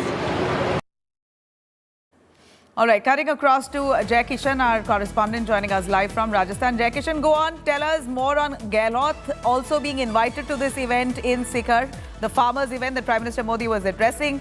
He gave it a miss. He was supposed to address the farmers virtually, but Govt claims that that connection, he was first patched virtually and that connection was cut off. He later takes a jibe on Twitter saying, I could not even welcome Modi. I have to welcome Prime Minister on Twitter now. Definitely, Nabila, the controversy erupted this morning when Chief Minister Ashok Gehlot tweeted that they couldn't welcome Prime Minister Modi as the schedule was fixed for 3 minutes to address the gathering. He was supposed to join it virtually. Then a counter came from PMO office where it was said that it's not the protocol of the PMO where they have facility of online conferencing and online addressing. But further counter came from CM Ashok Gehlot where he shared the document of official communique with Health Ministry to Chief Minister Ashok Gehlot. All right, stay with us. I'm cutting across. Gehlot speaking. सोचने के पहले उनके बाद में income tax है, ED है, CBI है, जिसका पूरा जम के दुरुपयोग देश में हो रहा है. क्या वो जानकारी प्राप्त नहीं कर सकते कि जो डायरी का जो हुआ खड़ा किया गया जानबूझ करके और जिस प्रकार से एक हमारे मंत्रिमंडल जो हमारे साथ थे मोहरा बनाया गया और 50-60 डायरियाँ लड़ाई गई असेंबली के अंदर. कल मैंने सुना पार्लियामेंट के अंदर भी लड़ाई गई डायरी है 50-60. तो क्या इतने घबरा गए हैं मोदी जी और इनकी पार्टी बार बार यहाँ पर आ रहे हैं? वो तो कोई दिक्कत नहीं, राजनीति में आना ही चाहिए, चाहे राजनाथ सिंह जी रक्षा मंत्री हो, चाहे वो गृह मंत्री अमित शाह हो, कोई भी हो, उनकी पार्टी नेता है. पर धावा बोला राजस्थान के ऊपर, यहाँ पे महिलाओं पर अत्याचार हो रहे हैं, यहाँ पे कानून व्यवस्था बिगड़ी हुई है, यहाँ पे करप्शन हो रहा है. सबसे अधिक छापे कहीं पड़े हैं देश के अंदर तो राजस्थान के अंदर हमारी एंटी करप्शन ब्यूरो ने डाले हैं. ये गवाह है, रिकॉर्ड है इसके अंदर, सब जानते हैं बात को. उसके बावजूद भी ये लोग जिस प्रकार से जानबूझ के सरकार को चुनाव हमारे 3 महीने बाद में, चुनाव के पहले इतने घबरा गए हैं, जनता का मूड देख रहे हैं, जनता क्या सोच रही है, उसको लेके इतना घबरा गए कि गवाह बोखला करके अनशन आरोप लगा रहे हैं. उसमें लाल डायरी लेके आगे प्रधानमंत्री ने. मैं कहना चाहूँगा कि प्रधानमंत्री जी, असली लूट तो आपने योजना बनाई उज्ज्वला की और एक अभी कह रहे थे आपको अध्यक्ष जी और प्रताप सिंह जी की आपने सिलेंडर दिया उनको लगा कि तो बहुत हमें एक प्रकार से बहुत ही सस्ते दामों में गैस सिलेंडर मिलेगा. कीमत बढ़ा 1150 रुपये कर दी उसकी. क्या कोई गरीब आदमी जिनको आपने फ्री सिलेंडर दिया था स्कीम के अंतर्गत, स्कीम उनकी है, हमारी स्कीमों को बंद करते हैं बार बार. हम सरकार में आते हैं तो कभी उनकी स्कीमों बंद नहीं करते. आप देखिए स्कीम उनकी थी, परंतु हमने 500 रुपये सिलेंडर देना तय क्यों किया? उनको खुशी होनी चाहिए थी प्राइम मिनिस्टर को. उनका मीटिंग बोलना चाहिए था सीकर के अंदर कि मैंने सुना है कि जो योजना मैंने लागू की थी उज्ज्वला योजना, और जो उद्देश्य लागू की थी कि महिलाएं तकलीफ आती है, धुआं होता है, फेफड़े खराब होते हैं, सोच करके मैंने योजना बनाई. मुझे खुशी देश में एकमात्र राजस्थान राज्य है जिसने उस सिलेंडर को 500 रुपये में करने का साहस किया है. ये कहना चाहिए था उनको. उनकी बात नहीं करेंगे, वो उनकी बात नहीं करेंगे. तो असली लूट तो मैं समझता हूँ, असली लूट तो आपने लाल सिलेंडर को 1150 रुपये का करके मचा रखी है. लूट मचा रखी उन्होंने लाल सिलेंडर को. सिलेंडर का रंग लाल है, वो डायरी का रंग लाल बता रहे हैं, मैं बता रहा हूँ असली तो ये है आपके सामने. मैंने सुना लाल टमाटर जो है वो 150 किलो रुपये हो गया है. लूट उन्होंने मचा रखी है, वो लाल टमाटर है. प्रधानमंत्री जी को बजाय लाल डायरी की बात करनी, जो कपोल कल्पित डायरी है, कोई डायरी है ही नहीं, उसको लेकर राजनीति हो रही है. उसके बजाय तो उनको चाहिए असलियत पे आए. लाल टमाटर लाल है और महंगाई की मार से आमदनी जो ख़त्म हो रही है तो गुस्से में लोगों का चेहरा लाल हो गया है. उसकी बात करते भाई कैसे मैं इनको राहत दिलाऊँ, वो बात नहीं करेंगे. चुनाव आ रहे इसलिए भारतीय जनता पार्टी को जनता आज सिग्नल दे चुकी है सीकर के अंदर, तो जनता समझ गई है और आने वाले वक्त में उनको लाल झंडी दिखा दी जाएगी। ये जो लाल झंडी लाल दिहाड़ी की बात करके जो षड्यंत्र किया गया है सरकार के खिलाफ में, असेंबली के अंदर जिस प्रकार का व्यवहार किया गया है, कहाँ तो मणिपुर, कहाँ राजस्थान, पूरा प्रदेश गवाह है। आज करीब 3 महीने हो गए वहाँ पर, 80 दिन ज़्यादा दिन हो गए वहाँ पर मणिपुर के अंदर। वहाँ पे कितना अत्याचार हुआ है, महिला पर बलात्कार हुए हैं, पूरी दुनिया के मुल्कों के अंदर बदनामी हो रही है हमारी। और जिस रूप में वहाँ पर लगातार मारकाट मची हुई है, आपस में मारे एक दूसरे को, पुलिस तमाशबीन बनी हुई है, उसको लेकर जब नेशनल मीडिया ने जैसे ही वो वीडियो बताया जो वहाँ पर रेप का हुआ, निर्भया कांड से भयंकर रेप था वहाँ पर, जो 2 बच्चों के साथ किया गया, उससे घबरा करके जिस रूप में अपनी टोन बदली गई, सुप्रीम कोर्ट ने इंटरवीन किया, घबरा करके प्रधानमंत्री को पहली बार मीडिया के सामने जाके बोलना पड़ा। और मुझे दुख इस बात का है और पूरे प्रदेशवासियों के स्वाभिमान पे चोट करी है जब प्रताप सिंह जी ने कहा,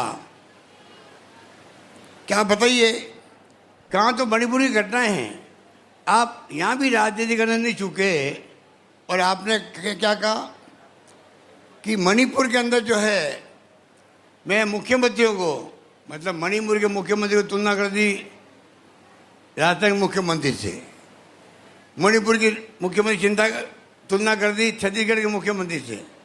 3 राज्यों के नाम लिए। मैं चाहूँगा तमाम मुख्यमंत्री मणिपुर के, पहला नाम लिया राजस्थान का, छत्तीसगढ़ का, फिर लिया मणिपुर का। वो चाहिए वहाँ पे महिला अत्याचार नहीं हो,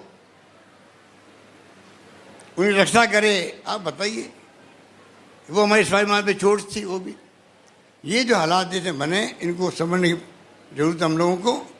और मैं कहना चाहूँगा, जस्टिफिकेशन देना चाहूँगा कि ये जो हम लोग 500 रुपये में करने की हिम्मत दिखाई है, धीरे धीरे अन्य राज्यों को आगे आना पड़ेगा। मैंने सुना 2 राज्य तो आगे आ चुके हैं, उनको 500 रुपये करना पड़ा सिलेंडर। भारत सरकार को चाहिए उल्टा, जो योजना प्राइम मिनिस्टर की है वो योजना कमजोर कैसे हो सकती है। प्राइम मिनिस्टर को चाहिए कि उनकी खुद की योजना है, खुद ने प्रचार किया देश भर के अंदर, उस योजना के बजाय कि राज्य सरकार ने अपना खर्चा लगाया उसके ऊपर, बहुत बड़ा इन्वेस्टमेंट है ये। आप बताइए, सब मिला करके अभी तक तो हम 50 लाख, आज मिला करके 50 लाख महिलाओं को 215 करोड़ रुपये ये देंगे, अभी जब डीबी होगी तब। आप बताइए कि ये भार हमारे ऊपर क्यों आए। आपको लेना चाहिए भार, और खुद जानते हैं महंगाई ज़माना है, क्या हालात हो रहे हैं। इसलिए मैं कहना चाहूँगा कि आप लोग दिमाग में रखें कि किस प्रकार से आने वाले वक्त में हम लोग ये जो प्रचार कर रहे हैं, मुझे और कोई बात नहीं, राजस्थान के लोगों का मनोबल टूटता है जब मीडिया में आती खबरें सत्यता नहीं होती उसके अंदर, तो लोग कहते हैं ये क्या हो रहा है। तो ये आप सोच सकते हैं, राजस्थान में हमने सरकार बनते ही FIR कंपल्सरी करी मैंने पहली बार। उस दिन मैंने कहा था थानों के अंदर पहले सुनवाई होती नहीं थी, स्वागत कक्ष बनाए और साथ में FIR को अनिवार्य रूप से लिखना पड़ेगा, जाने जब फरियादी जाएगा वहाँ पर। इतना क्रांतिकारी फैसला है। तब भी मैंने कहा था इससे संख्या बढ़ जाएगी, और मुझे उसकी चिंता नहीं है, मुझे चिंता है लोगों को न्याय कैसे मिले। ये सोच करके हम लोगों ने फैसला किया। उसी का दुरुपयोग हमारे खिलाफ में वो लोग कर रहे हैं। इसलिए मैं इतना ही कहना चाहूँगा आपको कि आप लोग दिमाग में रखें। और अभी हम बैठ के बात करेंगे कुछ साथ आप महिला बहनों से, बेटियों से, वो क्या सोचती है, और कोई और उनका अनुभव हो, कोई डिफ़िकल्टी आ रही हो लेने के अंदर गैस सिलेंडर, या DBT टाइम पे नहीं हो रही है, क्योंकि DBT होती है टेक्निकल होती है, IT बेस्ड होती है। कई बार कुछ परसेंटेज को मिलती नहीं है DBT का पैसा, तो वापस सूचना आ जाती है हमारे पास में, फिर वापस हम लोग उनको पेमेंट कर देते हैं। उसमें देरी हो सकती है, पर कोई घबराने की बात नहीं है। जो वादा किया हम लोगों ने, जो गारंटी दी है, वो पूरी करके रहेंगे। यही बात करता हूँ, मैं अपनी बात समाप्त करता हूँ। धन्यवाद। धन्यवाद। All right, Govt says that he only sacked Govt because he was indulging in anti-party activities, joining hands with the BJP. He says that Govt had ulterior motives and he was trying to destabilize the government. He sacked the Mantri because he was used by the BJP as a pawn. This is what Ashok Gehlot, the Chief Minister of Rajasthan, says. And that red diary particularly being flagged, he says there was nothing in it. And this is a mountain of a mole is made of it. This is deliberately trying to distract from the real issue of rising costs. And here you have Gehlot condemning the Prime Minister's visit to Rajasthan itself. He used, the Prime Minister Modi, meanwhile, just a little earlier we heard, used this charge by sacked Mantri Rajendra Govt to target Gehlot. He had said that Govt tried to expose the government, but he himself was sacked. And here you have Gehlot responding, saying, I sacked Govt because he was used by the BJP as a pawn. That red diary had nothing in it. It was only a distraction, and Prime Minister Modi now is using that red diary as a distraction to evade questions on rising prices, price rise, and many other issues that prevail in the state and the country. This is Gehlot responding right after Prime Minister's sharp attack on Rajasthan's Chief Minister Ashok Gehlot and the opposition alliance partners collectively.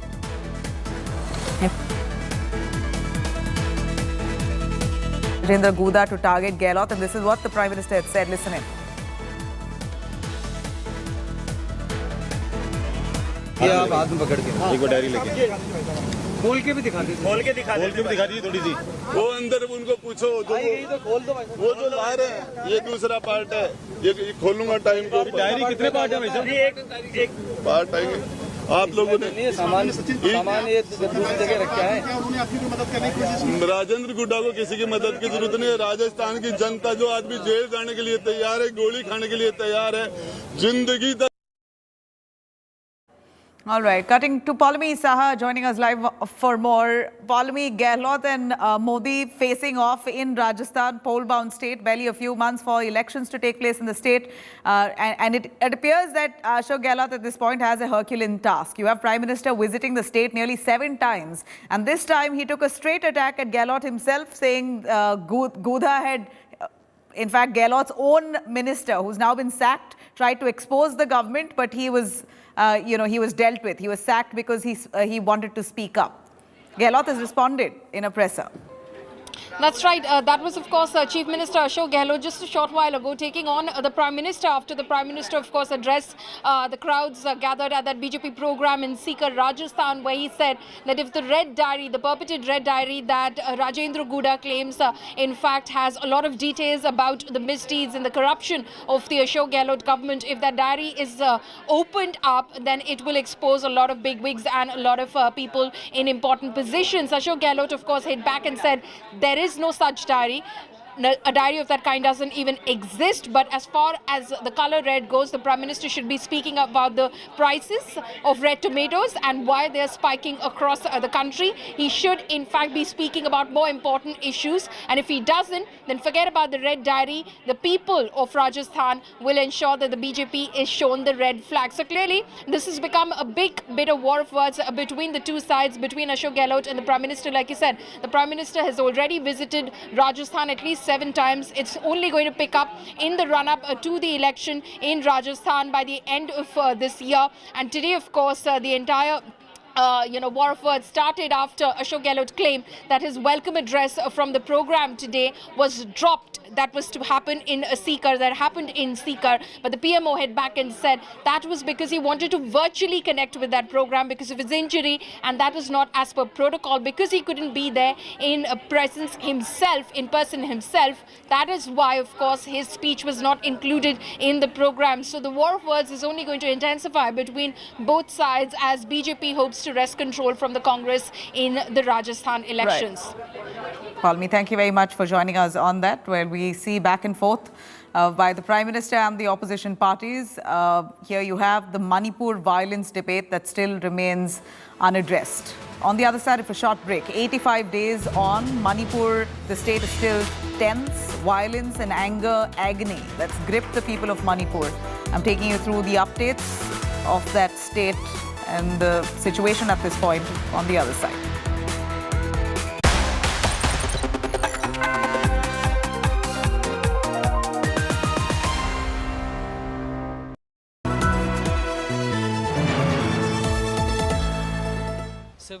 villages in Turbang areas were burned in the ethnic clashes, the violence and all. I see only the footprints, everything that burned to these ashes. They blame for everything that is happening here to the Kuki government. We are only defending ourselves. There is a literally line of this area towards the Kuki side where you have a huge number of bunkers.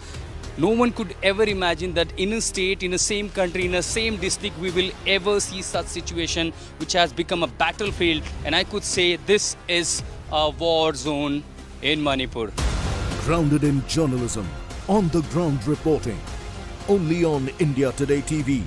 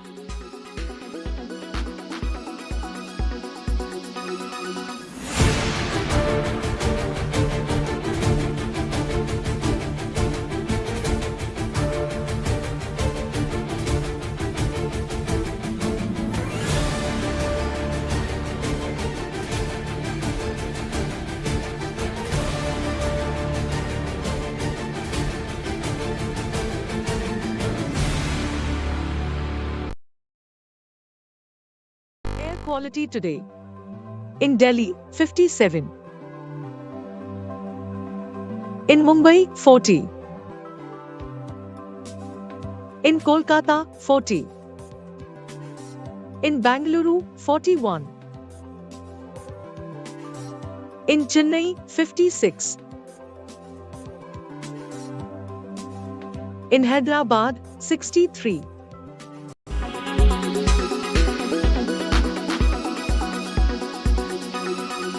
Make your media plan smarter with India Today Live TV on your connected devices. Amplify your brand with 100 million smart internet viewers. To advertise, mail us at sales@aajtak.com.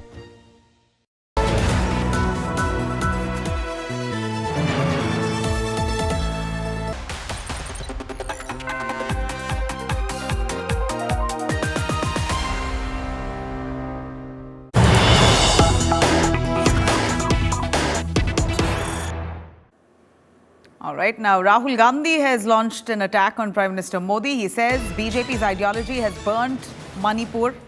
What is Prime Minister Modi doing for Manipur? Why is Modi not speaking on Manipur? These are words of Rahul Gandhi as he launches this all-out attack on the Prime Minister, raising questions on why Modi isn't addressing the Manipur issue. In fact, this attack comes right on the heels of Prime Minister speaking extensively about the opposition alliance partners, saying it's an unholy alliance. They're doing this only to get away with corruption charges, while the BJP sticks to the ground that it will be Home Minister Amit Shah itself who will be addressing the issue in the parliament. Here you have the Congress party as well as all of the alliance partners under the acronym India, who insist that it should be Prime Minister Modi who should be addressing the Manipur debate in the parliament. Rahul Gandhi, who's a suspended MP, he speaks out asking what has Modi really done for Manipur? Why is he silent on Manipur? Why isn't he speaking on Manipur? BJP's ideology has burnt Manipur. A serious charge on Modi. Listen in.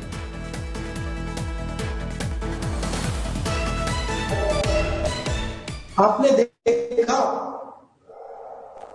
Manipur में क्या हुआ और क्या हो रहा है, और आपको आश्चर्य होगा कि प्रधानमंत्री जी ने मणिपुर के बारे में एक शब्द नहीं कहा। आपको लगा होगा कि देश के प्रधानमंत्री जब देश का एक प्रदेश चल रहा है तो देश का प्रधानमंत्री कुछ ना कुछ तो कहेगा। आप में से बहुत सारे लोगों को लगा होगा कि देश का प्रधानमंत्री हवाई जहाज में जाकर इम्फाल में, कम से कम इम्फाल में लोगों से बात करेगा। पिछले कोई भी प्रधानमंत्री होते, कांग्रेस के प्रधानमंत्री तो वहीं बैठ जाते हैं। मगर आपको आश्चर्य होगा कि हिंदुस्तान का प्रधानमंत्री नरेंद्र मोदी मणिपुर क्यों नहीं जा रहा है, मणिपुर के बारे में बोल क्यों नहीं रहा है? क्योंकि नरेंद्र मोदी जी चुने हुए लोगों के प्रधानमंत्री हैं, आरएसएस के प्रधानमंत्री हैं। उनको मणिपुर से कोई लेना देना नहीं। वो जानते हैं कि उनकी विचारधारा ने मणिपुर को जलाया है। मगर जो मणिपुर में दुख है, दर्द है, जो महिलाओं को चोट पहुंची है, उससे नरेंद्र मोदी जी को कोई फर्क नहीं पड़ता। प्राइम मिनिस्टर इधर हाउस चल रहा है और हम डिमांड कर रहे हैं वो खुद आके एक स्टेटमेंट देने के लिए पूछ रहे हैं तो दे रहे नहीं, और उधर जाके राजस्थान में भाषण कर रहे हैं, पॉलिटिकल भाषण कर रहे हैं और इलेक्शन का चुनाव की बात कर रहे हैं। और यहाँ पर आके अगर उनको, जब आप राजस्थान में जा सकते हो यहाँ पर पार्लियामेंट छोड़ के, क्या यहाँ आधा घंटा आके आप अपना स्टेटमेंट देकर जा नहीं सकते? ये it means that he has no interest, he has no faith in democracy and he don't want to protect democracy and constitution. We've heard what the Congress has to say. Mallikarjun Kharge, Rahul Gandhi, sharp attacks on Prime Minister Modi, mocking him for speaking on India the alliance instead of Manipur, a state that's marred by violence for 85 days. Rahul Gautam joins us for more on that. Rahul, go on. Rahul Gandhi's little soundbite that's now come to fore, where he's attacking Prime Minister Modi, saying he's a Prime Minister only for a selected few. What exactly has he done for the state of Manipur? BJP's ideology is right now burning Manipur. The opposition sticks to its stand, asking for Modi to be part of the parliamentary debate on Manipur violence.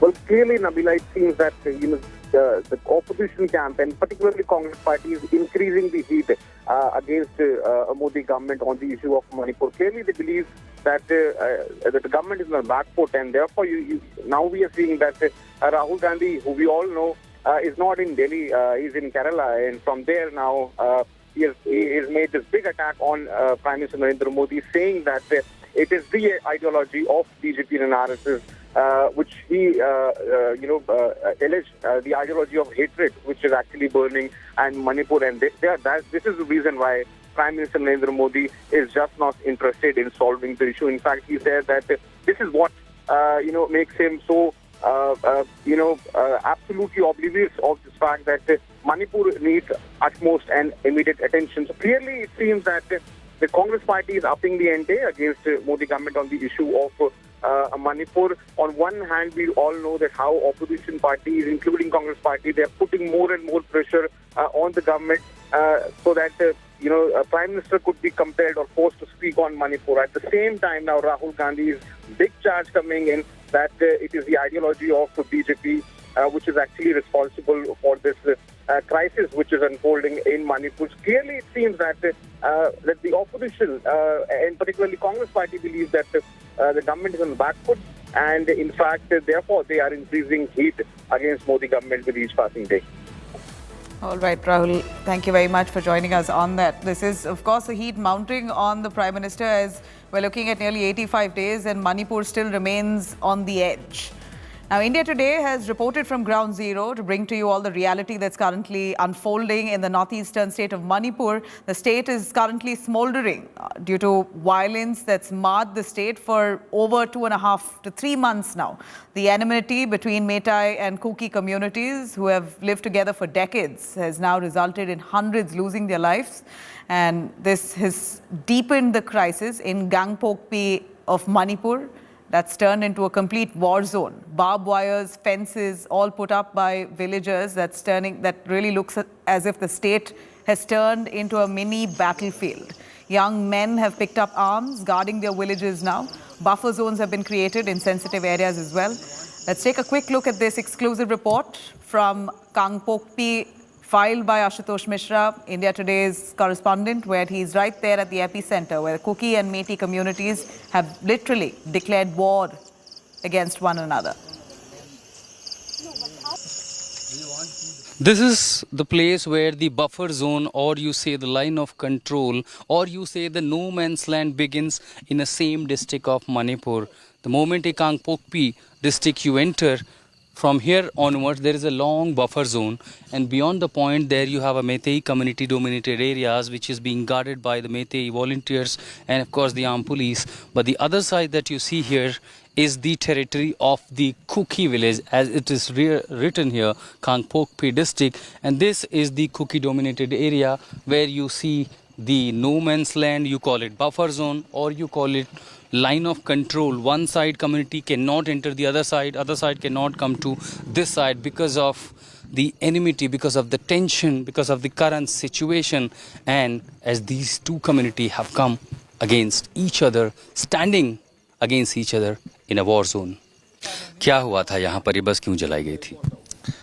ये बस जलाया गया था क्योंकि सेकमाई में अगले पहले हफ्ते में हमारे 2-3 गाड़ी का सिलेंडर व्हीकल जलाया था और उसी रिटेलिएशन में एंग्री मॉब्स ने जला दिया था ये।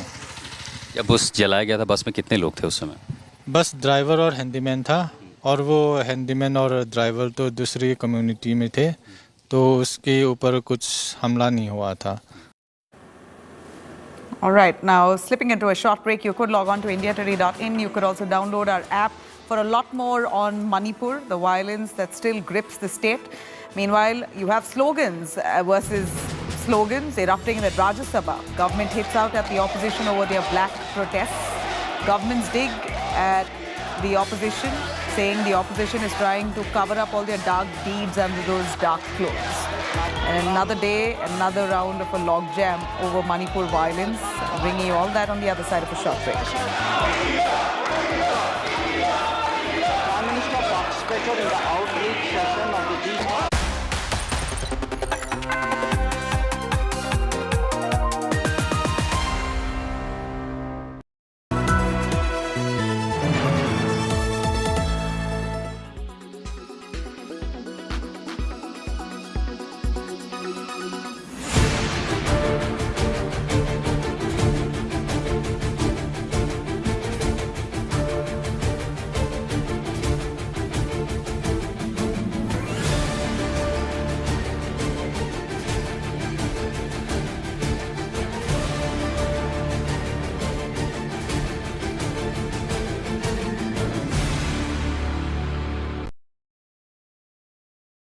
Weather forecast now. Delhi, maximum 36 and minimum 27 degrees. Mumbai, maximum 27 and minimum 24 degrees. Kolkata, maximum 34 and minimum 27 degrees. Bangalore, maximum 25 and minimum 19 degrees. Chennai, maximum 34 and minimum 26 degrees. Hyderabad, maximum 23 and minimum 21 degrees.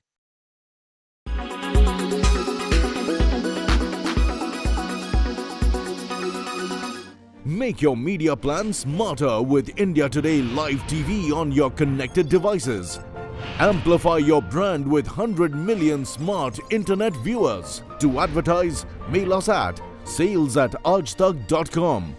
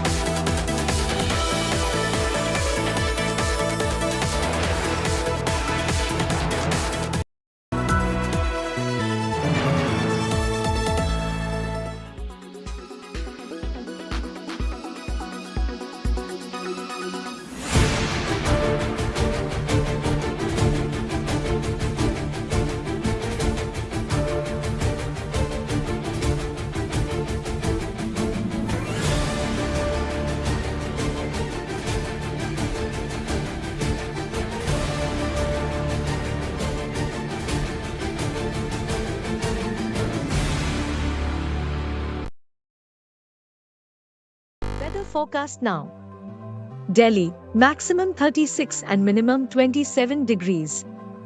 Mumbai, maximum 27 and minimum 24 degrees. Kolkata, maximum 34 and minimum 27 degrees. Bangalore,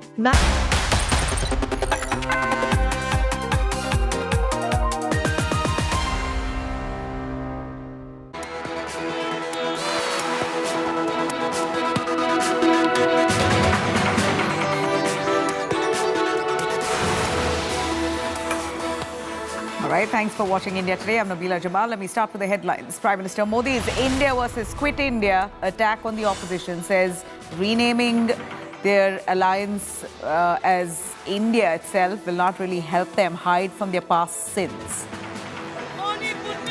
UPA के कुकर्म लोगों को याद न आए, इसलिए इन्होंने अपना नाम यूपीए से बदलकर INDIA कर दिया.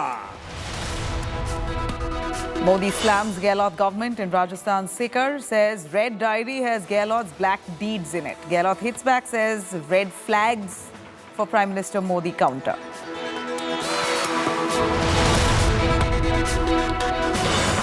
Slogans versus slogans erupting in Rajya Sabha. Government hits out at the opposition over black protests. The government takes a jibe at the opposition partners, saying you're trying to hide your black deeds under those black clothes.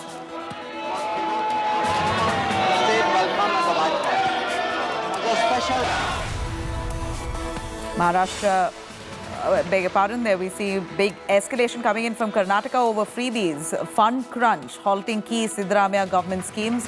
Deputy Chief Minister D.K. Shivkumar says no funds for development this year as the government is strained.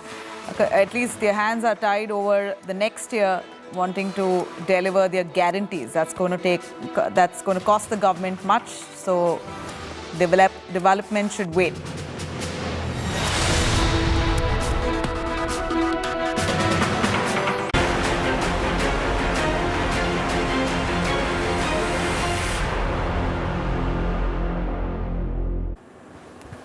All right, let me cut to the Rajya Sabha. Lok Sabha has just resumed. Let's have a quick look. जो कि आदमी है उपसभापति जी, cinematograph act 1952 के बाद अगर कोई बड़े संशोधन हुए तो 84 में लास्ट बड़ा संशोधन हुआ था. लगभग 4 दशक बीत गए. इन 4 दशकों में बहुत सारा टेक्नोलॉजी में बदलाव भी आया, देखने वालों की संख्या भी बहुत बड़ी है और दुनिया भर में भी भारतीय फिल्म इंडस्ट्री की साख बड़ी है. आज दुनिया में सबसे ज्यादा फिल्में बनाने वाला कोई देश है तो हमारा भारत आज दुनिया में सबसे ज्यादा फिल्में बनाने वाला देश है. और माननीय उपसभापति जी, यही नहीं, अगर मैं इसी साल की बात करूं, भारतीय फिल्म इंडस्ट्री ने ऑस्कर्स में भी, चाहे हमारी स्मॉल डॉक्यूमेंट्री में द एलिफेंट विस्परर्स और RRR ने फिल्म के रूप में पूरी दुनिया भर में धूम मचाई और भारत के लिए ऑस्कर जीतने का भी काम किया. ये भारतीय फिल्म इंडस्ट्री की एक बहुत बड़ी. जब हम 40 वर्षों के बाद कोई बड़ा संशोधन ला रहे हैं और मैं एक तरह से कहूं कि बिल को एक बड़े नए रूप में पेश कर रहे हैं, तो विपक्ष का ये रवैया देख के लगता है ना ये फिल्म जगत के पक्ष में है, ना भारत के सॉफ्ट पावर के रूप में उभरने के पक्ष में है। ये खुद तो इतने वर्षों में कुछ नहीं कर पाए, लेकिन आज जब इस बिल पे चर्चा होगी तो माननीय सभापति जी देखने को मिलेगा कि ये बिल केवल सूचीबद्ध सरकारी आश्वासनों संबंधी समिति का 83वां, 84वां, 85वां, 86वां, 87वां, 88वां, 89वां और 90वां प्रतिवेदन और एक लाइव स्टेज इसकी या साउंड आर्टिस्ट के रूप में साउंड इंजीनियर से लेकर टेक्नीशियन, जूनियर आर्टिस्ट, ऐसे पुलिस साहब के जीवन में एक बहुत बड़ा फर्क ला सकता है, क्योंकि पायरेसी माननीय सभापति जी एक ऐसी दीमक है जो फिल्म इंडस्ट्री को खा रही है। बहुत लोगों के वर्षों की मेहनत, जब चलचित्र पे बहुत अच्छा उसका दिखना हो, अच्छी फिल्म आनी हो, तो उसके चलते भी उनके हक खाने का काम पायरेसी करने वाले लोग खाते हैं। और आज जब मैं फिल्म इंडस्ट्री के लोगों की बात यहाँ पर उठाता हूँ तो उनका हक खाने का काम भी ये लोग करना चाहते हैं। सदन के सदस्य उस पर चर्चा करना चाहते हैं। मैं इतना ही कहना चाहता हूँ सर, मैं विस्तार में बाद में जरूर बोलूंगा, लेकिन प्रमुख 3 बातें अगर इस बिल के लिए मैं कहूँ कि क्यों लाना पड़ा अमेंडमेंट्स को। पहला तो जो अनऑथोराइज्ड रिकॉर्डिंग होती थी, वर्षों पहले कैमकॉर्डर के साथ होती थी, लेकिन समय के साथ वीडियो रिकॉर्डिंग भी आई, मोबाइल फोन भी आए, अलग अलग तरीके आए। इंटरनेट के जमाने में आज इसका दुरुपयोग करके पायरेसी को और बढ़ावा दिया जाता है। पायरेसी को रोकने के लिए हम इसको लाए हैं। दूसरा, लाइसेंसिंग के प्रोसीजर को और सरल करने के लिए इस बिल के माध्यम से बल मिलेगा। और तीसरा, जो हाई कोर्ट और सुप्रीम कोर्ट की जजमेंट्स हैं उसके साथ हार्मोनाइज करने का काम हमने इसके माध्यम से किया है। मैं विस्तार में इसमें पूरी बात कहूंगा, लेकिन एक बात और जरूर कहूंगा, जब धारा 370-35 से हटाने का समय 70 साल में किसी ने प्रयास नहीं किया, धारा 370-35 से सदा के लिए समाप्त करने का काम भी 2019 में मोदी सरकार ने किया।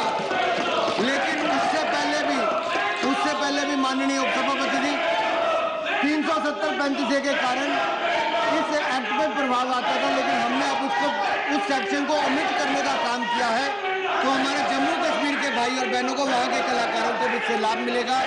आपने मुझे बोलने का अवसर दिया, मैं सभी माननीय सदस्यों का सुनने के बेताबी से इंतजार कर रहा हूँ। तो मुझे पूर्ण विश्वास है सिनेमा जगत के पक्ष में, सिनेमा जगत से जुड़े सभी लोगों को, डिस्ट्रीब्यूटर से लेकर फिल्म बनाने वाले से लेकर स्पॉट बॉय से लेकर एक आर्टिस्ट तक, हर किसी के हित में बिल लेकर आए हैं। पूरे सदन का मुझे लगता है समर्थन इसमें मिलेगा। मैं आपसे इतने निवेदन करता हूं। धन्यवाद। I now call upon the members whose names have been listed for participation in the discussion. Shri Sushil Kumar Gupta.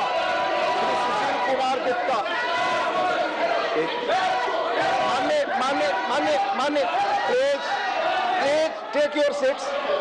Please take your seats.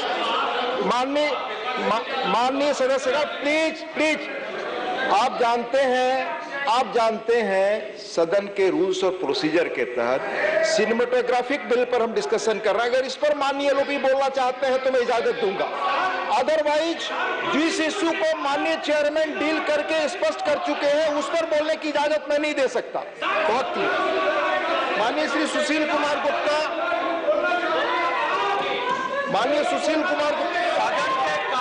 अगर ये बिल पर बोले माननीय लोग भी तो मैं इजाजत दूंगा।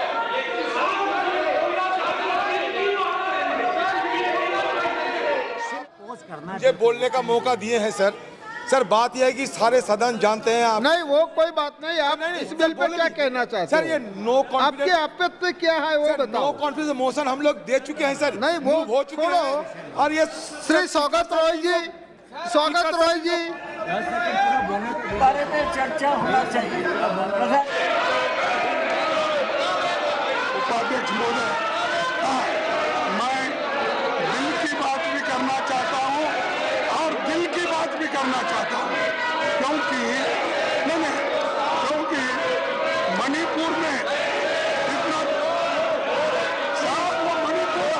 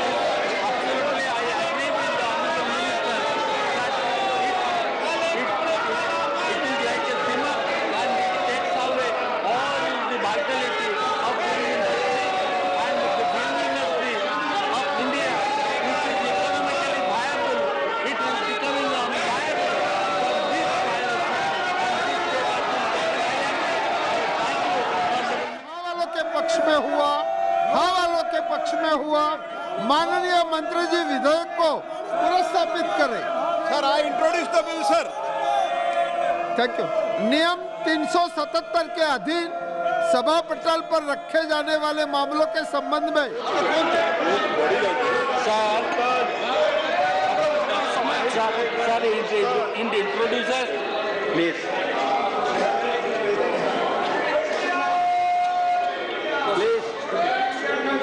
के कारण 1 मिनट इनकी बात सुनने का अवसर नहीं मिला। अगर ये शुरू से अपनी बात कह सके तो बहुत महत्वपूर्ण बिल है, पूरे सिनेमा जगत के लिए है सर। एक एक शब्द बहुत महत्वपूर्ण रहेगा। डॉक्टर प्रशांत नंदा जी, आप शुरू से बोले, माननीय मंत्री जी आपको सुनना चाहते हैं, please. Very much, sir, and I thank the Honorable Minister. I would like to tell you that this is a subject very close to my heart because I am in the film industry for the last 60 years. I have made film, I have seen film, I have seen. The period witnessed several crucial high-level diplomatic engagements, including interactions of the Honorable President, the Honorable Vice President, and the Honorable Prime Minister with foreign counterparts in India and abroad. I myself visited a number of nations, as did our ministers of state, and we received many of our foreign colleagues here in India. Through these efforts at multiple levels, we were able to advance our national objectives and interests in a volatile and uncertain world. In terms of the diplomatic engagements of the Honorable President, she hosted the King of Cambodia from May 29 to 31 on his first visit to India. This marked the celebrations of the 70th anniversary of the establishment of diplomatic relations between India and Cambodia. Honorable President was the chief guest of the celebrations commemorating the 150 years of arrival of Indians in Suriname in Latin America in June. She was conferred Suriname's highest distinction, the Grand Order of the Chain of the Yellow Star. Speaker sir, I think this is a matter of pride for all Indians. Honorable President also visited Serbia in the same month.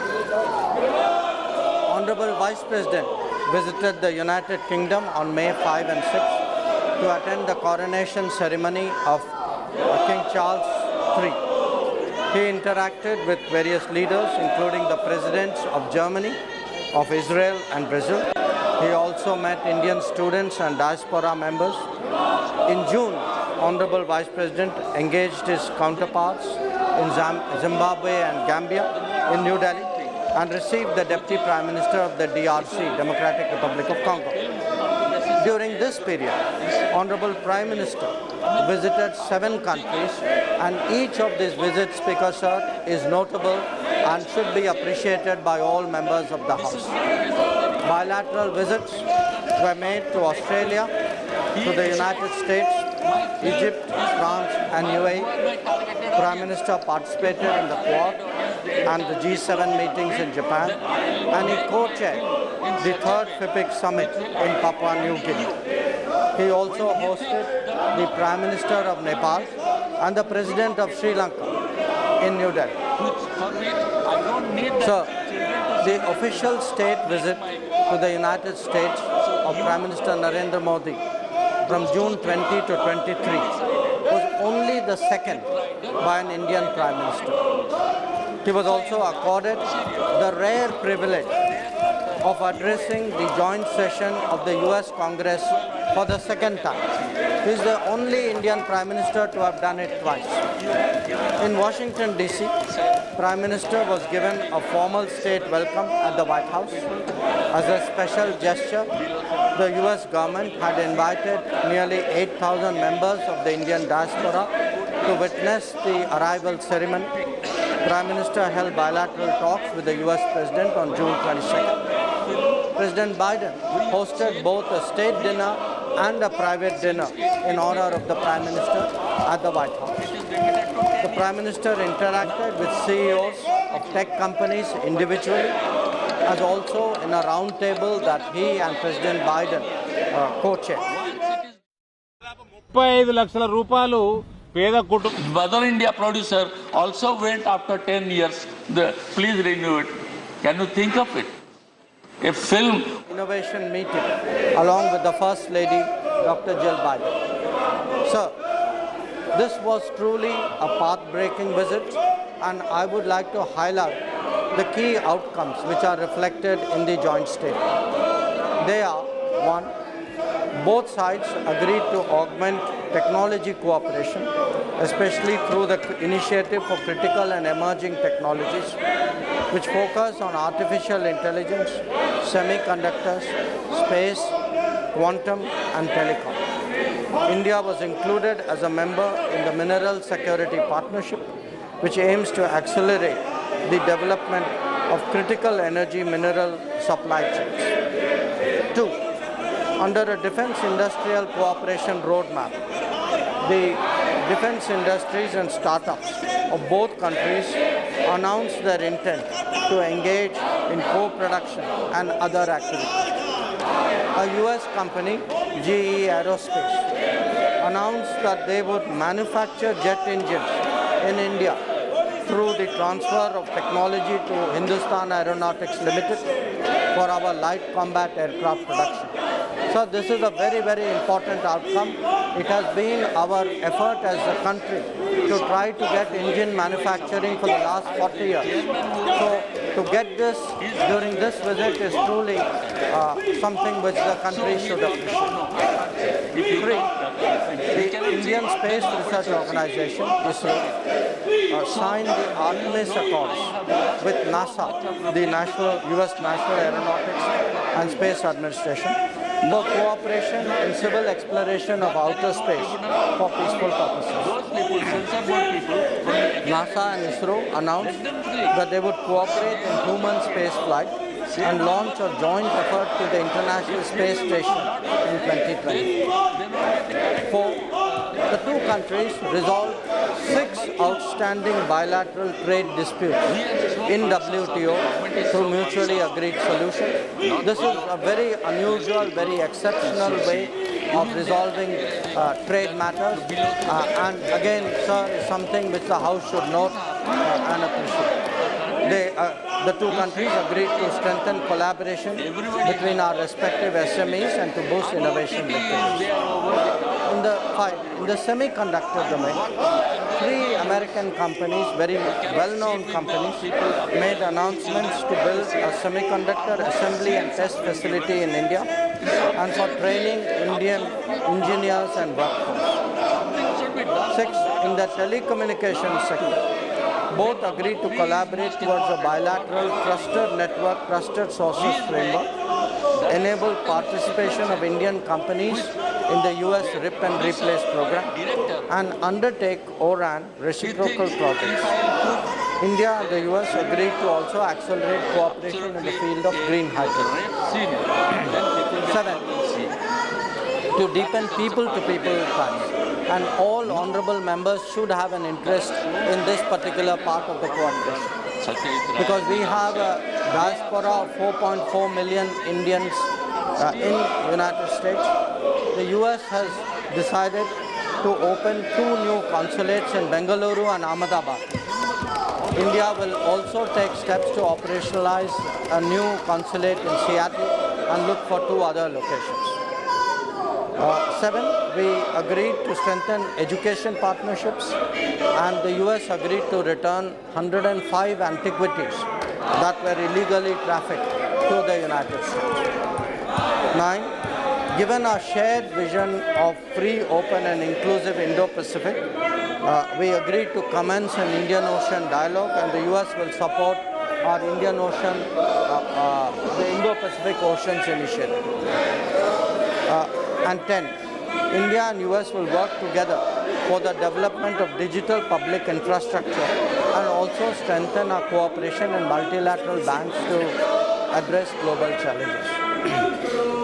Sir, honorable members, I think all honorable members would be interested to know that Prime Minister himself led the 9th International Day of Yoga on 21 June at the UN headquarters in New York, It involved 135 nationalities and it set a Guinness World Record. World record, sir, for the number of countries for any single event in Kashmir.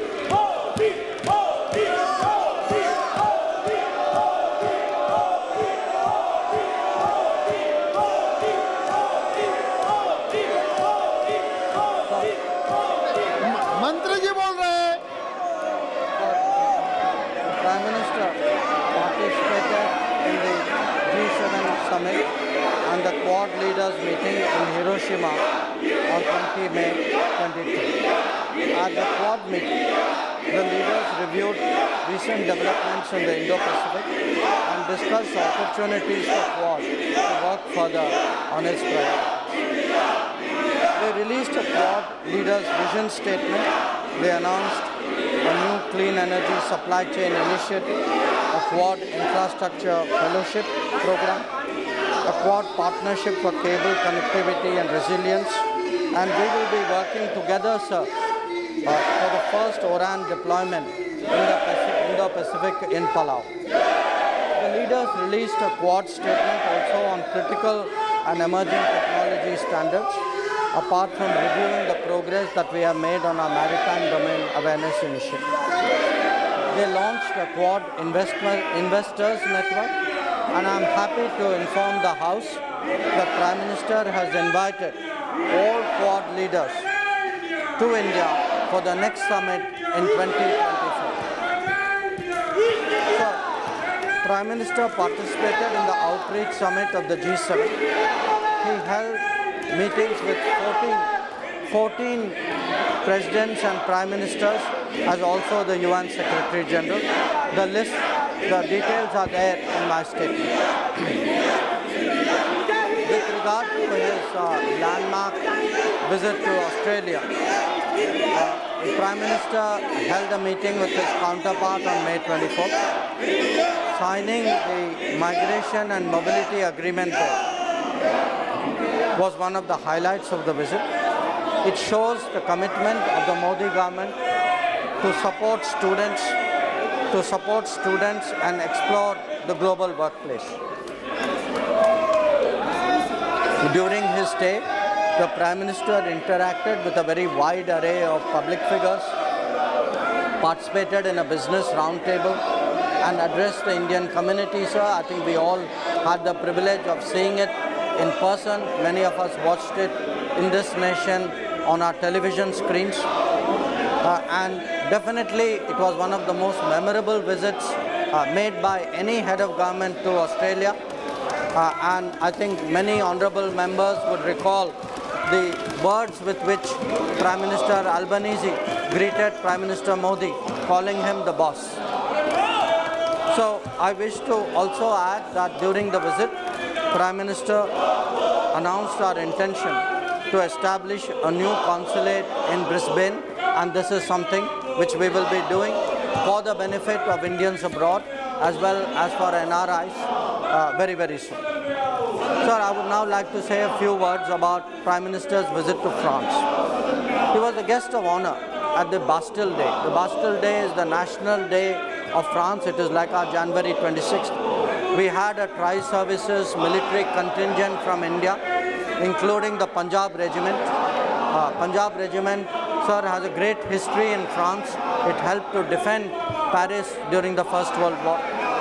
And Prime Minister, sir, was given the rare honor of being conferred the Grand Cross of the Legion of Honor. This is France's highest civilian award. And Prime Minister Narendra Modi was the recipient of this award. He held meetings with the President, the Prime Minister, the heads of the two chambers of the Parliament, with CEOs of Indian and French companies, and we announced the setting up of a new consulate in Marseille. We also released, sir, a vision document about our strategic partnership that goes on till 2047. On his way back, Prime Minister visited the United Arab Emirates. In Abu Dhabi, he held talks with Sheikh Mohammed, the President of the UAE, and it resulted in three very important outcomes. the trade settlement in our national currencies, the interlinking of payments of central banks, and the establishment of a campus of IIT Delhi in Abu Dhabi. Prime Minister received the President-designate of COP28 because we will have a very notable role to play at that gathering. A month before this visit, sir, Honorable PM paid a state visit to Egypt. It was the first bilateral visit by an Indian Prime Minister in 26 years. He held talks with the President of Egypt, and we elevated our ties to a strategic partnership.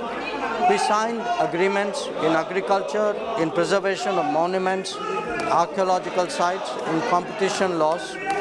We announced direct flights between Delhi and Cairo, and a center of excellence of IT in Cairo. In a special ceremony, sir, this should be a matter of great pride for all Indians, for all members of this House. Prime Minister was conferred the Order of the Nile, which is the highest state honor of Egypt. Another notable development, sir, during this period was the co-hosting of the third summit of the Pacific Islands Forum, jointly with Papua New Guinea on May 22nd. Prime Minister was received with great warmth, with great courtesy when he arrived in Papua New Guinea.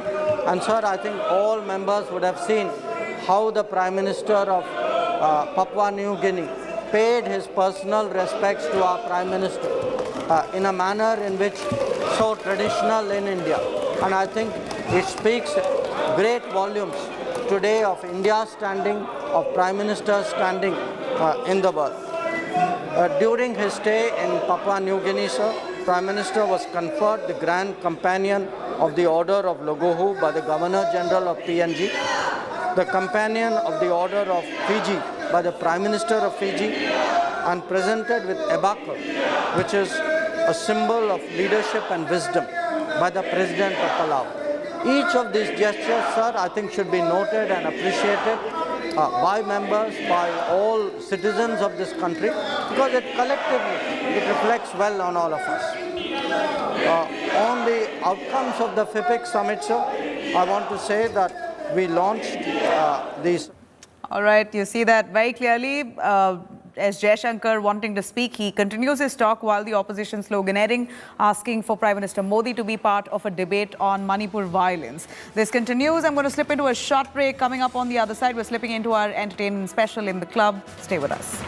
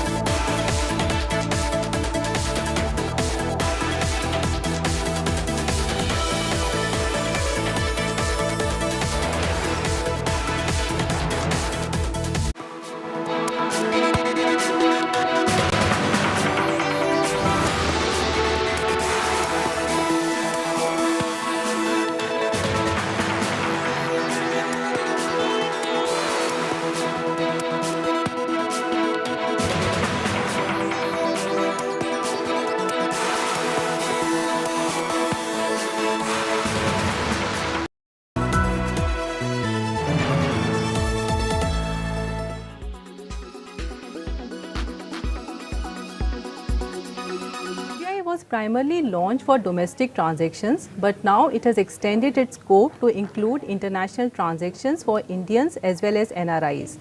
All you need is to have a bank account linked to a UPI-enabled mobile app. The app could be provided by Bheem, your bank, or a third-party app.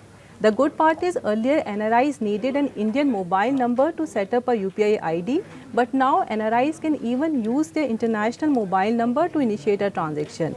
Now, how does UPI work abroad? You first need to provide the recipient's bank account number, bank identifier code, and select the currency to transfer the amount. The UPI app then sends the transaction details to your bank for authorization. The bank verifies the user's detail, checks for sufficient funds, and approves the transaction if all requirements are met. The important point to note is that the international transaction involves currency conversion.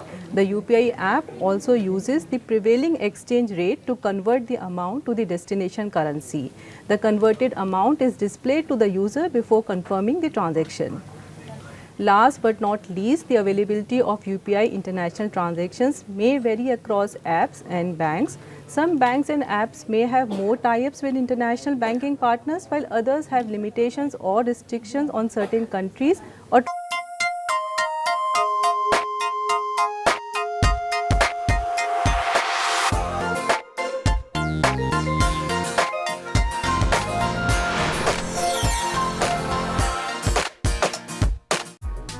There's literally nothing in this world that feels close to when nostalgia hits, and something similar was experienced by Sunny Deol as he turned up for the trailer launch of his film Govt 2 in Mumbai. Hello and welcome, you're watching In The Club. I'm Dipali Patel. I'm back with the best from the world of entertainment, and today we are going to begin our show by talking about the sequel of 2001 film that had and still has a separate fan base. Yes, after 22 years, the makers are coming back with Govt 2 with the same cast and crew. Accompanying Sunny Deol for the trailer launch was also his co-star Amisha Patel. The duo danced a bit, got emotional, and also shared some anecdotes. Here are all the highlights from the evening that took us back in time and also made us relive the iconic blockbuster.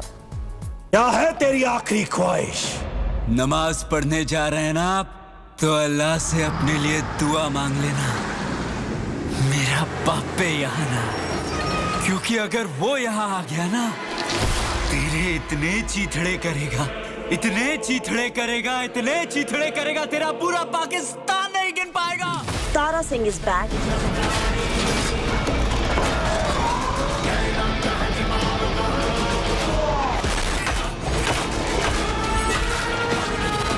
And so is his Sakina. एक चीज और बढ़ती जा रही है madam जी। वो क्या? थोड़ा प्यार। One is an innocent truck driver who turned into an angry young man.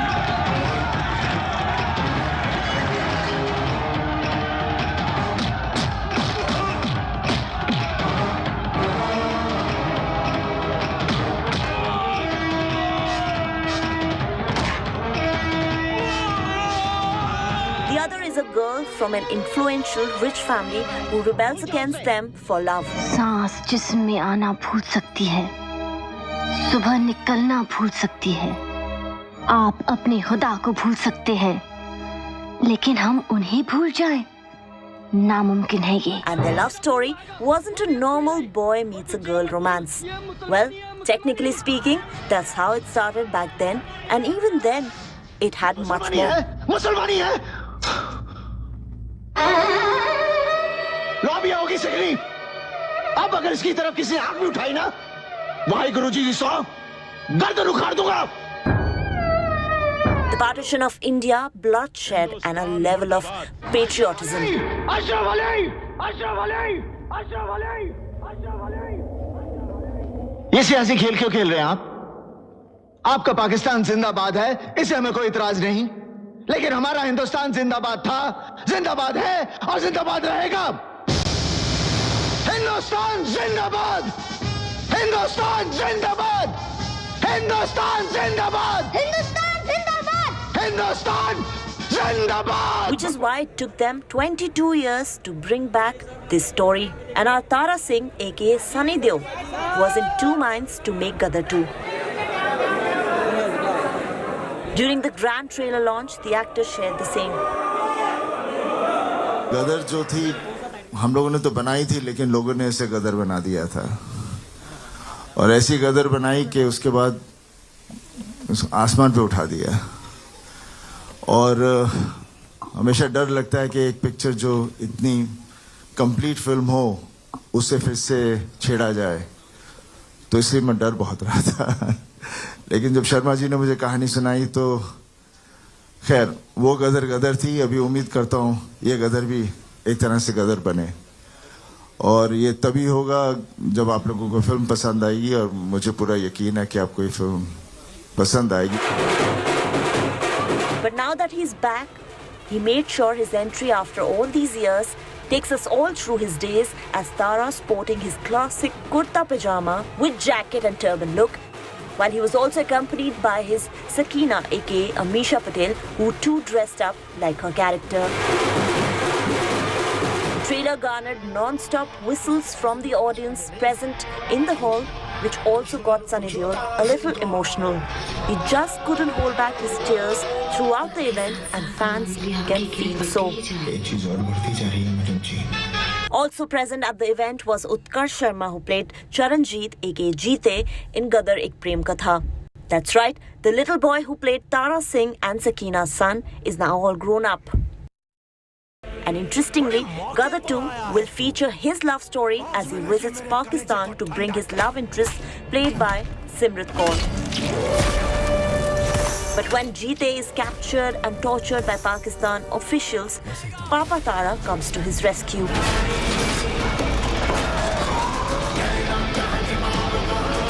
Of course, Sunny sir के साथ काम करना मेरे लिए first of all is a big learning experience.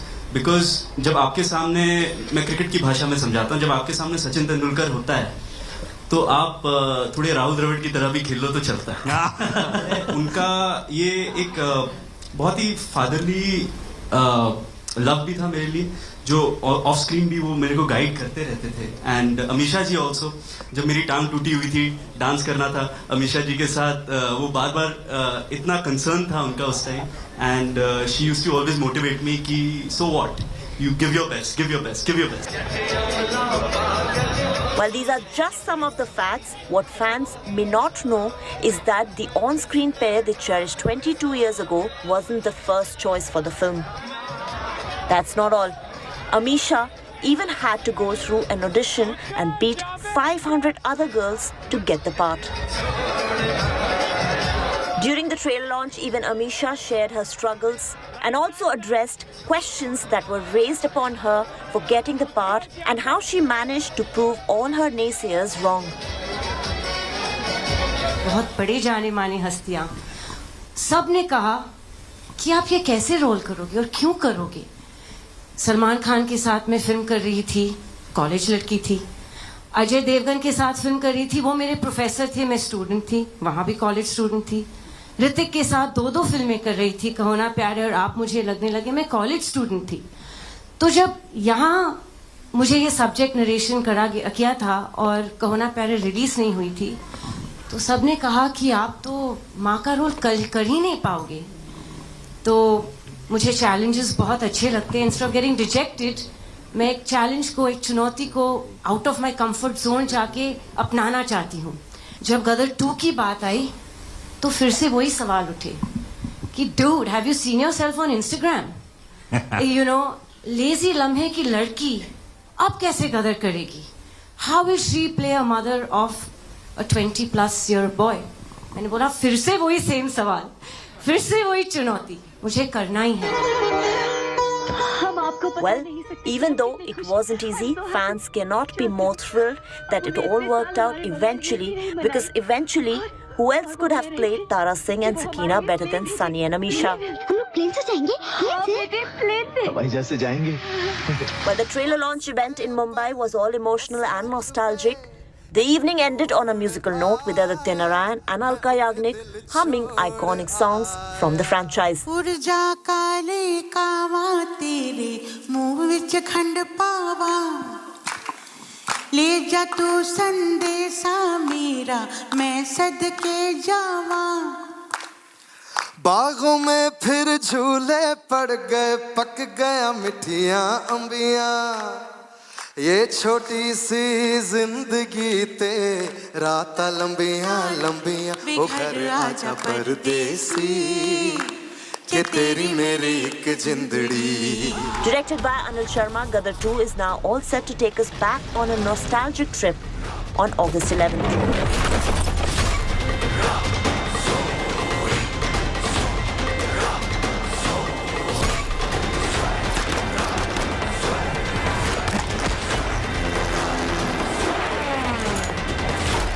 With inputs from Tushar Joshi and Dipali Patel, this is Gyanesha Malik for Entertainment Bureau. Remember how Johnny Depp and Amber Heard's defamation lawsuit was live-streamed, making it the most high-profile cases in the history of Hollywood? Well, if that wasn't enough, the ex-couple is once again back in the news, and this time it's for the same trial, which has turned into a docu-series and will start streaming on Netflix soon. Here's more on that. Can you please tell the jury why you're here today? Miss Heard accused me of abuse. My ex-husband is suing me. Brutal, cruel, This is humiliating for any human being to go through. and all false. Depp versus Heard. How can one forget this infamous high-profile celebrity trial involving two Hollywood icons and former married couple Johnny Depp and Amber Heard, which was in the public eye, quite literally, courtesy the live hearing of the entire case.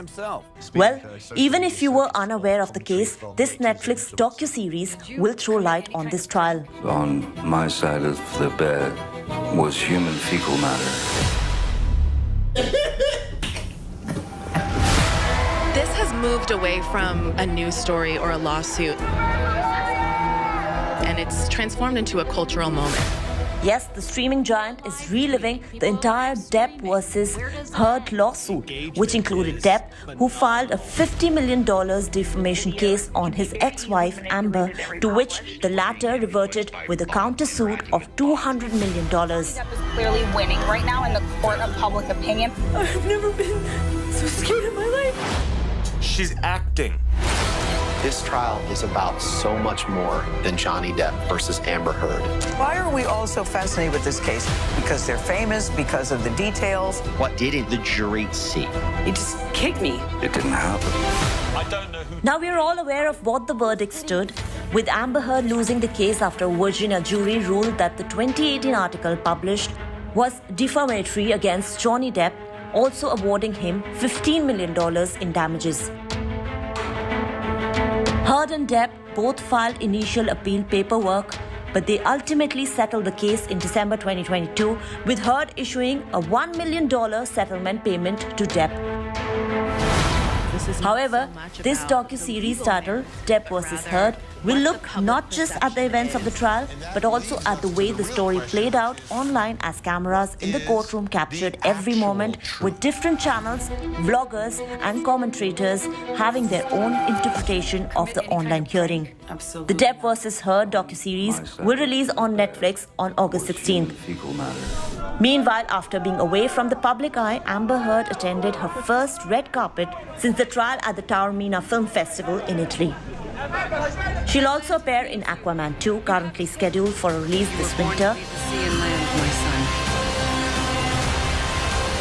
This is the end of the Atlantis. Johnny Depp, on the other hand, premiered his film Jean Giberi at the Cannes Film Festival in May.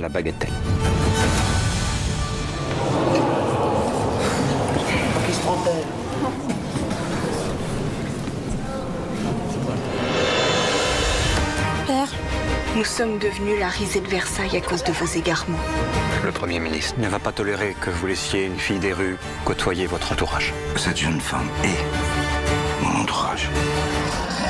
Recently, Depp had received flack for cancelling one of his concerts by his band Hollywood Vampires, which was held in Budapest after the actor was reportedly in an inebriated state.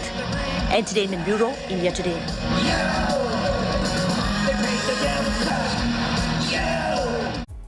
Kevin Spacey has been cleared of all 9 sexual charges in his UK criminal trial after more than 12 hours of deliberation following almost 4 weeks of evidence and testimonies. The jury at London's Southwark Crown Court reached the not guilty verdict. Here's a report. Kevin Spacey emerged from a London court on Wednesday having just been found not guilty of committing historical sex offences against 4 men. After more than 12 hours of deliberation, a jury acquitted the Oscar-winning US actor of 9 charges. I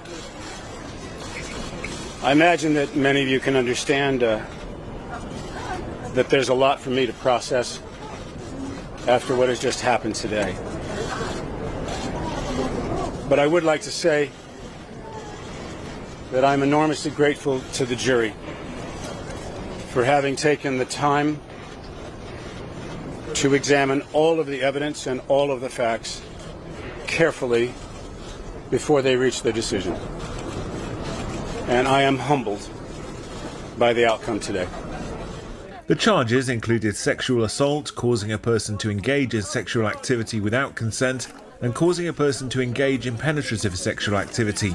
Spacey, who turned 64 on Wednesday, began to cry and mouthed thank you to the jury before wiping away tears with a tissue. After he was released from the dock, he shook hands with his lawyers before leaving court via a side door. During the 4-week trial at Southwark Crown Court, jurors were told by prosecutors that the actor had aggressively groped 3 of the men in incidents between 2004 and 2013 in Britain, when he was working at London's Old Vic Theatre. The 4th said Spacey performed oral sex on him while he had passed out in the Hollywood star's London apartment. Spacey was tried under his full name, Kevin Spacey Fowler. Giving evidence, he said the case against him was weak and that the incidents, if they had occurred, were consensual. He said he was promiscuous, a quote, big flirt, who had casual, indiscriminate sexual encounters. While he might have made a clumsy pass at one of the men, he said he had never assaulted anyone and suggested that the accusers had come forward to make money.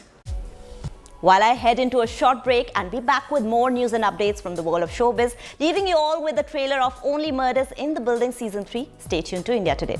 Opening night, and a big star drops dead on stage. Oh my God, my leading man is dead. Is this really happening? Well, you know, who are we without a homicide? NYPD! The killer is someone in this room. My show is hanging on by a thread here. Finding this killer is the only way you'll have a show. Want to make a podcast with me?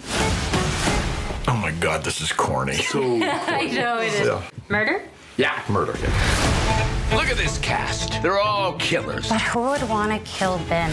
Maybe it was Loretta. Please don't give up on me. I'm not good at table reads. Storm's coming. Don't take us that for lobbing in the rocks. She's a stinkeroonie. I say give her the bootay. Maybe it was Kimber, the TikTok addicted starlet. Does she do it as part of an internet meme? Why are you saying it like that? I think I got a lead. Hobbit? You're investigating with this guy? So, Oliver and Charles, what do you talk about?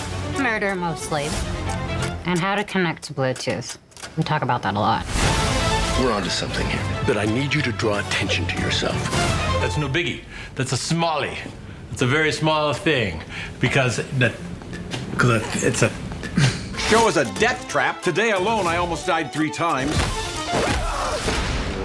Hello? God, I was trapped. Years went by. Do I have a beard? Is SNL still on? You were gone for 20 minutes. Theater is all about choices. What you share and what you hide. It's a clue. Ooh. Those choices change everything. We've got to get her talking. I can just girl talk. Can you? Yeah. You guys okay out here? Hey, mama. Yeah, we're like, yes, at work and slay over here, like, yeah. Oh, I don't think so. At least you had the consideration to keep the body out of the building this time. You always know, John.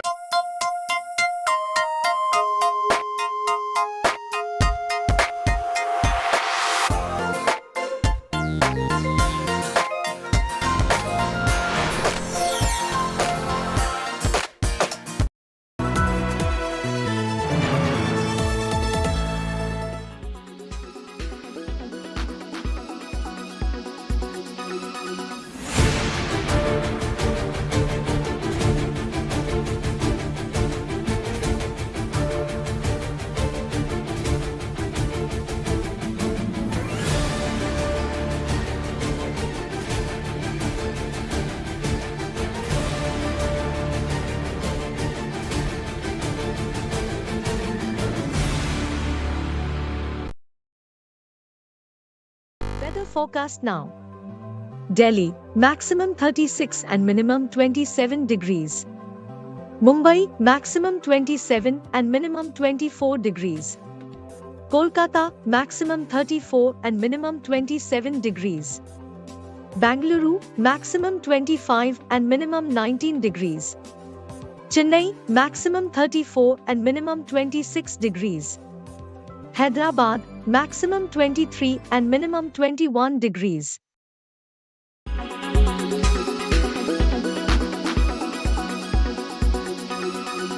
Make your media plan smarter with India Today Live TV on your connected devices. Amplify your brand with 100 million smart internet viewers. To advertise, mail us at sales@aajtak.com.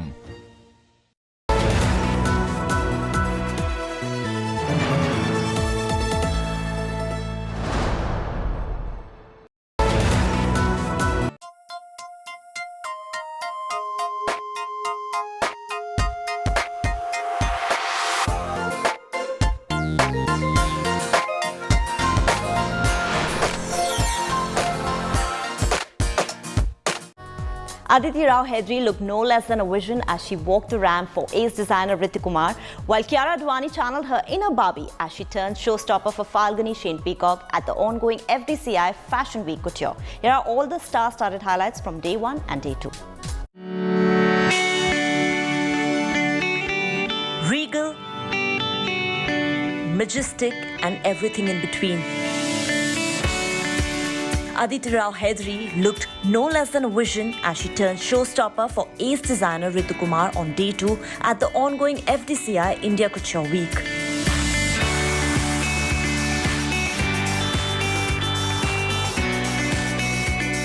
She walked the ramp wearing an ivory ensemble that featured the handcrafted details over the skirt and the blouse. Her full-sleeved blouse was adorned with intricate embroidery and mirror work.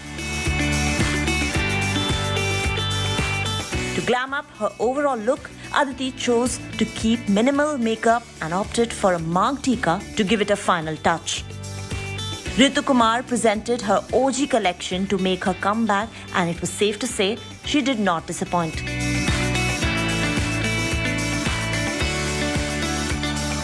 In fact, the designer even got a standing ovation for her showcase.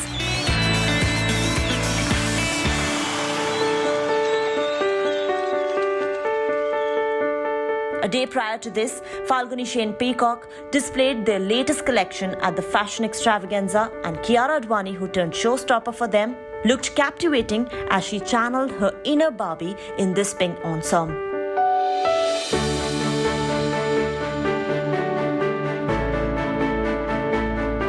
No doubt, she stole the show as she walked the ramp in this Indo-Western ensemble, but among several viral videos on the internet of her dominating the runway, what actually won hearts was this moment when Kiara was seen blowing kisses to her mother-in-law Reema Malhotra, who made it to the show to cheer for her.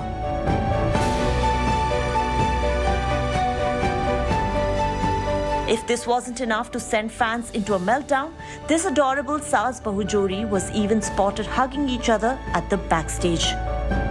The fashion gala, which kick-started with Kiara Advani as Falguni Shane Peacock Muse on the opening day on July 25th, will now conclude on August 2nd in New Delhi. Entertainment Bureau, India Today.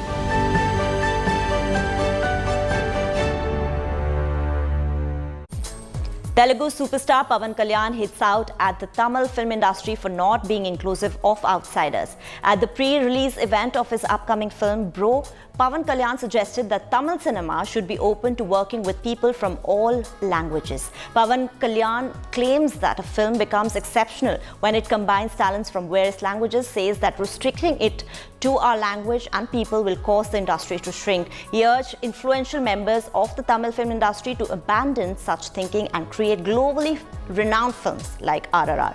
This speech comes at a time when Film Employees Federation of South India, an organization consisting of technicians from the Tamil film industry, issued new guidelines which demands employment of only Tamil artists for Tamil films.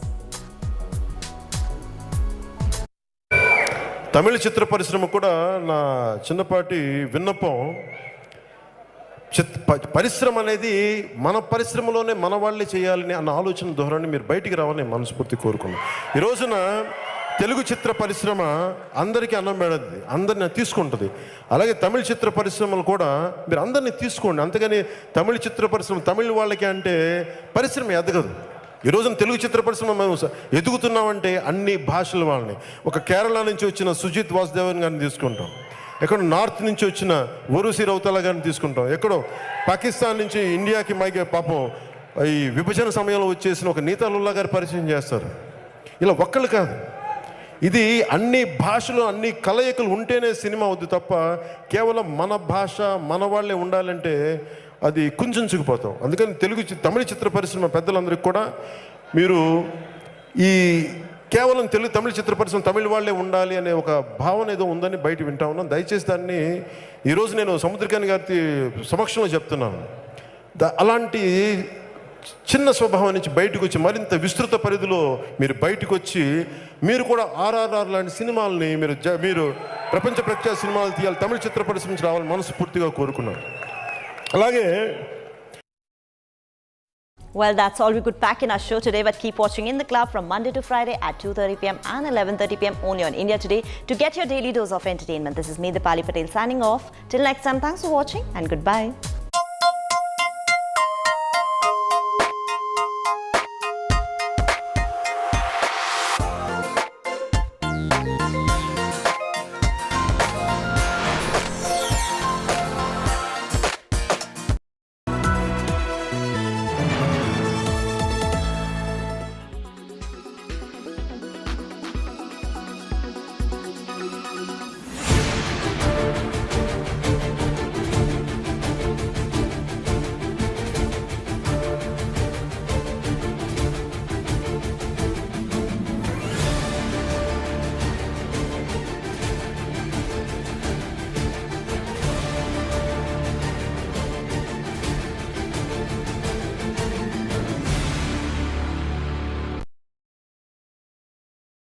Weather forecast now.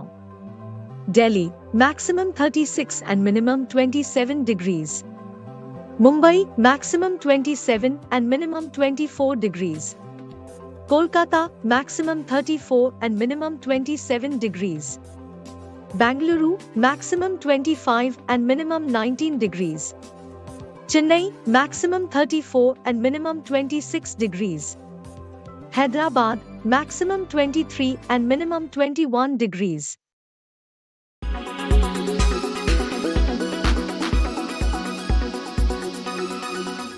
Make your media plan smarter with India Today Live TV on your connected devices. Amplify your brand with 100 million smart internet viewers. To advertise, mail us at sales@aajtak.com.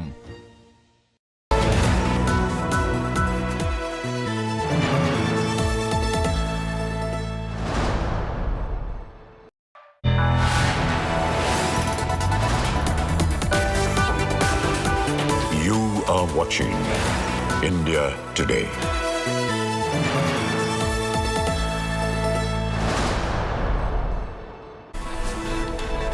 Good afternoon and a warm welcome to India Today. I'm Paulami Saha. These are the headlines we're tracking at the top of the hour. Prime Minister Modi's India versus Quit India attack on the opposition says renaming self won't help hide past sins. Quit India!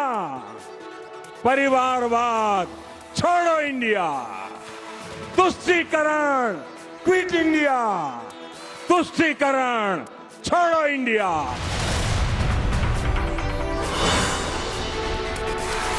Modi slams Gehlot government in Rajasthan. Seeker says Red Diary has Gehlot's black deeds. Gehlot hits back with red flags for Prime Minister Modi counter. आपने लाल diary के बारे में सुना है ना?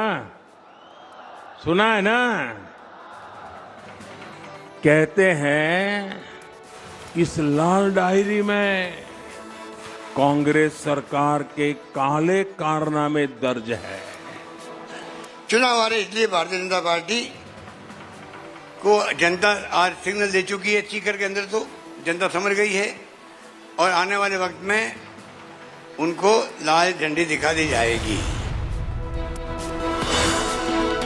No end to Parliament deadlock. Massive uproar in both houses. Opposition raises "We want justice" over Manipur chants that echo in Parliament. Prime Minister was given a formal state welcome at the White House as a special. Mega escalation in freebies Nataka fund crunch halting key Siddaramaiah government schemes. Deputy Chief Minister D.K. Sivakumar says no funds for development. BJP cries big Karnataka betrayal.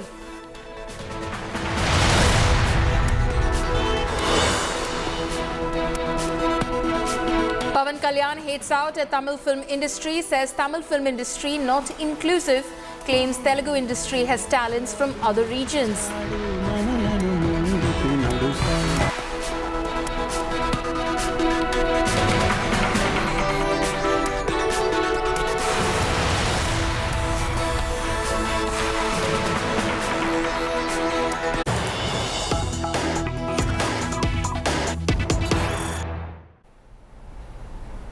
News coming in right now. A 19-year-old naval sailor was found hanging on board INS Vikrant in the early hours of the 27th of July.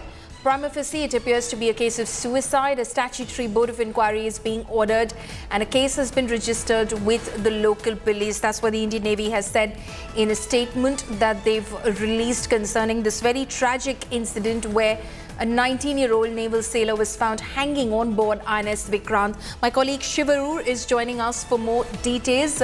Shiv, what is the Indian Navy saying about this very tragic incident? Nothing official has emerged from the Navy just yet, but this is an extremely tragic incident, like you said. A very young sailor, not long in the Navy.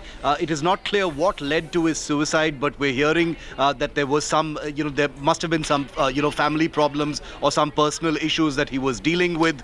It is not clear what his mental state was, but an inquiry, of course, has been ordered by the Indian Navy. The INS Vikrant is less than a year old in service. It's a brand new ship.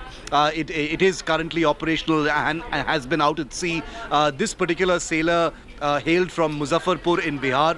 Like you said, he was 19 years old, a new entrant into the Navy, but not an Agniveer, is what we're hearing, Polomi. But very scant details. The pressures of work, the many things that collide in the course of duty are difficult to imagine for civilians. But I do not want to conjecture on what precisely led to this young sailor taking this extreme step. But I think rest assured to anyone watching that the Indian Navy takes these things extremely seriously. All ships, all units have counselors on board, to address the mental health issues of military personnel, and this is across the three services. So it's still disturbing to see that something like this may have happened. We'll have to wait for more details, Polomi. Okay. Shiv, thank you so much for bringing us all of those details. So a very tragic incident where a 19-year-old naval sailor seems to have died by suicide, but it is of course going to be a matter of inquiry. A board of inquiry has been set up by the Indian Navy. Shifting focus now, it's India versus Modi in the battle for 2024, and the Prime Minister today launched a blistering attack on the united opposition again. Speaking in Sikar, Rajasthan, the Prime Minister took a jibe at the India alliance, saying that the new mantra now is dynasty, corruption and appeasement must quit India. The Prime Minister also said that UPA changed its name like it was a company of frauds and the new label is just to cover up old deeds. He also accused the opposition of embracing the Tukde gang. Mahatma Gandhi ने नारा दिया था, quit India, अंग्रेजों India छोड़ो, अंग्रेजों India छोड़ो। और अंग्रेजों को देश छोड़कर जाना पड़ा था। वैसे ही आज हम समृद्ध भारत बनाने का संकल्प लेकर चले। जैसे गांधी जी ने क्विट इंडिया का मंत्र दिया था, वैसे ही आज का मंत्र है भ्रष्टाचार क्विट इंडिया। भ्रष्टाचार छोड़ो इंडिया, परिवारवाद क्विट इंडिया, परिवारवाद छोड़ो इंडिया, तुष्टीकरण क्विट इंडिया, तुष्टीकरण छोड़ो इंडिया। क्विट इंडिया ही देश को बचाएगा और देश को विकसित भारत बनाएगा। जो लोग टुकड़े टुकड़े गैंग को गले लगाते हैं, जो लोग भारत में भाषा के आधार पर बंटवारा करते हैं, जो लोग विदेशों से संबंध भी इस आधार पर बनाते हैं कि उनका वोट बैंक नाराज ना हो जाए, जिनके लिए राष्ट्रहित नहीं बल्कि वोट बैंक सर्वोपरि है, वे लोग जब NDA की बात करते हैं तो दिखावा लगता है, छलावा लगता है, झूठ लगता है। भाइयों और बहनों, इन लोगों में अहंकार कूट कूट कर भरा हुआ है। इनका तरीका वही है जो हमेशा देश के दुश्मनों ने अपनाया है। पहले भी ये तो NDA के नाम से आए हैं, लेकिन पहले इंडिया के नाम के पीछे अपने पाप को छुपाने का प्रयास किया गया है। इंडिया नाम तो ईस्ट इंडिया कंपनी में भी था।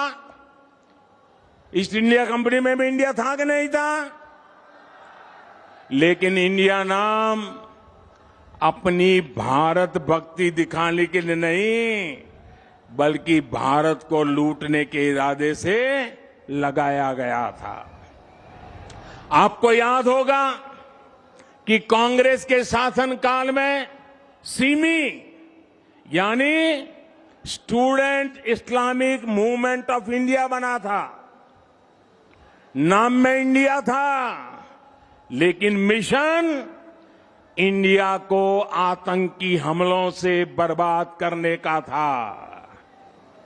जब इसके कुकर्म सामने आए तो सीमी पे बैन किया गया और ये बैन हुआ तो फिर नया नाम लेकर आए। उन्होंने भी नाम बदला, PFI।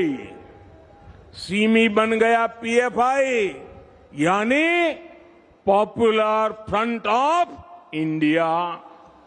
नाम नया, नाम में फिर इंडिया, लेकिन काम वही पुराना। NDA के नाम के लेबल से ये अपने पुराने कारनामों को छुपाना चाहते हैं। UPA के कारनामों को छुपाना चाहता है। अगर इनको वाकई इंडिया की परवाह होती तो क्या विदेश में जाकर के विदेशियों से भारत में दखल देने के लिए बात करते क्या? अगर उन्हें इंडिया की चिंता होती तो क्या ये सर्जिकल स्ट्राइक और एयर स्ट्राइक पर सवाल उठाते क्या? इनको इंडिया की चिंता होती तो क्या ये गलवान में भारत की सेना के शौर्य को कटघरे में रखते क्या? साथियों, ये वही चेहरे हैं जो आतंकी हमला होने पर दुनिया के आगे रोते थे, कुछ नहीं करते थे। इन्हें देश के सुरक्षा बलों के सामर्थ्य पर भरोसा नहीं है। ये वही चेहरे हैं जिन्होंने हमारे सैनिकों का हक मारा है। दशकों तक हमारे सैनिक 1 रैंक 1 पेंशन मांगते रहे, लेकिन इन्होंने नहीं दिया। Now, opposition parties have reacted to Prime Minister's attack on India allies. Listen in. देखिए, जब से ओसामा बिन लादेन के चेलों से इस सरकार का रिश्ता हुआ है और भारत के बजट से सैकड़ों करोड़ रुपए तालिबान को दिया है, तब से इनको PFI, सिमी इंडियन मुजाहिदीन, यही सारी चीज़ें याद आएंगी। तो जब से हम लोगों ने इंडिया का गठबंधन बनाया है, मोदी जी बहुत बुरी तरीके से बौखलाए हुए हैं, ऊल जलूल कुछ भी बोले जा रहे हैं। ये क्या बात करेंगे? अभी भारत का बजट आया, उसमें तालिबान के लिए इन्होंने सैकड़ों करोड़ रुपए दिया, 20,000 टन आटा पहुंचाने का काम किया तालिबान को। तो ओसामा बिन लादेन के चेलों से क्या रिश्ता है इनका, ये बताना चाहिए पहले मोदी जी। देखिए, एक चुने हुए सांसद को, एक चाहे लोकसभा का चाहे राज्यसभा का, वो उनको ऐसे अपना मणिपुर पर चर्चा कराने की मांग करने पर सस्पेंड कर देना, इसी बात का ये सबूत है कि ये लोकतंत्र को पसंद नहीं करते, ये विपक्ष को सुनना नहीं चाहते, चाहे संसद के अंदर चाहे संसद के बाहर। ये समझते हैं कि हम ही हम हैं, बस ऐसा नहीं होता है। बड़े बड़े आए जो राज करने के लिए, सिंहासन पब्लिक जो है वो सिंहासन पब्लिक देती है, तो पब्लिक में जाएंगे, हम भी जाएंगे। My colleague Jai Kishan is now joining me live on this. Jai Kishan, what we saw was probably just a trailer of the fireworks that we're going to witness in the run-up to the Rajasthan Assembly elections. Both the Prime Minister and Chief Minister Ashok Gehlot going all guns blazing at each other today in Rajasthan.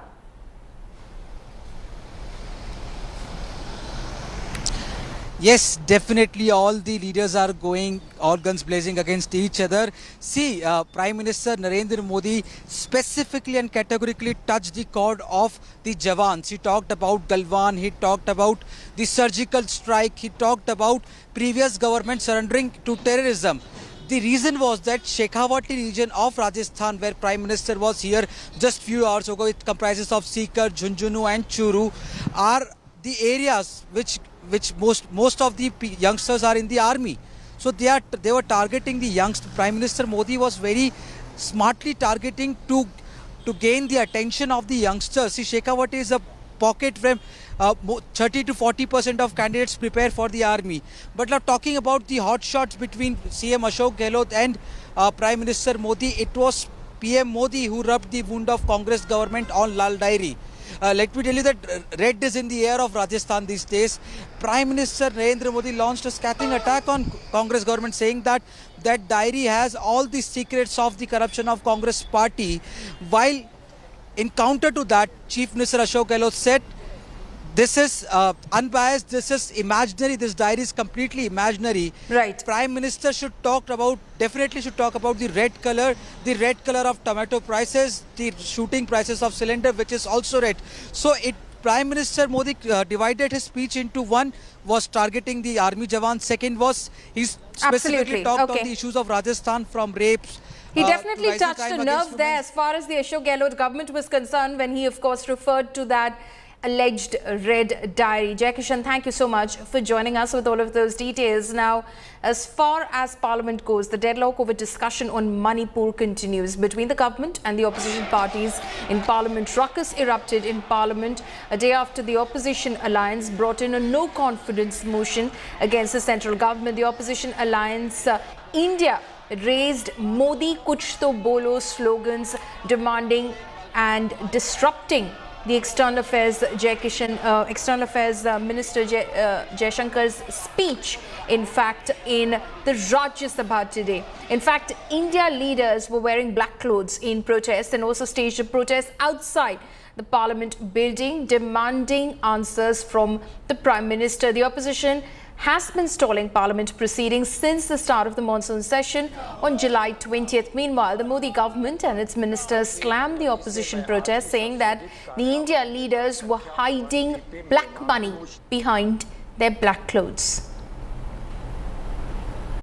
जब आप राजस्थान में जा सकते हो यहाँ पर parliament छोड़ के, क्या यहाँ आधा घंटा आके आप अपना स्टेटमेंट देकर जा नहीं सकते? ये it means that he has no interest, he has no faith in democracy and he don't want to protect democracy and constitution. मैं समझता हूँ ये काले कपड़े पहनने वाले लोग समझ नहीं पा रहे हैं कि देश की बढ़ती हुई ताकत आज क्या है। इनका कल भी काला है, आज भी काला है और भविष्य भी काला है। कांग्रेस का जो एज यूजुअल एटीट्यूड है, कांग्रेस पार्टी ने किसी अपोजिशन कंसल्ट न करते हुए अपने दिया है। ये भी है विषय। पहले there should be a confidence among opposition parties. No confidence motion move करने से और काला कपड़ा पहन के आने से कुछ नहीं होगा। बाद में काला कपड़ा पहन के ही घूमना पड़ेगा। सफ़ेद रंग काले रंग सब देश के रंग हैं और काला एक विरोध का प्रतीक है। एक चेहरा पूरे देश में, चाहे रेल के टुकड़े का उद्घाटन हो, ब्रिज का उद्घाटन हो, सड़क हाईवे का उद्घाटन हो, कन्वेंशन सेंटर का उद्घाटन हो, एक चेहरा पूरे देश में छाया रहता है। लेकिन वही चेहरा जब सदन की कार्रवाई चल रही है, जिनकी जवाबदेही है देश के प्रधानमंत्री, वो मौन है, वो गायब है। We are, this is a mark of protest.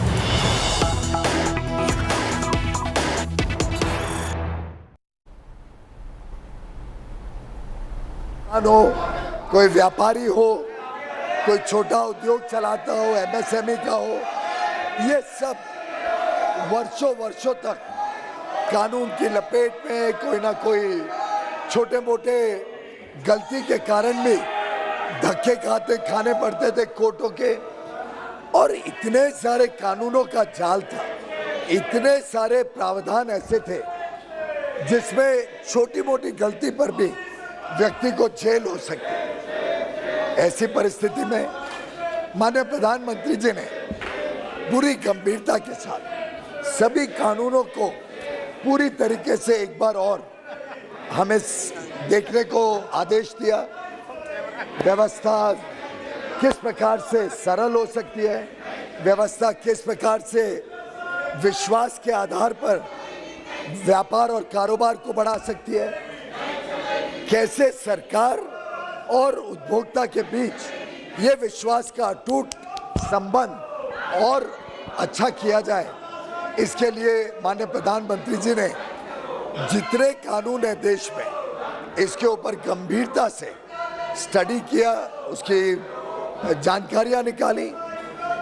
लोगों के बीच में हमारे जनप्रतिनिधियों ने जाकर समझा उनको किस चीज़ों की तकलीफ है।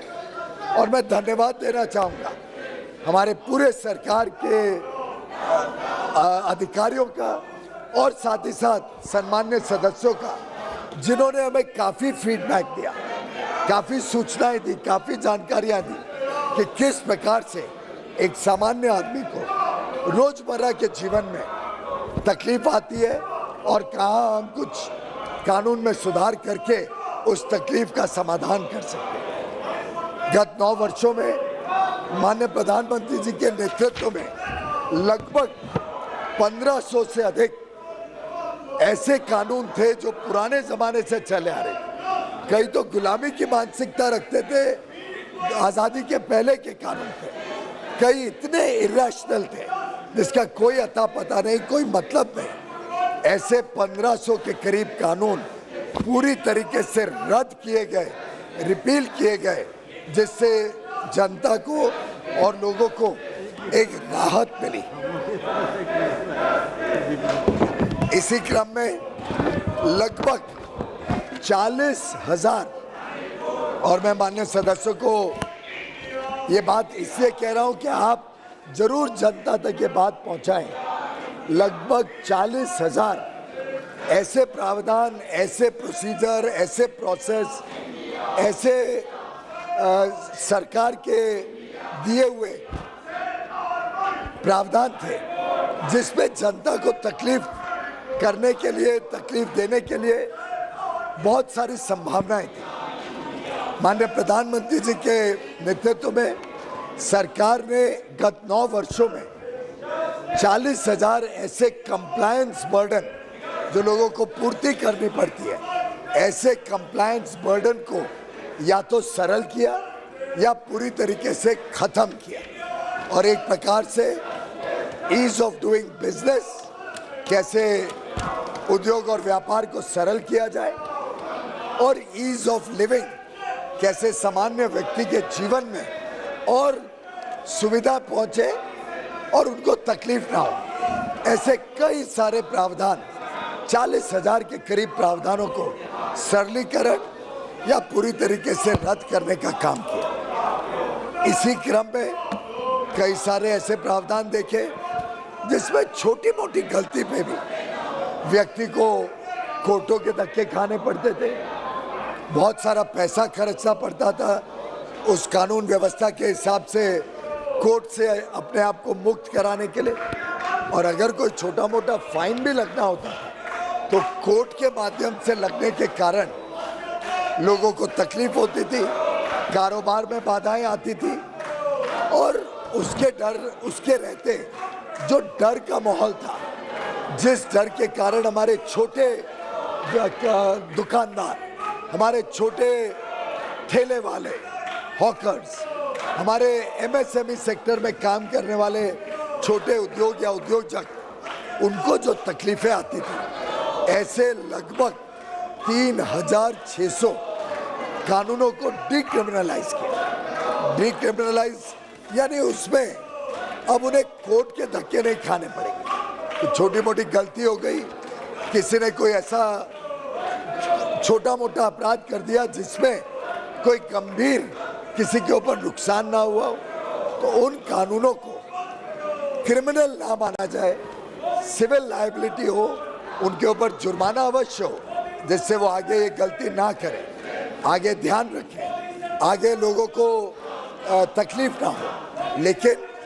एक फाइन देके या पेनल्टी देके उनको और एक मौका दिया जाए सुधार करने। और मैं समझता हूँ ये पूरे देश ने इसका स्वागत किया है, पूरे देश में इस विषय के ऊपर आम सहमति है कि इस सरकार ने देश हित और जनहित को सामने रखते हुए ये जो डिक्रिमिनलाइजेशन का सिलसिला किया है।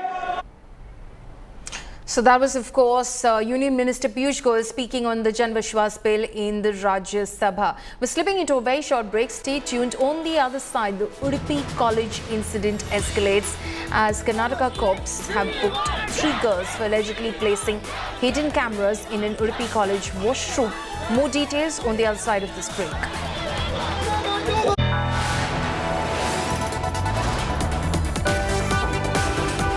You are watching India Today.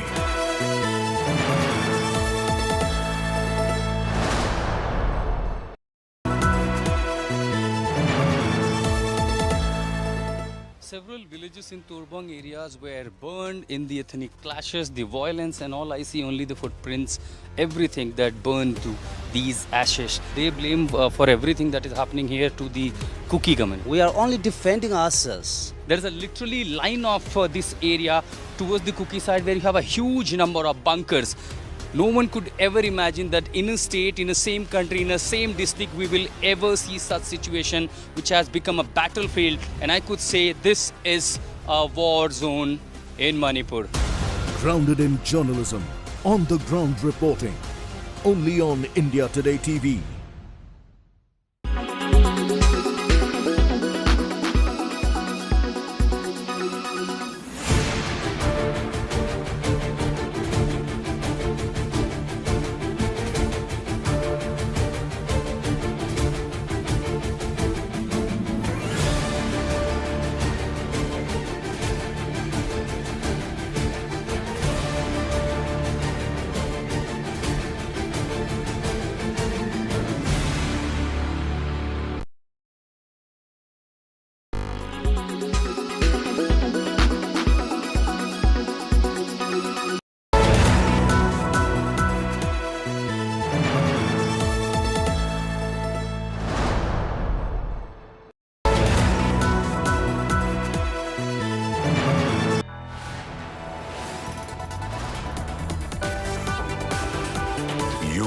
Watching India Today.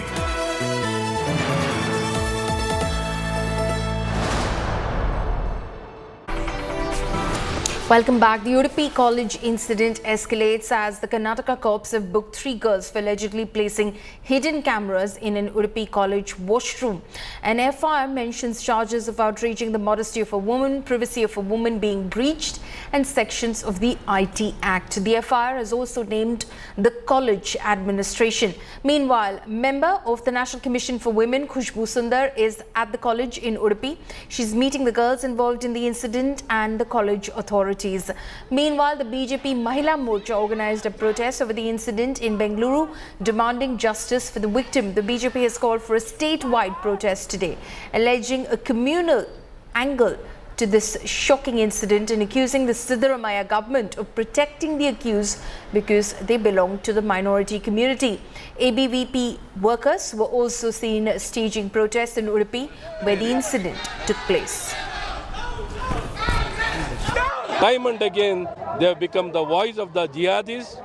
This government is jihadi government. They are not having any harmony. They are with the fanatics. They are promoting the fanatism. They are promoting the hatredness. They are promoting jihadi people. This government is trying time and again, not one incident. Now, many incidents has happened. So, we urge upon this government to immediately. We're not going to tell you anything. All I'm saying is let us do our duty, let us do our work, what we are here for. And I would really appreciate if all of you would allow us to do our work rather than, trying to find out what is the next move and what are we going to do, who are we going to meet, who are we going to speak to. I think we need to do our work very quietly, and we are working on that. Victim statements Sorry, I just said that let us work on our lines. So if you ask me straight or you turn around and ask me, my answer is going to be the same. Let us... we have to... No, you please wait. Please, we have just started. I'm here. On behalf of NCW, I'm here. So when we are here on behalf of the NCW, let us do our work. We are not going to give you any information right now because we have to wait till we don't come to a conclusion. You're not asking any information. You're asking for you're going to take a complaint. Eligible case of Why am I here? Why am I here? I'm here because there was a complaint sent to NCW, right? And that is why we have come here. So it's very obvious the NCW has come here on the basis of a complaint which was sent to us. And yes, tell me.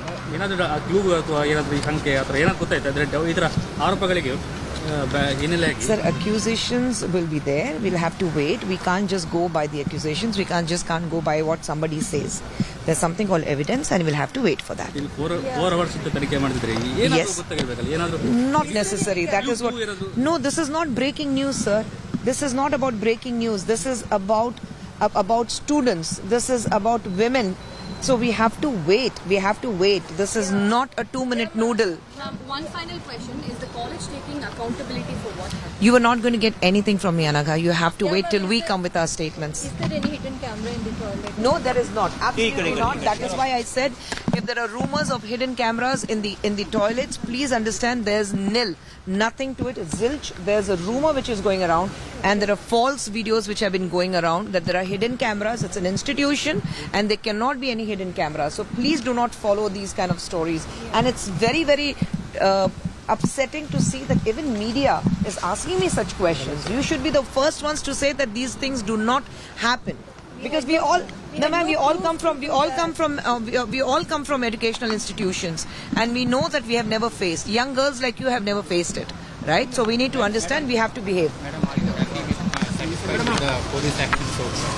We have been speaking to the police, satisfactory or not, or what they are doing. We are working together right now.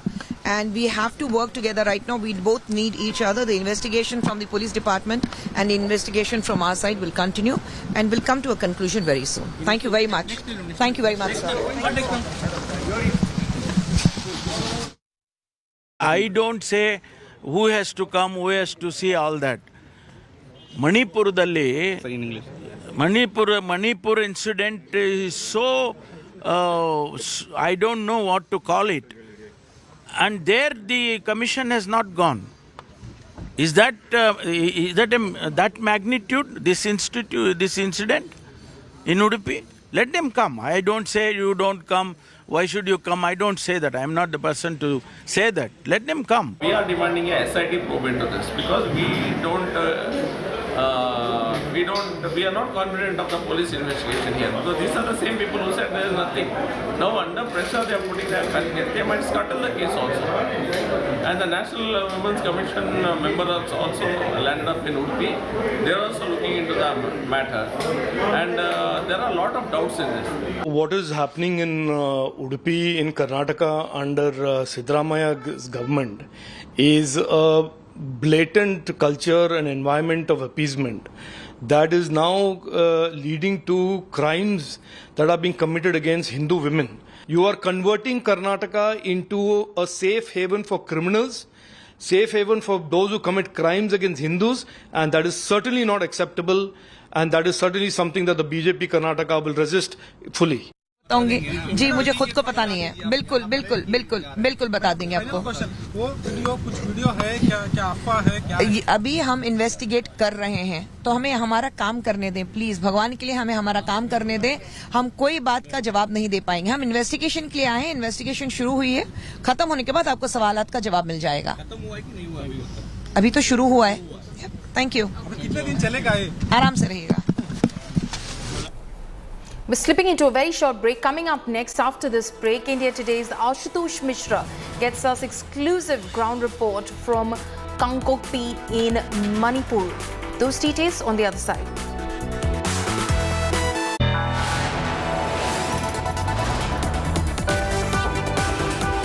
You are watching India Today.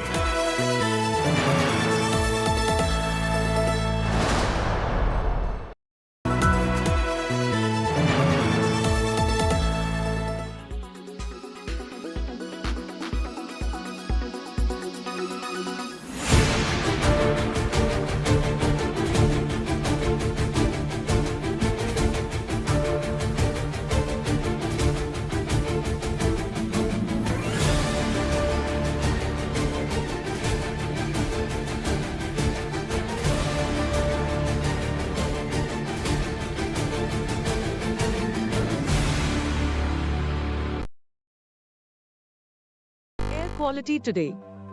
In Delhi, 57. In Mumbai, 40. In Kolkata, 40. In Bangalore, 41. In Chennai, 56. In Hyderabad, 63.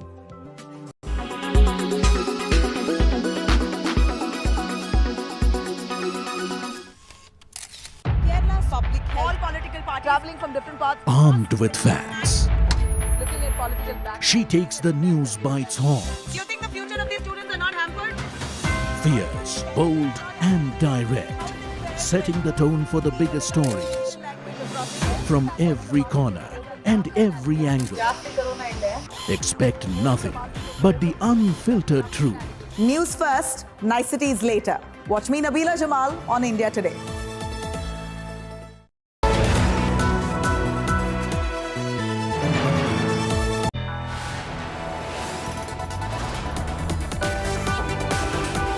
You are watching India Today.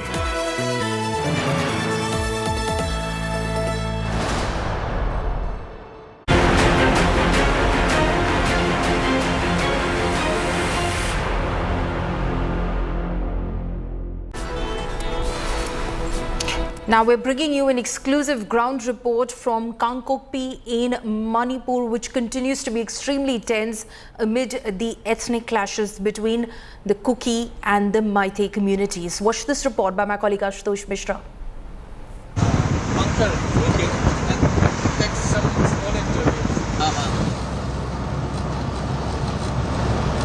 The northeastern hilly beautiful state Manipur has become a conflict zone, or rather I could call it a war zone. There are bunkers, there are buffer zones, there are line of control drawn at several stretches just within a district to keep these two communities at bay who are at war against each other. I'm Ashutosh Mishra with my camera person, have been visiting all these conflict zones, and tonight I'm gonna spending time to sense and to get the ground report and also understand the sense of fear that is prevailing in the people's mind here in Kangkokpi district, where you have a foothill area connects to the valley. In the foothill areas, in the hilly areas, you have the Kuki tribe, whereas Meitei lives in the valley areas. Now they have been in conflict and there are literally line of control buffer zone drawn, and the people are apprehensive. They are living in sense of fear.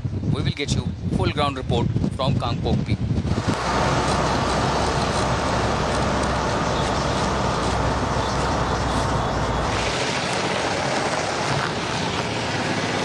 While en route from the buffer zone towards the Kangpok PIC, the footprints of the violence, and these two buses were burned down by the Kuki community on the Tuesday night. And as they say, this was in a retaliation of the action, as they accuse us, was by the Meitei community when they burned down the supply cylinders which was coming to the hilly areas for the Kuki community. And since those cylinder trucks were burned down, in retaliation, one bus which was going from the hilly area of this part of Manipur towards the valley where the Meiteis are living, they burned down these vehicles.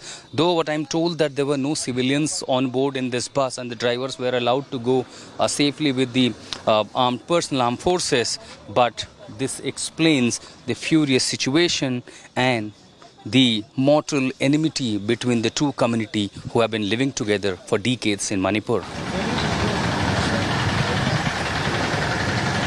क्या हुआ था यहाँ पर, ये बस क्यों जलाई गई थी? ये बस जलाया गया था क्योंकि सेकमाई में अगले पहले हफ्ते में हमारे 2-3 गाड़ी का सिलेंडर व्हीकल जलाया था और उसी रिटेलिएशन में एंग्री मॉब्स ने जला दिया था ये।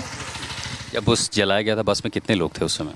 बस ड्राइवर और हैंडीमैन था, और वो हैंडीमैन और ड्राइवर तो दूसरी कम्युनिटी में थे, तो उसके ऊपर कुछ हमला नहीं हुआ था और वो दोनों without any harm they boarded the army personnel vehicle and they went home. ऐसी वायलेंस की, इस तरह की बर्निंग के कितनी इंसिडेंट्स हुए हैं इस इलाके में?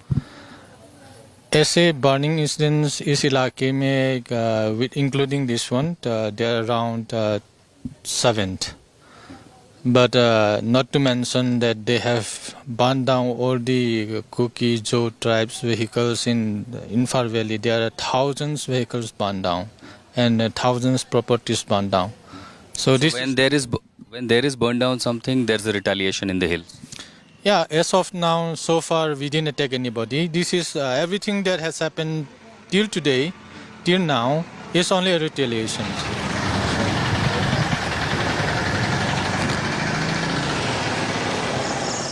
News channel हो वाला कम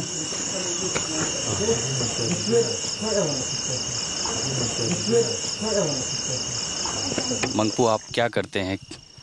Yeah, I'm just a college student. I just college student. Yeah. Okay. क्या पढ़ते थे आप? BSW. BSW. What is that?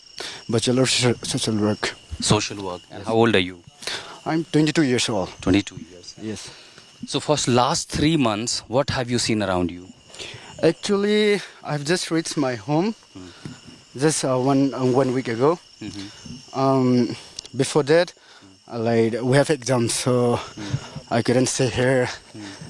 As I said, I've just reached this place just 1 week ago.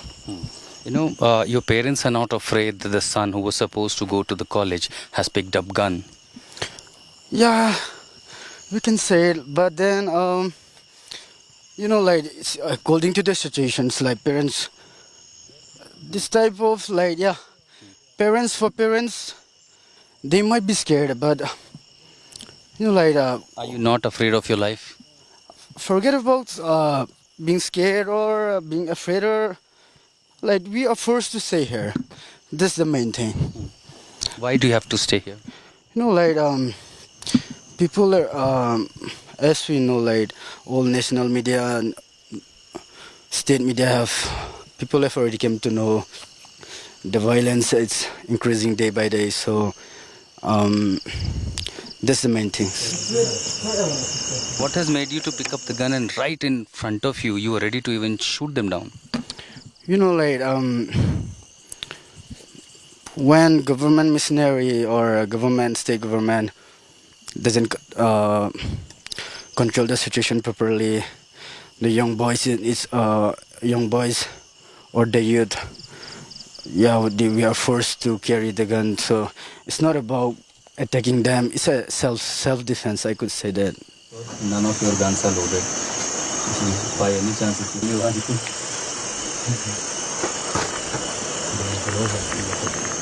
As I travel in Kangpokpi remote areas, this is a buffer zone between the Kuki and the Meitei community.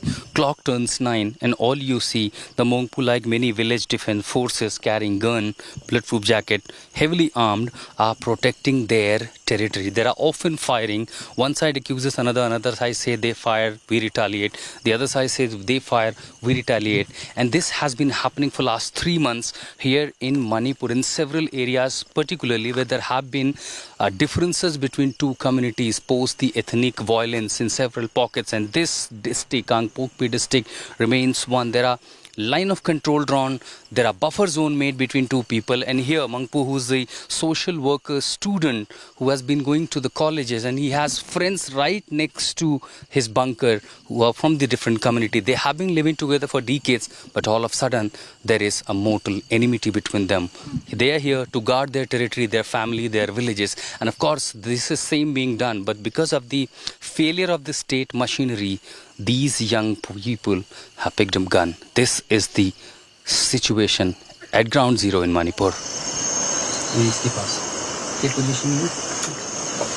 I barely can see anything right behind me, but all I am entering now is a bunker made in this remote places of this district. I cannot name this village, and I am advised by these villagers, but here do you see the bunkers. Number of these people from the Kuki community guarding their village right in front of the Meitei communities, and in this bunker all they have are these single double barrel gun that I see, whereas the allegations against them have been that they fire from the automatic weapon, but all I see here is a single, what gun it is? We call it cartouche. Cartouche gun. It's a single barrel gun. Yes, sir. Is it licensed? Yeah, it's licensed. So all they say is a licensed weapon, and of course the sophisticated binocular that I see here. It's available in the market. It's available in the market. It's an open market. Yeah. So this is to keep your eye on your counterpart, your enemy. Of course, a protective shield, and these number of persons guarding their territory 24 hours. Launchy का है, आप क्या करते हो? हम पढ़ाई कर रहे हैं अभी तक। कौन से क्लास में? बीए पढ़ रहा है। कहाँ पढ़ते हैं आप? कहाँ पढ़ाई करते हैं? अभी डॉन बस्को मराम में। Don Bosco Imphal? No Maram. अच्छा, यही इसी कांगपोकपी? सेनापति साइड। सेनापति डिस्ट्रिक्ट कांगपोकपी ना, या दूसरा डिस्ट्रिक्ट है? सेनापति डिस्ट्रिक्ट में। सेनापति में। अच्छा, इससे ऊपर हिल्स पे। तो कितना दिन हुआ कॉलेज बंद हुए? कॉलेज बंद है या छुट्टी करके आया? बंद है अभी तो। कॉलेज बंद है। आपके घर में कौन कौन है? और मामी भाई लोग हैं, भाई लोग। वो आपको बोला नहीं कि कहाँ जा रहे हो ऐसे वेपन लेके? बोला है। आप उनको क्या बोलता है? ड्यूटी के लिए जा रहा है। ड्यूटी के लिए। ये गन कभी चलाया था पहले? हाँ सर। कब चलाया? और गांव में टेस्टिंग के लिए। टेस्टिंग के लिए चलाया। तो टेस्टिंग में इतना प्रैक्टिकल हो गया कि इधर बंकर पे आ गया? ऐसा। डर नहीं लगता ऐसा गन चलाने में? नहीं लगता है। नहीं लगता। ये झटका लगता है ना गोली चलाते समय? हाँ, थोड़ा थोड़ा। You make these bullets? At a time you see all these places, while 4 or 5 of them doing guarding duty, few get time to relax with only one small fan. Most of time there are no electricity and mosquitoes, of course snakes all around. That's the terrible situation. Many of them are highly qualified or either going to colleges, university for a better future. But for now there is not only dark here around in this bunker, but also in their future, and they are worried, concerned that how this situation will end up. For now, from last 3 months, there have been only firing. Right here is the next buffer zone, crossing the buffer zone where the territory from the Meitei community begins. And since they have been in war, in conflict against each other for last 3 months, no one knows how the situation gets better. But for all you see in these images explains the ground reality of Manipur in these areas.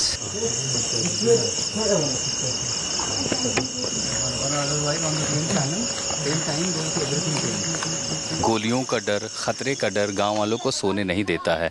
ये गांव के प्रधान हैं, यहाँ पर हमारे साथ बात करने के लिए इस आधी रात को मौजूद हैं। और बहुत सारे देखिए इक्का दुक्का दुकानें छोटी मोटी खुली हैं ताकि ज़रूरत की चीज़ें कुछ मिल सके। कई सारे लोग हैं और वो बस इसलिए निश्चिंत हैं क्योंकि यहाँ पेट्रोलिंग उनके गाँव के ही लड़के कर रहे हैं। कितना डर लगता है आपको अभी इस गांव में रहने में? हाँ, हर एक रात हर एक दिन में इससे सोने का मौका नहीं है।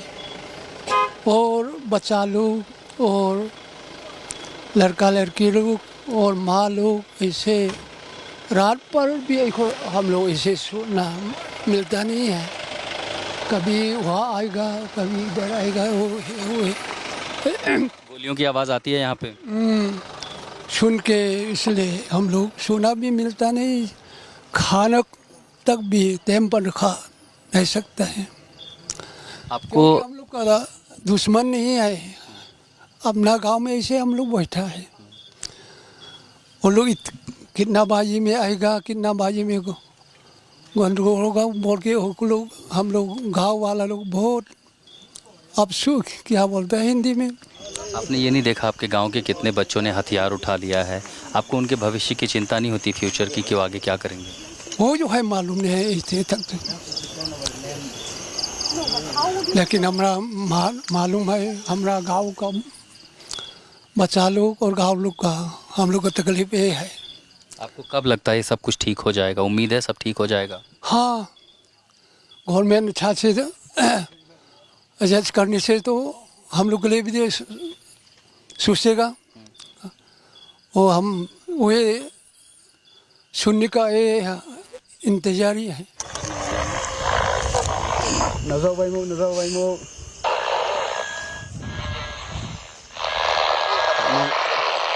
What you see here is no light of control, neither line of actual control, nor a buffer zone between two enemy nations, but this is a territory in Kangpokpi district of Manipur, where these boys, young boys lined up behind me, many of them going to colleges, pursuing studies for first year, second years, many around 18 years of age, guarding their village territory. As this area divided between two communities, there is literally line of control and buffer zone to keep both communities at bay and far distance from each other, and they are now literally in a war zone. Remember, many of them are very young, have picked up weapons, and this explains the furious situation in Manipur, that how system failed these young boys who were supposed to be in colleges, in universities.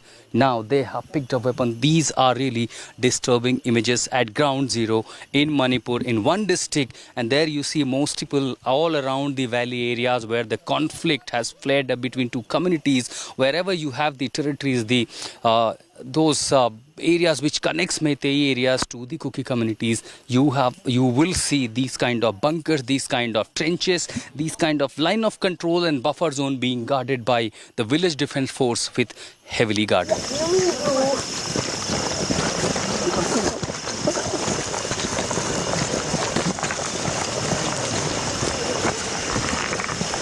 It's near midnight here in Kangpokpi district, and I'm in Montung area, which is the bordering village near to the Meitei community, and I see these young boys of this village with heavily armed patrolling on these streets, guarding this entire territory. And this explains how the differences are so deep and this mortal enmity between two, that they have lost faith and trust against with each other.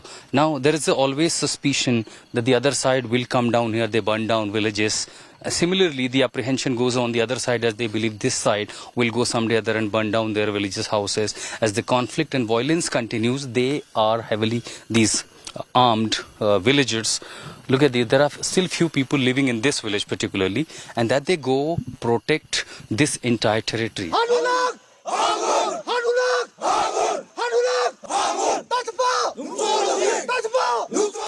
By now, many of them would have been in colleges or universities, but for now, they are carrying guns. The village territory is remain in the same district, have all of a sudden become a border, become a buffer zone, and yes, line of control. A playing zone has become a war zone in this territory, in this part of Manipur. And all that I see, the government has totally...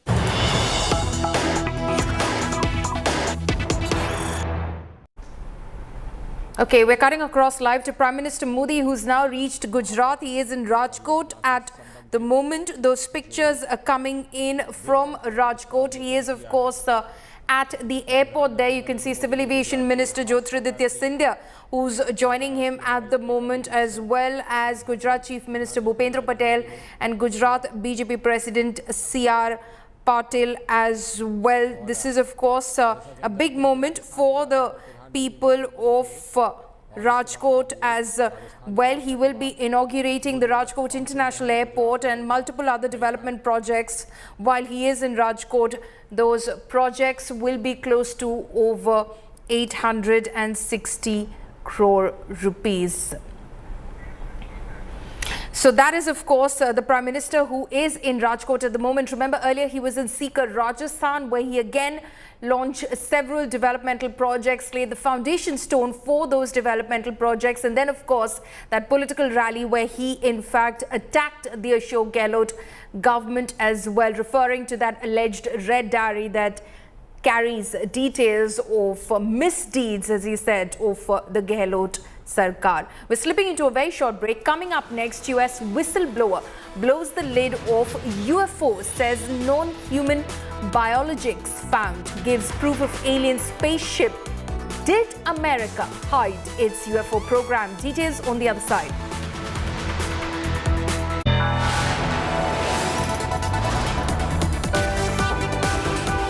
You are watching India Today.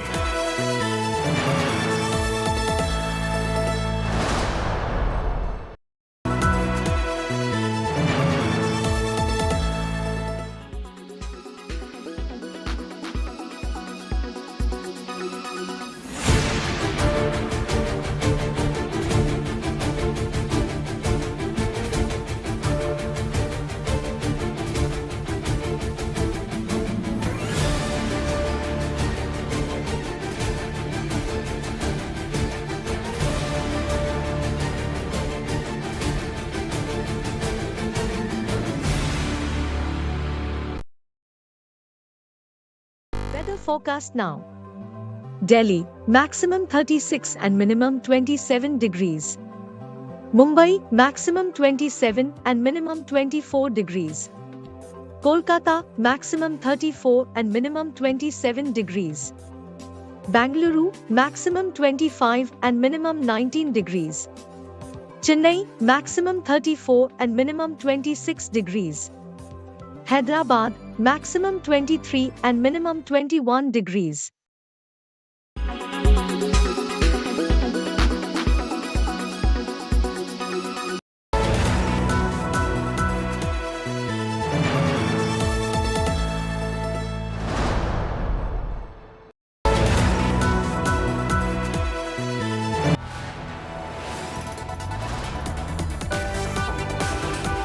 You are watching India Today.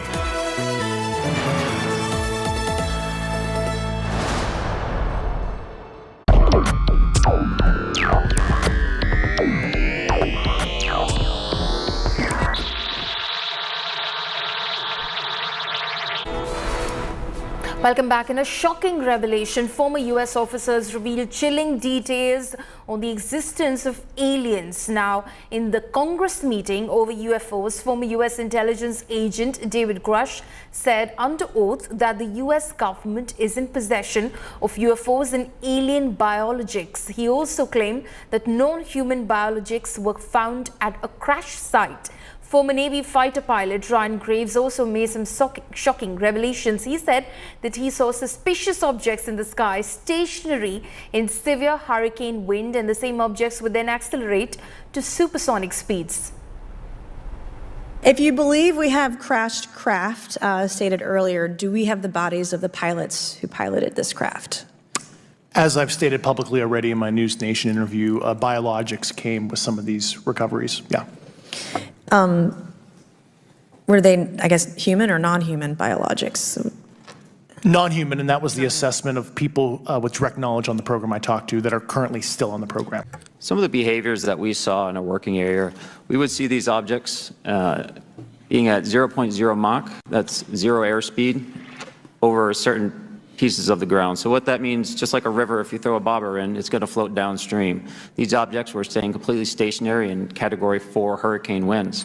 These same objects would then accelerate to supersonic speeds, 1.1, 1.2 Mach, and they would do so in very erratic and quick behaviors that I don't have an explanation for. Slipping into a very short break, coming up next, Prime Minister Modi's India versus Quit India attack on the opposition says renaming self won't help hide past sins. More details on the other side.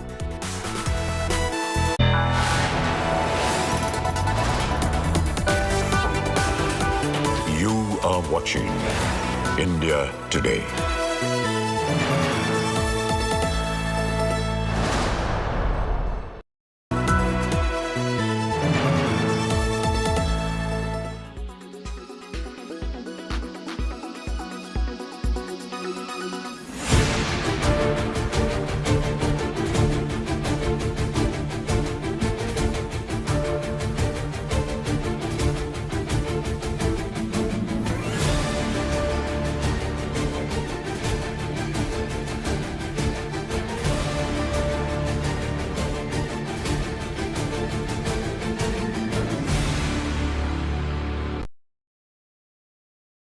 Weather forecast now.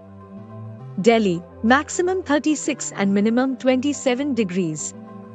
Mumbai, maximum 27 and minimum 24 degrees. Kolkata, maximum 34 and minimum 27 degrees. Bangalore, maximum 25 and minimum 19 degrees. Chennai, maximum 34 and minimum 26 degrees. Hyderabad, maximum 23 and minimum 21 degrees.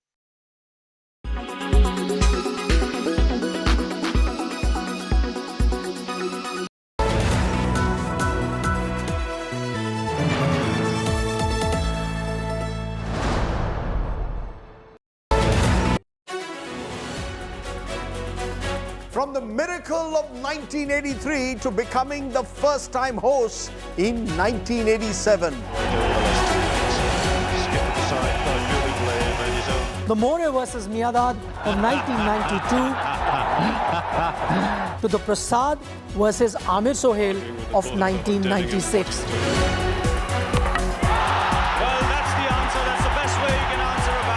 And then, of course, the high of 2011 with Mahendra Singh Dhoni finishing it off in style. He finishes off in style.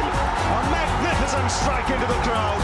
India lift the World Cup after 28 years. Relive India's journey at the Cricket World Cup from 1983 to the last edition in 2019 with me, Rajdeep Sardesai. And me, Nikhil Nas. World Cup Rewind at these times on India Today.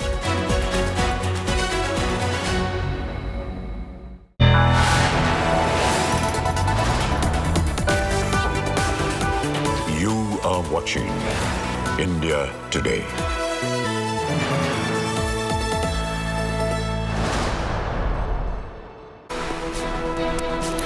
Good evening and a warm welcome to India Today. I'm Paulami Saha. These are the headlines we're tracking at the top of this hour.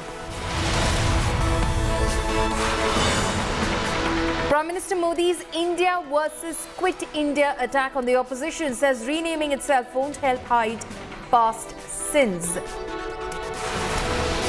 परिवारवाद, quit India, परिवारवाद, छोड़ो India, तुष्टीकरण, quit India, तुष्टीकरण, छोड़ो India.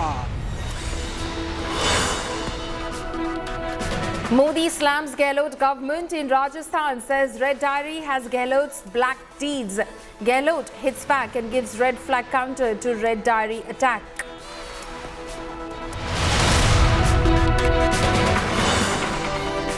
No end to Parliament deadlock, massive uproar in both houses. Opposition raises "We want justice over Manipur" chants in Parliament.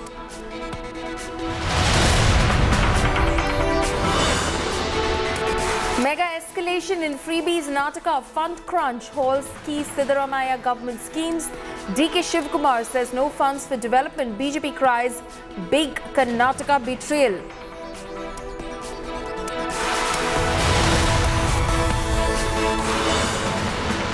Telugu star Pawan Kalyan hits out at the Tamil film industry, says Tamil film industry not inclusive, claims Telugu industry has talents from other regions.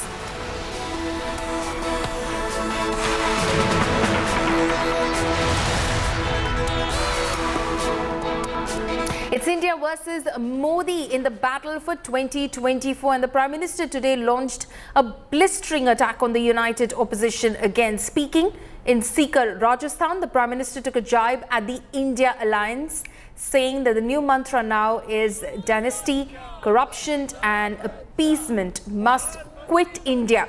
The Prime Minister also said that UPA changed its name like it was a company of frauds, and the new label is just to cover up old deeds. He also accused the opposition of embracing the Tukde gang. Mahatma Gandhi ने नारा दिया था, quit India, अंग्रेजों India छोड़ो, अंग्रेजों India छोड़ो। और अंग्रेजों को देश छोड़कर जाना पड़ा था। वैसे ही आज हम समृद्ध भारत बनाने का संकल्प लेकर चले हैं। जैसे गांधी जी ने क्विट इंडिया का मंत्र दिया था, वैसे ही आज का मंत्र है भ्रष्टाचार क्विट इंडिया, भ्रष्टाचार छोड़ो इंडिया, परिवारवाद क्विट इंडिया, परिवारवाद छोड़ो इंडिया, तुष्टीकरण क्विट इंडिया, तुष्टीकरण छोड़ो इंडिया। क्विट इंडिया ही देश को बचाएगा और देश को विकसित भारत बनाएगा। जो लोग टुकड़े टुकड़े गैंग को गले लगाते हैं, जो लोग भारत में भाषा के आधार पर बंटवारा करते हैं, जो लोग विदेशों से संबंध भी इस आधार पर बनाते हैं कि उनका वोट बैंक नाराज ना हो जाए, जिनके लिए राष्ट्रहित नहीं बल्कि वोट बैंक सर्वोपरि है, वे लोग जब NDA की बात करते हैं तो दिखावा लगता है, छलावा लगता है, झूठ लगता है। भाइयों और बहनों, इन लोगों में अहंकार कूट कूट कर भरा हुआ है। इनका तरीका वही है जो हमेशा देश के दुश्मनों ने अपनाया है। पहले भी ये तो NDA के नाम से आए हैं, लेकिन पहले इंडिया के नाम के पीछे अपने पाप को छुपाने का प्रयास किया गया है। इंडिया नाम तो ईस्ट इंडिया कंपनी में भी था। ईस्ट इंडिया कंपनी में भी इंडिया था कि नहीं था? लेकिन इंडिया नाम अपनी भारत भक्ति दिखाने के लिए नहीं, बल्कि भारत को लूटने के इरादे से लगाया गया था। आपको याद होगा कि कांग्रेस के शासनकाल में सिमी यानी student Islamic movement of India बना था। नाम में इंडिया था, लेकिन मिशन इंडिया को आतंकी हमलों से बर्बाद करने का था। जब इसके कुकर्म सामने आए तो सीमी पे बैन किया गया, और ये बैन हुआ तो फिर नया नाम लेकर आए। उन्होंने भी नाम बदला, PFI। सीमी बन गया PFI, यानी पॉपुलर फ्रंट ऑफ इंडिया। नाम नया, नाम में फिर इंडिया, लेकिन काम वही पुराना। NDA के नाम के लेवल से ये अपने पुराने कारनामों को छुपाना चाहते हैं। यूपीए के कारनामों को छुपाना चाहता है। अगर इनको वाकई इंडिया की परवाह होती तो क्या विदेश में जाकर के विदेशियों से भारत में दखल देने के लिए बात करते क्या? अगर उन्हें इंडिया की चिंता होती तो क्या ये सर्जिकल स्ट्राइक और एयर स्ट्राइक पर सवाल उठाते क्या? इनको इंडिया की चिंता होती तो क्या ये गलवान में भारत की सेना के शौर्य को कटघरे में रखते क्या? साथियों, ये वही चेहरे हैं जो आतंकी हमला होने पर दुनिया के आगे रोते थे, कुछ नहीं करते थे। इन्हें देश के सुरक्षा बलों के सामर्थ्य पर भरोसा नहीं है। ये वही चेहरे हैं जिन्होंने हमारे सैनिकों का हक मारा है। दशकों तक हमारे सैनिक वन रैंक वन पैशन मांगते रहे, लेकिन इन्होंने नहीं दिया। Opposition parties have reacted to the Prime Minister's attack on the India allies. Listen in. देखिए, जब से ओसामा बिन लादेन के चेलों से इस सरकार का रिश्ता हुआ है और भारत के बजट से सैकड़ों करोड़ रुपए तालिबान को दिया है, तब से इनको पीएफआई, सिमी, इंडियन मुजाहिदीन, यही सारी चीज़ें याद आएंगी। तो जब से हम लोगों ने इंडिया का गठबंधन बनाया है, मोदी जी बहुत बुरी तरीके से बौखलाए हुए हैं, ऊल जलूल कुछ भी बोले जा रहे हैं। ये क्या बात करेंगे? अभी भारत का बजट आया, उसमें तालिबान के लिए इन्होंने सैकड़ों करोड़ रुपए दिया, 20,000 टन आटा पहुंचाने का काम किया तालिबान को। तो ओसामा बिन लादेन के चेलों से क्या रिश्ता है इनका, ये बताना चाहिए पहले मोदी जी। देखिए, एक चुने हुए सांसद को, एक चाहे लोकसभा का चाहे राज्यसभा का, वो उनको ऐसे अपना मणिपुर पर चर्चा कराने की मांग करने पर सस्पेंड कर देना, इसी बात का ये सबूत है कि ये लोकतंत्र को पसंद नहीं करते। ये विपक्ष को सुनना नहीं चाहते, चाहे संसद के अंदर चाहे संसद के बाहर। ये समझते हैं कि हम ही हम हैं, बस। ऐसा नहीं होता है। बड़े बड़े आए जो राज करने के लिए, सिंहासन पब्लिक जो है वो सिंहासन पब्लिक देती है, तो पब्लिक में जाएंगे, हम भी जाएंगे। My colleague Rahul Gautam is now joining me live from Delhi on this. Rahul, the Prime Minister's blistering attack against the India alliance from Rajasthan has virtually set the stage not just for the Rajasthan Assembly elections but for the 2024 Lok Sabha polls as well. Well, Pallavi, we all know that how Hindutva and nationalism, these are the two core areas of BJP, and in fact, by adopting the name of India by the newly formed alliance, clearly opposition camp is trying to gain some space, which so far has always been dominated by BJP, and obviously, BJP is therefore making all on our efforts just to dilute that identity which they are now claiming. In fact, Prime Minister himself said that the name India has been adopted by opposition alliance only to conceal or hide their real intention, which is to loot the country. In fact, he also invoked the legacy of Mahatma Gandhi and said that how back in 1942 he gave a call for quit India for Britishers to leave the country. In fact, in the same breath he spoke how it is high time now that corruption, dynasty politics, casteism, all these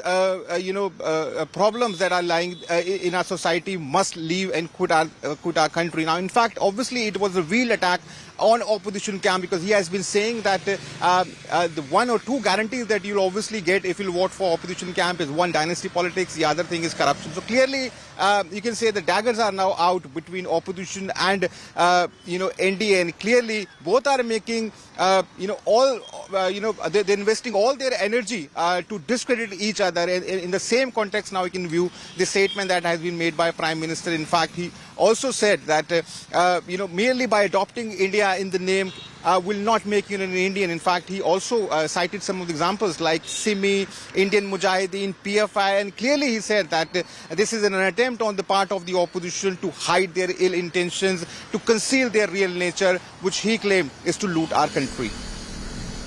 Rahul, thank you for joining us with all of those details. Rahul, they're tracking all those developments as far as the India alliance goes. They, of course, trying to corner the government both inside and outside Parliament. Prime Minister Narendra Modi, in fact, has sounded the poll bugle in Rajasthan, firing fresh salvos. Prime Minister Narendra Modi attacked Chief Minister Ashok Gehlot over the red diary, quote-unquote, that was brandished by sacked Mantri Rajendra Gouda, who claimed that it contained proof of governmental corruption. Addressing a rally at Sikar in Rajasthan, the Prime Minister said that, and I quote, "The latest product of loot ki dukaan, jhoot ki dukaan is the red diary," unquote. Meanwhile, Gehlot was quick to react, saying that the sacked Minister Gouda is being used as a pawn by the BJP. Countering the red diary attack, Gehlot asserted that Prime Minister Modi will soon be shown the red flag. Even as the war of word in fact peaks, a major controversy has erupted hours before Prime Minister's visit in fact to Rajasthan. It happened earlier this morning with the PMO issuing a strong rebuttal to allegations of Chief Minister Gehlot. He said that his name was dropped as one of the speakers at the Sikar event. The PMO rebutted that and said he wanted to join via video conference and that wasn't as per protocol. लूट की इस दुकान का सबसे ताजा product है, ताजा product Rajasthan की लाल डायरी। कांग्रेस के बड़े से बड़े नेताओं की इस लाल डायरी का नाम सुनते ही बोलती बंद हो रही है। ये लाल डायरी इस चुनाव में पूरी कांग्रेस का डिब्बा गोल करने जा रही है। राज्य सरकारों की एक और सबसे बड़ी जिम्मेदारी होती है नागरिकों की सुरक्षा की, कानून व्यवस्था की, लेकिन कांग्रेस सरकार ये भी नहीं कर पा रही। आए दिन गैंग वॉर की खबरों ने राजस्थान जैसे शांति प्रिय प्रदेश को, उसकी साख को बिगाड़ दिया है। राजस्थान के युवाओं को पेपर लीक माफिया से बचाने के लिए क्या करना पड़ेगा? कांग्रेस को हटाना ही होगा। चुनाव आ रहे इसलिए भारतीय जनता पार्टी को जनता आज सिग्नल दे चुकी है। सीकर के अंदर तो जनता समझ गई है और आने वाले वक्त में उनको लाल झंडी दिखा दी जाएगी। चुनाव आ रहे इसलिए भारतीय जनता पार्टी को जनता आज सिग्नल दे चुकी है। सीकर के अंदर तो जनता समझ गई है और आने वाले वक्त में उनको लाल झंडी दिखा दी जाएगी। पीएम ने भी, मैंने सुना है कि भाषण दिया वहां पर सीकर के अंदर एक लाल डायरी का। अब बताइए आप, ये जो प्रधानमंत्री पद की बहुत बड़ी गरिमा है, सोचने के पहले उनके बाद में इनकम टैक्स है, ईडी है, सीबीआई है, जिसका पूरा जम के दुरुपयोग देश में हो रहा है। क्या वो जानकारी प्राप्त नहीं कर सकते कि जो डायरी का जो हुआ खड़ा किया गया जानबूझ करके? Deadlock over discussion on Manipur continues between the government and the opposition parties in Parliament. Ruckus erupted in Parliament a day after the opposition alliance brought in a no-confidence motion against the central government. Opposition alliance India raised Modi Kuch To Bolo slogans, demanding a statement from the Prime Minister, disrupting, in fact, External Affairs Minister S. Jaishankar as he spoke in the Rajya Sabha. India leaders wearing black clothes in protest also staged, in fact, an agitation outside the Parliament building within the premises, of course, demanding answers from Prime Minister Modi. The opposition has been stalling Parliament proceedings since the start of the monsoon session on July 20th. Meanwhile, the Modi government and its ministers slammed the opposition protest, saying that India leaders were hiding black money behind their black clothes. जब आप राजस्थान में जा सकते हो यहाँ पर parliament छोड़ के क्या यहाँ आधा घंटा आके आप अपना स्टेटमेंट देकर जा नहीं सकते?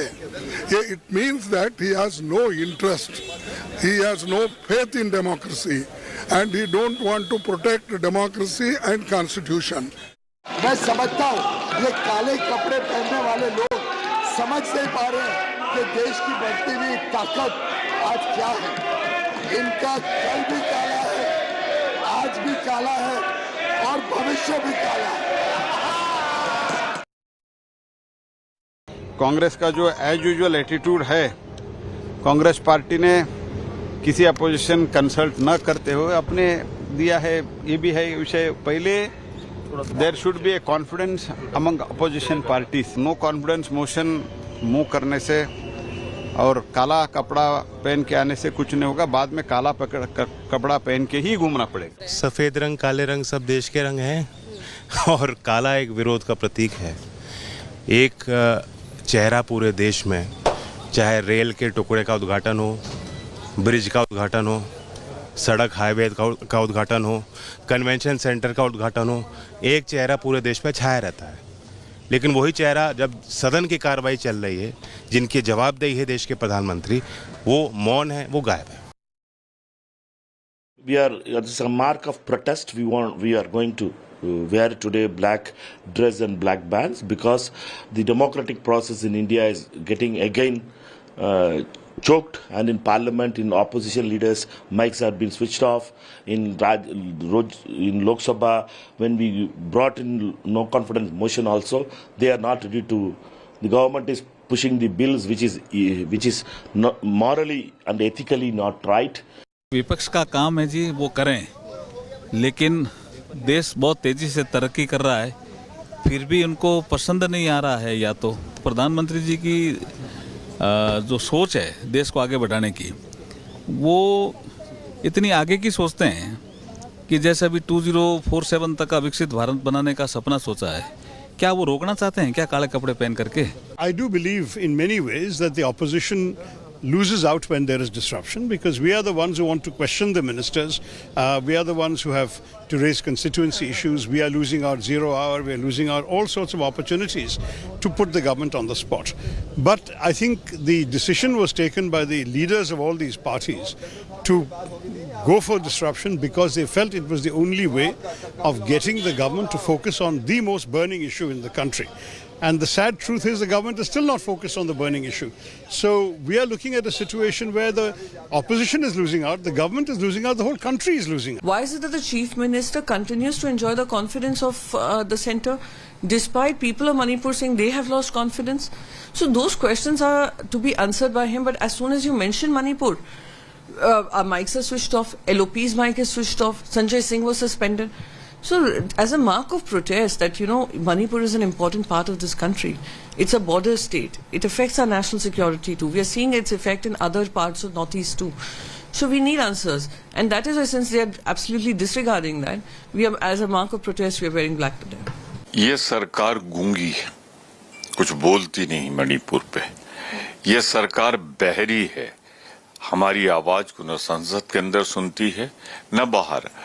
हमारे लीडर ऑफ अपोजिशन खरगे साहब का माइक बंद कर दिया जाता है जब वो बोलते हैं, तो शायद आंखें खुली हों। जिस समय हम बोल रहे हैं कि वो मणिपुर जाके देश की व्यवस्था को संभाले, राष्ट्र सुरक्षा के हित में काम करे, वो यहाँ पे भाषणबाजी में लगे हुए हैं। तो इसी से साफ जाहिर होता है कि भारत के इतिहास में हमें पहली बार एक ऐसा प्रधानमंत्री मिल रहा है जब देश के किसी कोने में आग लगी हुई है तो वो देश के राजधानी में अपने ही भाषण में मग्न हो चुके हैं। प्रधानमंत्री सब एक हैं। आरएसएस ने जो किया, जो नफरत फैलाई, और भारतीय जनता पार्टी की वोट की राजनीति की वजह से मणिपुर में ये सब कुछ हुआ है। और सरकार की सब जानकारी में रहा होगा। ऐसा नहीं है कि एजेंसियों को नहीं पता, एजेंसियों को पता है वहाँ क्या क्या हो रहा है। अगर ये सब होते हुए सरकार ने देखा है तो सरकार को सत्ता में नहीं रहना चाहिए। तीसरा टर्म आए, पहला और टर्म आ जाए तो क्या बेटियां, महिलाएं, माताओं का इस तरीके से नंगा घुमाया जाएगा, कपड़े उतार करके घुमाया जाएगा? उसके लिए आपके पास क्या है? क्या आप फेस नहीं कर सकते क्या सदन को, या जनता को फेस नहीं करना चाहते? ये प्रधानमंत्री की संवेदनहीनता को दर्शाता है कि देश का एक हिस्सा जल रहा है, वहाँ बलात्कार की, लूट की, आगजनी की घटनाएं हो रही हैं, हत्याएं हो रही हैं, दरिंदगी और हैवानियत हो रही है, और अभी भी हमारे प्रधानमंत्री को 2024 में कैसे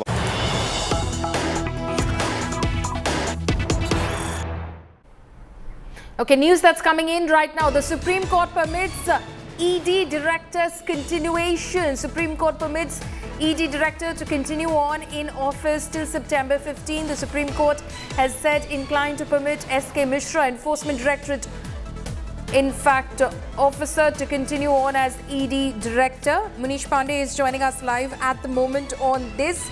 The centre, of course, moved an urgent application, Munish, yesterday before the Apex Court to allow for SK Mishra to continue on as ED Director till October 15. Now granted permission to, in fact, continue on in office till September 15. How will this be looked at by the Enforcement Directorate and the centre? Well, as far as the centre is concerned, remember there was an application filed by the government before the Supreme Court saying that the July 31st time limit which was given to the Enforcement Directorate or the committee to find out a new ED director, that is very close. And because of several other reasons, the ground which were given by the government at this point of time before the Supreme Court was that there is a FATF review which is still pending. Sanjay Mishra as a ED director is leading that FATF review. Apart from that, the country's credit rating is also being monitored by Sanjay Mishra. There are several money laundering cases at crucial stage, so they need time for smooth transitioning. That was a ground made by the government. As far as the opposition is concerned, and in this case Abhishek Manu Singhi and Kapil Sibal, they made the argument that there is no other person eligible to become ED director or what, and that is why the government is not letting him go. The court also made several serious observations on the application made by the government, but finally, the Supreme Court agreed and they have accepted the application of the government, and at this point of time, we can say that it's a big relief not only for Enforcement Directorate but also for the government, because till September 15, Sanjay Mishra will be continuing as a ED director. The court has also said that after September 15, he should not be given any extension, and between that period, not only the government and the committee, the high power committee, has to find a new ED director, but also there has to be smooth transitioning of power between Sanjay Mishra and the next ED director, which the committee decides. Parliament. Okay, so that is a big relief, as you're saying, for the Enforcement Directorate and the centre. In terms of the FATF review, which was cited by the centre in its urgent application moved before the Supreme Court, does this, of course, help that fact? Because now that Sanjay Mishra has been granted extension in office till September 15, Munish? Well, Paulmi, remember even when the matter of Sanjay Mishra was being heard in past in the Supreme Court, and lawyers like Kapil Sibal and Abhishek Manu Singhi were opposing the extension given to Sanjay Mishra. At that point of time also there was an argument made by the government that FATF review is very important for the country, it is important for the economy of the country, and that is why Sanjay Mishra should remain as a ED director. Now the fresh argument which was made today by the government was again that FATF review is still being monitored by Sanjay Mishra, so he is a very crucial position. FATF review is at a critical stage, and also there are several other money laundering cases which are at a critical stage. So all these grounds were accepted by the Supreme Court. Supreme Court also said that under ordinary circumstances they would have not entertained this application, but in larger public interest they have accepted the request, and that is why this extension should be granted. Okay, Munish, stay on with us. Anisha Mathur, my colleague, is also joining us live at the moment. Anisha, of course, was listening in on those proceedings in the Supreme Court. Anisha, what can you tell us about what happened in court a little earlier today? Well, just a minute ago, the Supreme Court has allowed extension to the ED Director SK Mishra after the central government, through the Solicitor General and the Additional Solicitor General, pointed out that the ED Director SK Mishra's position and his availability during the FATF review was necessary for India's reputation at the international stage, as well as India's credit rating. What is also very important to note is that the central government in its arguments has raised the concerns that there are two neighbors of the country which are trying to negatively impact India's credit rating. In fact, the Solicitor General very clearly saying that that there is a big neighbor and a not so big neighbor of ours who are trying their best to ensure that India's credit rating and India's reputation, financially and otherwise, don't remain so good. What is interesting, however, is when the issue was raised again by the petitioners, that the petitioners said that FATF will not chuck India off the good list just because of the ED director. The Solicitor General then went back on that argument and said, I am not saying that India is going to be thrown off the good list of the FATF or that we will be put on the grey list. All I am saying is that continuity is necessary so that all questions can be answered, so that all issues can be dealt with, especially since the FATF team is expected to arrive in India on the 3rd of November. Now, what the centre is saying is that before 3rd of November, the exchange of information, the question answers, the exchange of documents, etc. has to happen, and for that they are adamant that SK Mishra should continue as the ED director because he is the only senior officer who has been in that position for the last 5 years and knows the ins and outs of all the issues. The centre was also asked specifically by and if you can just give me 10 more seconds to just complete this statement. The Supreme Court specifically asked, are you giving the impression that no other official is competent, that no, we do not have any other competent officials, and wouldn't this demoralize other officials? The government, however, saying that this is not the case. We are not raising aspersions on any other official, but we are saying that for the sake of continuity, for the sake of India's reputation in the international stage, the ED director must be allowed to continue. And now he has been allowed to continue till the 15th of September. Okay, that's a very significant point, of course, that you made over there, Anisha. Thank you so much for joining us with all of those details from the court. Also, thank you to my colleague, Munish Pandey.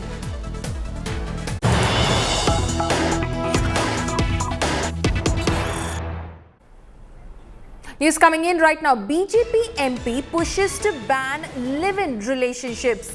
A BJP member of parliament has said ban live-ins to stop atrocities on women. Atrocities on women must be curbed. This is BJP MP Ajay Pratap Singh. He says urge the government through the House to make a strict law banning live-in relationships in India so that atrocities on women can be curbed. So that is what a BJP member of parliament has said, that ban live-in relationships so that atrocities on women can be curbed. Let's listen in to the said member of parliament. महोदय, मैं एक अत्यंत ही महत्वपूर्ण विषय पर सदन का ध्यान आकर्षित करना चाहता हूं। मुंबई की सरस्वती नाम की लड़की की उसके लिव इन पार्टनर ने बेरहमी से हत्या कर उसे प्रेशर कुकर में पकाकर कुत्तों को खिला दिया था। समय समय पर ऐसी घटनाएं प्रकाश में आती हैं। WHO के आंकड़ों के अनुसार दुनिया भर में 35% महिलाओं की हत्या उनके इंटीमेट पार्टनर ही करते हैं। UNODC के अनुसार अब जब एक साथी दूसरे की हत्या करता है तो उनमें 82% प्रकरण में महिलाएं ही पीड़ित होती हैं, किंतु कई बार पुरुष भी शिकार होते हैं। भारत में विवाह एवं परिवार एक सांस्कृतिक विरासत है। हमारे धार्मिक ग्रंथ, प्रथाएं, मान्यताएं लिव इन को मान्यता नहीं प्रदान करते हैं, किंतु 4 दशक पहले 1978 में बद्री प्रसाद बनाम डायरेक्टर ऑफ कंसोलिडेशन के प्रकरण में सर्वोच्च न्यायालय ने लिव इन पार्टनरशिप को मान्यता दी थी। इसका दुष्परिणाम है कि इसका प्रचलन भारत में तेजी से बढ़ा है। संभवतः माननीय सर्वोच्च न्यायालय ने इसे मान्यता इसलिए दी है जिससे ऐसे संबंधों के पालित संतान एवं महिला को न्याय मिल सके। सर्वोच्च न्यायालय ने यह भी कहा है कि भारतीय समाज ऐसे संबंधों को अनैतिक मानता है, परंतु यह गैर कानूनी नहीं है। मेरी मान्यता है यदि यह अनैतिक है तो गैर कानूनी भी होना चाहिए।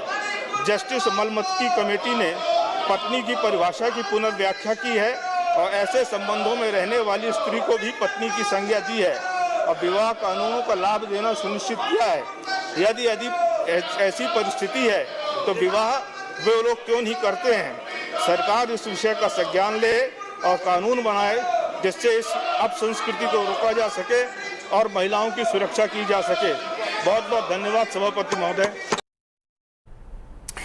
Mega escalation in freebies Karnataka. Deputy Chief Minister of Karnataka D.K. Shivkumar has said that the Congress government will not be able to provide development this year to Karnataka owing to the financial constraints caused by the 5 guarantees, the 5 poll promises that the party made ahead of the assembly elections. He blamed the previous BJP government and said that the treasury is empty and the Bommai government has created bankruptcy which will eventually lead to delay in development. Training guns at the Siddaramaiah Sarkar, BJP said that the Congress will ruin Karnataka. There is no sign of the 5 guarantees being implemented is what the BJP said, and now no development too.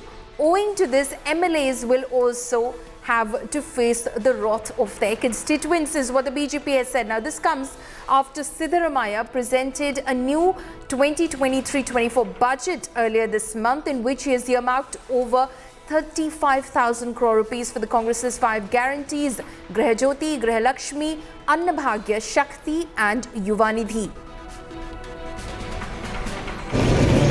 ಬೇರೆ ಟೈಮಲ್ಲಿ ನಮಗೆ time ಭಾಳ busy ಇತ್ತು. ಆ ದೃಷ್ಟಿಯಿಂದ ಮುಖ್ಯವಾಗಿ ಕೆಲವು financial constants ಆಗಿದೆ. ನಮಗೂ ಗೊತ್ತಿದೆ, ನಾವು ಈ ಸ್ಕೀಮ್ನ ಇಂಪ್ಲಿಮೆಂಟ್ ಮಾಡ್ತೀವಿ. ಅದಕ್ಕೆ ಎಲ್ಲರೂ ಪಾಪ ಭಾಳ ಆಸೆಲಿದ್ದಾರೆ. ಆ ಮಾತು ಕೊಟ್ಬಿಟ್ಟಿದ್ದೀವಿ, ಈ ಮಾತು ಕೊಟ್ಬಿಟ್ಟಿದ್ವಿ ಅಂತೆಲ್ಲ ಸ್ವಲ್ಪ ಈ ವರ್ಷ ಸ್ವಲ್ಪ ಹೋಲ್ಡ್ ಮಾಡಿ ಅಂತ ಎಲ್ಲರಿಗೂ ಹೇಳ್ತಾ ಇದ್ದೀವಿ. ನನ್ನ ಇಲಾಖೆಲೇ ಹೇಳ್ತಾ ಇದ್ದೀನಿ, ಒಬ್ಬೊಬ್ಬ ಶಾಸಕರು 10 ಕೋಟಿ, 100 ಕೋಟಿ, 200 ಕೋಟಿ, 300 ಕೋಟಿ ರೂಪಾಯಿ ಕೆಲಸ ಕೇಳ್ತಾ ಇದ್ದಾರೆ. ಎಲ್ಲಿ 300 ಕೋಟಿ ಕೆಲಸ ನಾವು ಕೊಡೋಕ್ಕಾಗಲ್ವಪ್ಪ, ಸ್ವಲ್ಪ ನೀವು ಹೋಲ್ಡ್ ಮಾಡ್ಕೊಳ್ಳಿ ಅಂತ ಎಲ್ಲರಿಗೂ ತಾಳ್ಮೆ ಹೇಳ್ತಾ ಇದ್ದೀವಿ. ಜೊತೆಗೆ ಹೊಸ್ದಾಗಿ ಗೆದ್ದಿದ್ದೀರಿ, ಜನರ ಹತ್ರ ಹೋಗಿ ನೀವು ಟೂರ್ ಮಾಡಿ. ಮಳೆಗಾಲ ಇದೆ, ಬೇರೆ ಬೇರೆ ಕಡೆ ಎಲ್ಲ ಕೆಲವು ಪ್ರವಾಹ ಬರ್ತಾ ಇದೆ, ಕೆಲವು ಕಡೆ ಮಳೆ ಕಡಿಮೆ ಇದೆ. ಆ ವಿಚಾರದಲ್ಲಿ ಅವ್ರಿಗೆಲ್ಲ ನಾವು ತಿಳುವಳಿಕೆ ಹೇಳ್ಬೇಕಾಗಿದೆ. ಯಾಕೆಂದ್ರೆ ಮೊನ್ನೆ ನಾವು ಈಗ ಇಡಬೇಕಾಗಿದೆ ಡೆವಲಪ್ಮೆಂಟ್ ಈ ವರ್ಷ ನಾವು ಕೊಡಕ್ಕಾಗಲ್ಲ. ನಾನು ಇರಿಗೇಷನ್ ಇಲಾಖೆಯಲ್ಲೂ ಕೊಡಕ್ಕಾಗಲ್ಲ, PWD ಕೊಡಕ್ಕಾಗಲ್ಲ. ಎಕ್ಸ್ಪೆಕ್ಟೇಷನ್ ಬಹಳ ಇದೆ ಇದಕ್ಕೆ. ಸೊ ಅದಕ್ಕೆ ವೇಟ್ ಮಾಡಿ ಅಂತ ಹೇಳಿದೀವಿ. ನಾವೆಲ್ಲ ಶಾಸಕಾಂಗ ಪಕ್ಷದ ಸಭೆ ಕರೆದು ಅವ್ರಿಗೆ ಎಕ್ಸ್ಪ್ಲೈನ್ ಮಾಡ್ತೀವಿ ಪರಿಸ್ಥಿತಿ. ಮುಖ್ಯಮಂತ್ರಿಗಳು ಹೇಳಿದ್ದಾರೆ, ಬಜೆಟ್ ಮಾಡುವಂತ ಸಂದರ್ಭದಲ್ಲಿ ಮಂತ್ರಿಗಳು ಕೂಡ ಅವರು ಸ್ವಲ್ಪ ತಾಳ್ಮೆಯಿಂದ ಇರಬೇಕು ಅಂತ. The 5 guarantees that they promised, which is nothing but freebies, it is funding consumption, and now they have no money left for development. This is not all. Their MLAs have been writing letters to the ministers seeking development funds for their areas, which has not been forthcoming. There is talk of rampant corruption and transfer posting in Karnataka, and they've not been in power even for 6 months. You can imagine what Karnataka is going to go through if this kind of governance continues. And let's be clear, there are no free lunches. The freebies are not coming out of the Congress's kitty. It's coming out from the taxpayers' money. Karnataka needs development. It is a progressive state. It's an industrialized state. It needs new investments. And here we see Karnataka being taken back to the medieval era by the Congress party. My colleague Sagai Raj is joining me live right now from Bengaluru. Sagai, this is embarrassing for the Siddaramaiah government because at the end of the day, they knew what the status of the treasury was. It's very easy to blame, of course, the Bommai government, but when they were making those poll promises, didn't they make the calculation on paper? It's like the BJP says the money was going to always come out of the state coffers and not party funds. Absolutely. The opposition is hitting out at the government, stating that they had made poll promises just to come back to power, and they were trying to they had their own numbers, but when you come back, when you come to power, all their calculation has gone wrong, and they have it out that the people are fed up with this particular government where they don't have any kind of vision, they don't have any kind of promises which should be fulfilled. They just want to be in power, and that is the reason they have made these promises. And now the government is bankrupt without money. On the other side, the minister says that they still have money. There will be a lot of development which will happen. But today, the crucial meeting of CLP, that is Congress Legislative Party meeting, will tell the entire story whether the MLAs are getting enough funds for the development in their constituencies or it is just an eyewash. I thank you so much for joining us with all of those details. Now, staying with Karnataka, the Udupi College incident escalates as the Karnataka cops have booked 3 girls for allegedly placing hidden cameras in an Udupi College washroom. An FIR mentions charges of outraging the modesty of a woman, privacy of a woman being breached, and sections of the IT Act. The FIR has also named the college administration. Meanwhile, member of the National Commission for Women, Khushbu Sundar, is at the college in Udupi. She was earlier meeting with the girls involved in the incident and the college authorities. Meanwhile, the BJP Mahila Morcha organized a protest over the incident in Bengaluru, demanding justice for the victim. The BJP has called for a statewide protest today, alleging a communal angle to the shocking incident and accusing the Siddaramaiah government of protecting the accused because they belong to the minority community. ABVP workers were also seen staging protests in Udupi where the incident took place. There is not, absolutely not. That is why I said if there are rumors of hidden cameras in the toilets, please understand there's nil. Nothing to it, zilch. There's a rumor which is going around and there are false videos which have been going around that there are hidden cameras. It's an institution and there cannot be any hidden cameras. So please do not follow these kind of stories. Time and again, they have become the voice of the jihadis. This government is jihadi government. They are not having any harmony. They are with the fanatics. They are promoting the fanatism. They are promoting the hatredness. They are promoting jihadi people. This government is trying time and again, not one incident, now many incidents has happened. So we urge upon this government to immediately take the complaint from the victim. Book the complaint from the victim. Now victim has been dissuaded from giving a complaint. The complaint should be taken by the victim. I don't say who has to come, who has to see all that. Manipurದಲ್ಲಿ Manipur incident is so, I don't know what to call it. And there the commission has not gone. Is that that magnitude, this incident in Udupi? Let them come. I don't say you don't come. Why should you come? I don't say that. I am not the person to say that. Let them come. We are demanding a SIT probe into this because we are not confident of the police investigation here because these are the same people who said there is nothing. Now under pressure they are putting their they might scuttle the case also. And the National Women's Commission members also landed up in Udupi. They are also looking into the matter. And there are a lot of doubts in this. What is happening in Udupi in Karnataka under Siddaramaiah's government is a blatant culture and environment of appeasement that is now leading to crimes that are being committed against Hindu women. You are converting Karnataka into a safe haven for criminals, safe haven for those who commit crimes against Hindus, and that is certainly not acceptable, and that is certainly something that the BJP Karnataka will resist fully. Shocking incident from Karnataka's Kalburgi. A government bus driver asked Muslim school students to wear burqas before boarding the public transport bus. The driver allegedly asked the students to get off the bus for not wearing burqas. He even refused to allow students wearing hijabs to board the bus, stating that only burqas were acceptable for Muslim students. The students alleged that they were verbally abused by the driver and were chased away from boarding the bus. While there's no statement issued by the driver, the bus conductor denied charges and said that the students were stopped to board the bus because it was not working.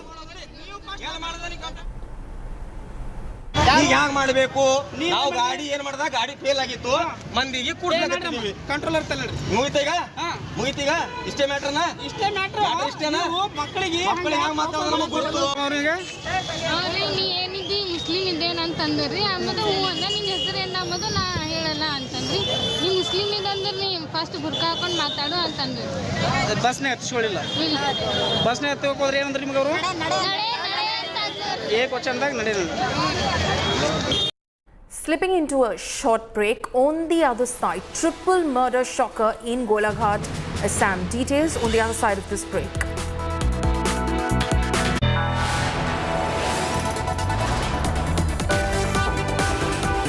You are watching India Today.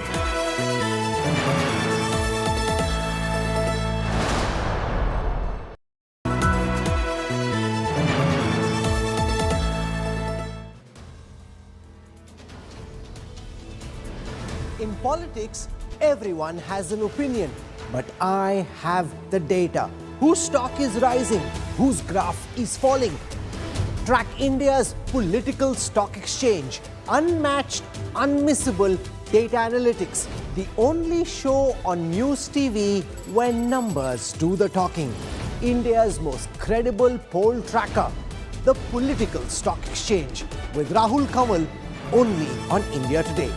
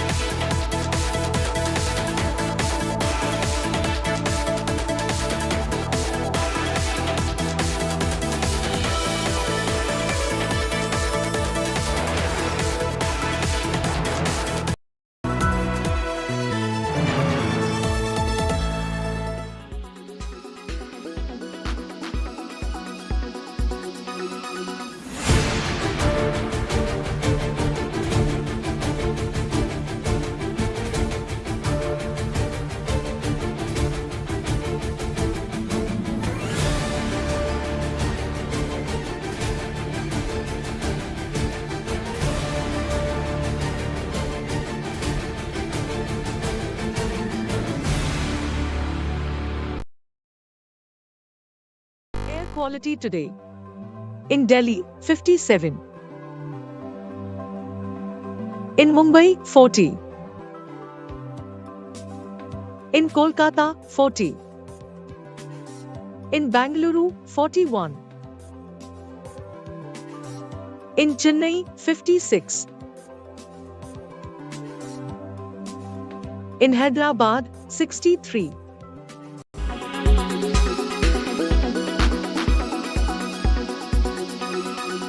Make your media plan smarter with India Today Live TV on your connected devices. Amplify your brand with 100 million smart internet viewers. To advertise, mail us at sales@aajtak.com.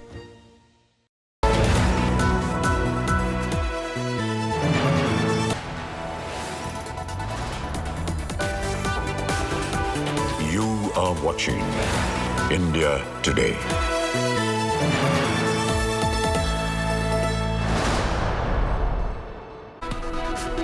Welcome back. A triple murder case has sent shockwaves among residents of Golaghat in Assam. 25-year-old Nazibur Rahman Bora surrendered before the police after killing his wife Sanghamitra Ghosh and his in-laws. In connection with the case, the police has also detained the accused person, Nazibur Rahman Bora's mother and brother.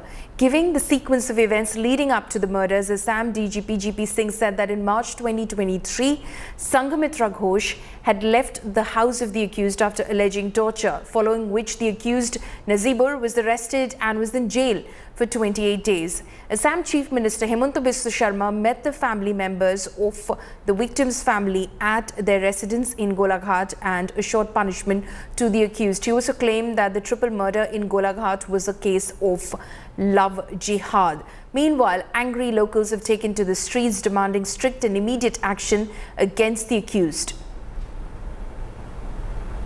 बहुत दिन तक, जब तक शादी नहीं हुआ था, जब तक उनको ड्रग्स नहीं गया था, तब तक उनको हिंदू नाम से ही उनका साथ उन्होंने संबंध रखा। बाद में पता चला कि लड़का मुसलमान समाज से है और लड़की हिंदू समाज से है। उनने अपना वो बच्चा का माँ को, पिता को, माँ को एक ट्रिपल मर्डर किया। ये एकदम पक्का एक लव जिहाद का मामला है। फर्स्ट डे ही हम लोग को काफ़ी केस में एविडेंस मिले हैं, तो आज हमने उसी में ही आगे प्रोग्रेस करा है। जो विक्टिम की जो सिस्टर है अंकिता, उन्होंने भी हमको कुछ पॉइंट्स दिए थे अपने स्टेटमेंट में, तो हम उन बेसिस का भी ध्यान में रखते हुए वो कर रहे थे। तो इसके लिए हमने जो अक्यूज़्ड है उसकी मदर और भाई को आज हमने क्वेश्चनिंग के लिए कस्टडी में लिया है। अभी उनका क्वेश्चनिंग जारी है। जो एविडेंस वगैरह अगर कुछ मिलता है तो फिर हम उस हिसाब से फिर आगे का एक्शन लेंगे। Telugu superstar Pavan Kalyan hits out at the Tamil film industry for not being inclusive of outsiders. At the pre-release event of his upcoming film Bro, Pavan Kalyan suggested that Tamil cinema should be open to working with people from all languages. Pavan Kalyan claims that a film becomes exceptional when it combines talents from various languages. He says that restricting it to one language will in fact cause the industry to shrink. He urged influential members of the Tamil industry to abandon such thinking and create globally renowned films like RRR. The speech comes at a time when Tamil Film Employees Federation of South India, in fact an organization consisting of technicians from the Tamil film industry, issued new guidelines which demand employment of only Tamil artists for Tamil films. మీ మనుషులందరూ వాడి వారసులు, ఇంకెవ్వడికి chance ఇవ్వదు. తమిళ చిత్ర పరిశ్రమ కూడా నా చిన్నపాటి విన్నపం, పరిశ్రమ అనేది మన పరిశ్రమలోనే మన వాళ్ళే చేయాలని అన్న ఆలోచన ధోరణి మీరు బయటికి రావాలని మనస్ఫూర్తి కోరుకున్నాను. ఈ రోజున తెలుగు చిత్ర పరిశ్రమ అందరికీ అన్నం పెడద్ది, అందరిని తీసుకుంటుంది. అలాగే తమిళ చిత్ర పరిశ్రమలు కూడా మీరు అందరినీ తీసుకోండి. అంతేగాని తమిళ చిత్ర పరిశ్రమ తమిళ వాళ్ళకి అంటే పరిశ్రమ ఎదగదు. ఈ రోజున తెలుగు చిత్ర పరిశ్రమ మేము ఎదుగుతున్నామంటే అన్ని భాషల వాళ్ళని, ఒక కేరళ నుంచి వచ్చిన సుజిత్ వాసుదేవన్ గారిని తీసుకుంటాం, ఎక్కడో నార్త్ నుంచి వచ్చిన ఓరుసి రౌతల గారిని తీసుకుంటాం, ఎక్కడో పాకిస్తాన్ నుంచి ఇండియాకి మైగే పాపం ఈ విభజన సమయంలో వచ్చేసిన ఒక నీతాలుల్లా గారి పరిచయం చేస్తారు. ఇలా ఒక్కళ్ళు కాదు, ఇది అన్ని భాషలు అన్ని కలయికలు ఉంటేనే సినిమా అవుద్ది తప్ప కేవలం మన భాష మన వాళ్ళే ఉండాలంటే అది కుంచుకుపోతాం. అందుకని తమిళ చిత్ర పరిశ్రమ పెద్దలందరికీ కూడా మీరు ఈ కేవలం తమిళ చిత్ర పరిశ్రమ తమిళ వాళ్ళే ఉండాలి అనే ఒక భావన ఏదో ఉందని బయట వింటా ఉన్నాం. దయచేసి దాన్ని ఈరోజు నేను సముద్రకాని గారి సమక్షంలో చెప్తున్నాను. అలాంటి చిన్న స్వభావం నుంచి బయటకు వచ్చి మరింత విస్తృత పరిధిలో మీరు బయటకు వచ్చి మీరు కూడా RRR లాంటి సినిమాలని మీరు ప్రపంచ ప్రఖ్యాత సినిమాలు తీయాలి, తమిళ చిత్ర పరిశ్రమ నుంచి రావాలని మనస్ఫూర్తిగా కోరుకున్నాను. అలాగే Conjunctivitis cases are surging in the capital itself. 100 cases are being reported every day at the All India Institute for Medical Sciences. Pink eye infection spreads easily during the monsoons. What can you do to keep your eyes safe? Here's a report.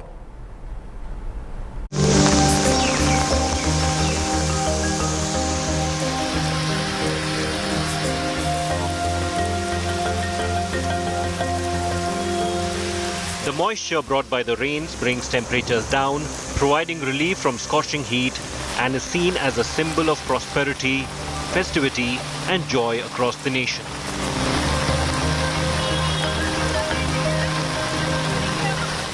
But the moisture-laden winds that breathe life into the landscape also gives life to a legion of infections that can affect various parts of your body in different ways.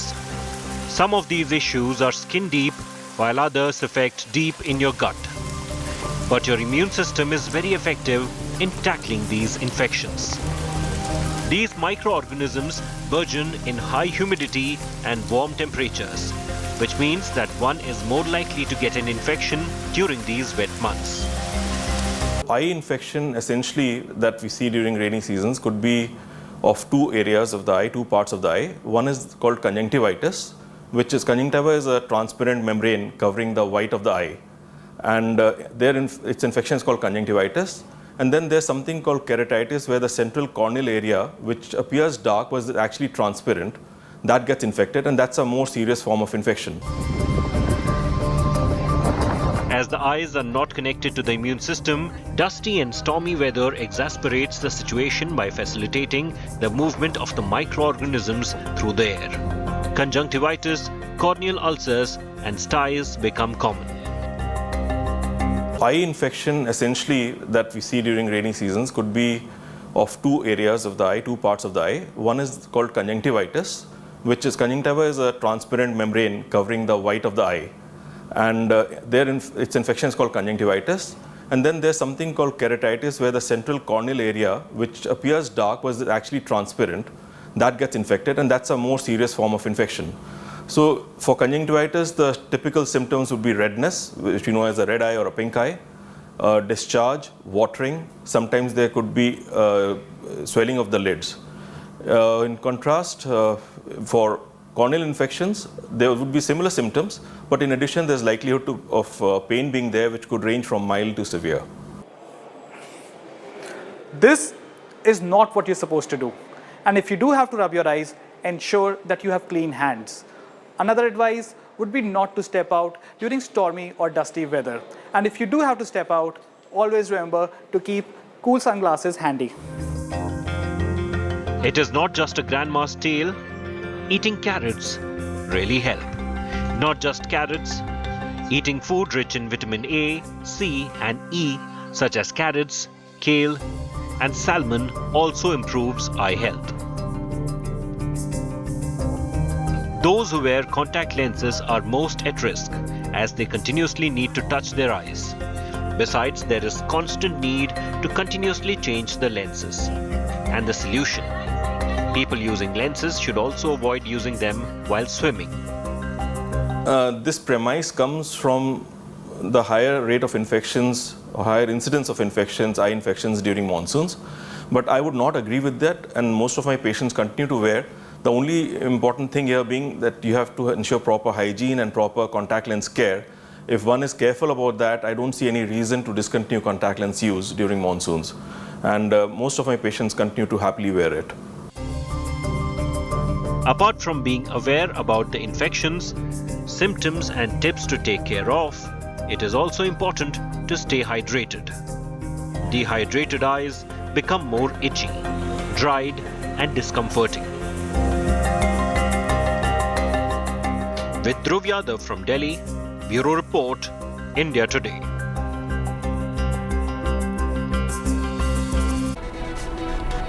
Slipping into a short break. Coming up next, Prime Minister Modi's India versus Quit India attack on the opposition says renaming itself won't help hide past sins.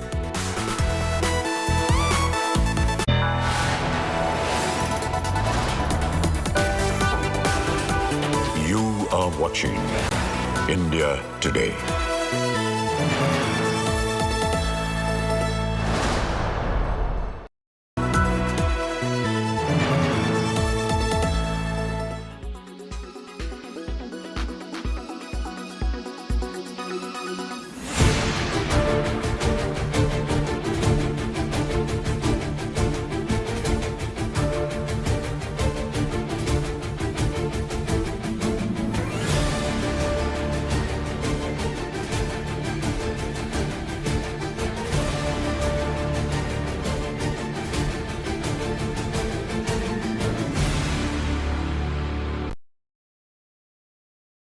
Weather forecast now. Delhi, maximum 36 and minimum 27 degrees. Mumbai, maximum 27 and minimum 24 degrees. Kolkata, maximum 34 and minimum 27 degrees. Bangalore, maximum 25 and minimum 19 degrees. Chennai, maximum 34 and minimum 26 degrees.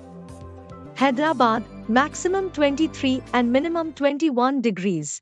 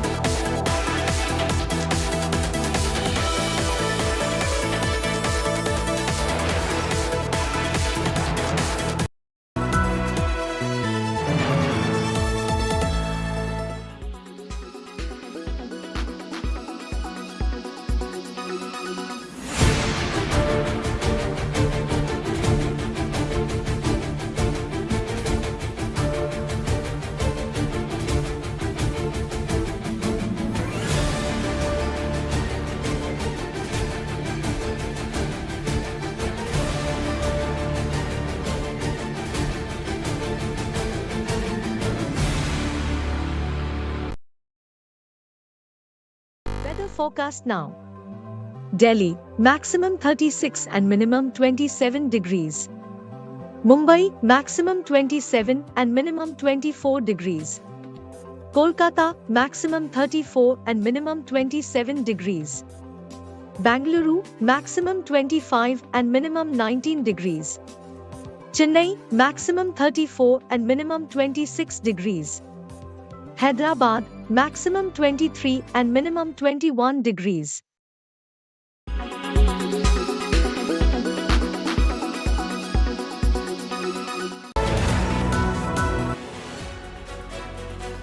From the miracle of 1983 to becoming the first-time host in 1987.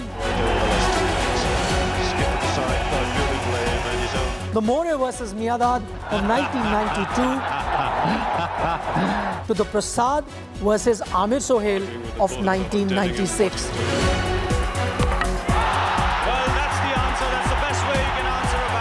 And then, of course, the high of 2011 with Mahendra Singh Dhoni finishing it off in style. He finishes off in style.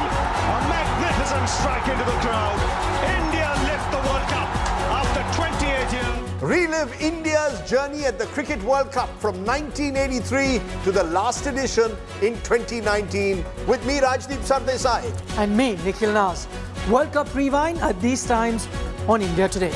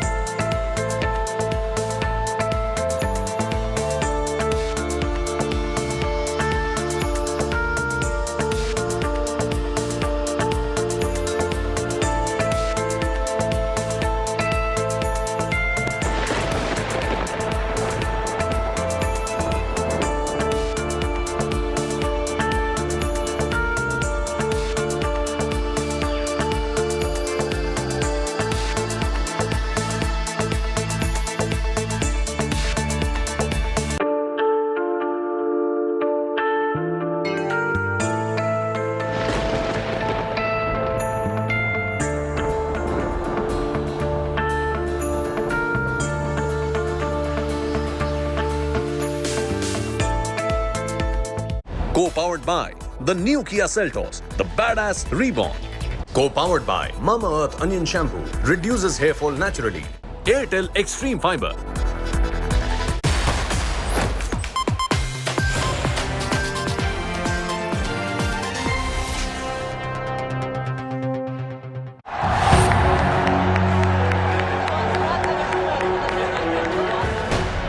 Poll campaign picks up momentum.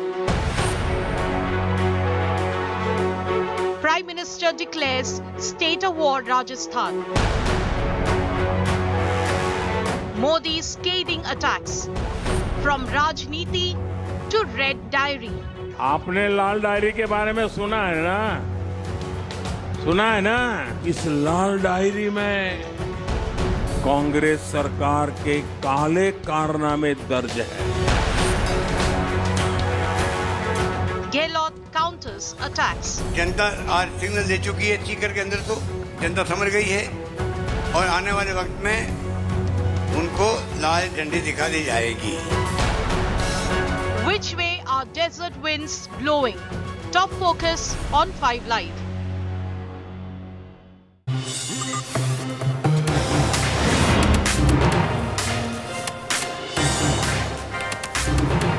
Good to have you back, viewer, on another edition of 5 Live. I'm Shiv. It's a big political day. We're going to be jumping into the big stories here. First, as always, the headlines. Red Diary storm in pole-bound Rajasthan. Prime Minister Modi slams Gehlot government, says Red Diary has proof of the Congress government's black deeds. Gehlot hits back and gives a red flag for Modi counter. Manipur stalemate continues in Parliament. Din, drama and disruption as opposition stages a black clothes protest against the Modi government, demands justice for Manipur.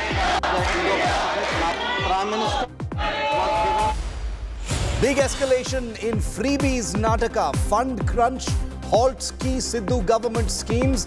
DK Shivakumar says no funds for development. BJP cries betrayal. Supreme Court allows Enforcement Directorate Director S.K. Mishra's tenure to continue till September the 15th, which is what the government wanted. Says the decision is taken only in national interest, but no further extensions will be permitted. Telugu superstar Pavan Kalyan hits out at Tamil film industry, says the latter is not inclusive, claims Telugu industry has talent from other regions as well.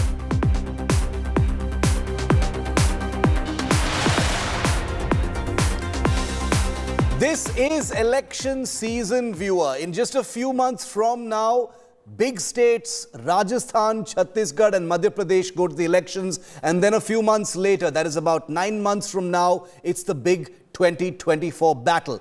Everything you see said in the political battlefield now are going to be laser focused on these elections. And today marked a milestone because it was one of Prime Minister Modi's most aggressive public speeches. This was in pole-bound Rajasthan, where the tone and tenor of the entire address was India versus Modi in the battle for 2024. The Prime Minister launched a blistering attack on the united opposition that have called themselves NDA. Speaking in Rajasthan, the Prime Minister took a jibe at this new alliance, saying that the new mantra now is dynasty, corruption and appeasement.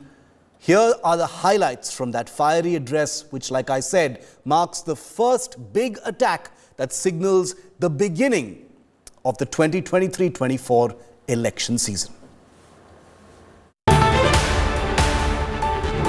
पहले के जमाने में कोई पीढ़ी, कोई company अगर बदनाम हो जाए, उसके फ्रॉड करने वाली कंपनी का चिट्ठा निकल जाए तो तुरंत वो कंपनी वाले नया बोर्ड लगा करके अपना कारोबार शुरू कर करके लोगों को भ्रमित करने का काम करते हैं और नाम बदल करके लोगों को मूर्ख बना करके अपना धंधा पानी चलाने की कोशिश करते हैं। कांग्रेस और उसके साथियों की जमात ऐसी फ्रॉड कंपनियों की नकल कर रही है। जैसे गांधी जी ने क्विट इंडिया का मंत्र दिया था, वैसे ही आज का मंत्र है भ्रष्टाचार क्विट इंडिया, परिवारवाद क्विट इंडिया, परिवारवाद छोड़ो इंडिया, तुष्टीकरण क्विट इंडिया। साथियों, कांग्रेस आज देश की सबसे बड़ी दिशाविहीन पार्टी बनकर रह गई है। राजस्थान में दलितों पर अत्याचार चरम पर है। राजस्थान में नशे की तस्करी नशे का कारोबार फल फूल रहा है। हमारे तीज त्योहारों पर खतरा मंडराता रहा है। कब पत्थर चलने लगे, कब गोलियां चले, कब कर्फ्यू लग जाए, कोई नहीं जानता। कांग्रेस सरकार ये भी नहीं कर पा रही। आए दिन गैंग वॉर की खबरों ने राजस्थान जैसे शांति प्रिय प्रदेश को, उसकी साख को बिगाड़ दिया है। लूट की इस दुकान का सबसे ताजा प्रोडक्ट है राजस्थान की लाल डायरी। कहते हैं इस लाल डायरी में कांग्रेस सरकार के काले कारनामे दर्ज है। Well, so he divided his speech between attacking the India alliance but also attacking the Gehlot government that's incumbent in Rajasthan. The Prime Minister targeted the ruling party led by Ashok Gehlot, claiming that the Congress has only run a loot ki dukaan and a jhoot ka bazaar in Rajasthan, the latest product of the Red Diary. Here's what the Prime Minister said. There was also a little exchange between the Prime Minister and Ashok Gehlot.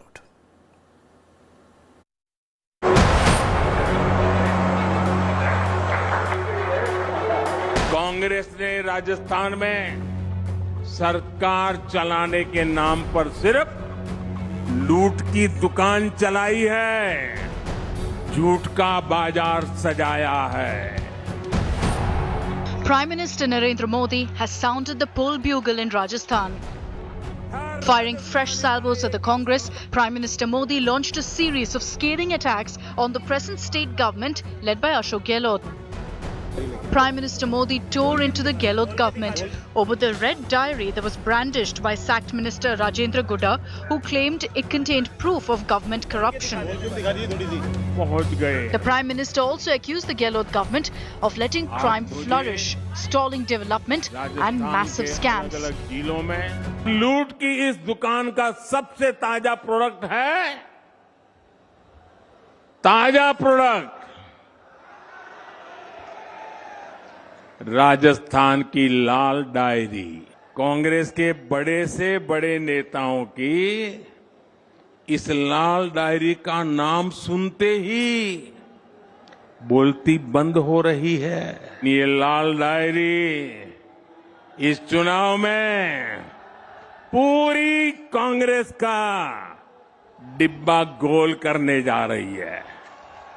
राज्य सरकारों की एक और सबसे बड़ी जिम्मेदारी होती है नागरिकों की सुरक्षा की, कानून व्यवस्था की, लेकिन कांग्रेस सरकार ये भी नहीं कर पा रही। आए दिन गैंग वॉर की खबरों ने राजस्थान जैसे शांति प्रिय प्रदेश को, उसकी साख को बिगाड़ दिया है। राजस्थान के युवाओं को पेपर लीक माफिया से बचाने के लिए क्या करना पड़ेगा? कांग्रेस को हटाना ही होगा। Countering the Red Diary attack, Chief Minister Gehlot asserted that Modi will soon be shown the red flag. प्रशासनिक दृष्टिकोण से पहली बार मैं समझता हूं कि चुनाव आ रहे, इसलिए भारतीय जनता पार्टी को जनता आज सिग्नल दे चुकी है। चीकर के अंदर तो जनता समझ गई है और आने वाले वक्त में उनको लाल झंडी दिखा दी जाएगी। A major controversy erupted hours before Prime Minister Modi's visit to Rajasthan. Chief Minister Ashok Gehlot alleged that he was dropped from the Sikar meet that inaugurated medical colleges, which were partly funded by the state government. The PMO issued a denial, claiming Gehlot wanted to give a speech through video conferencing, which was not in accordance with protocol. Bureau Report, India Today.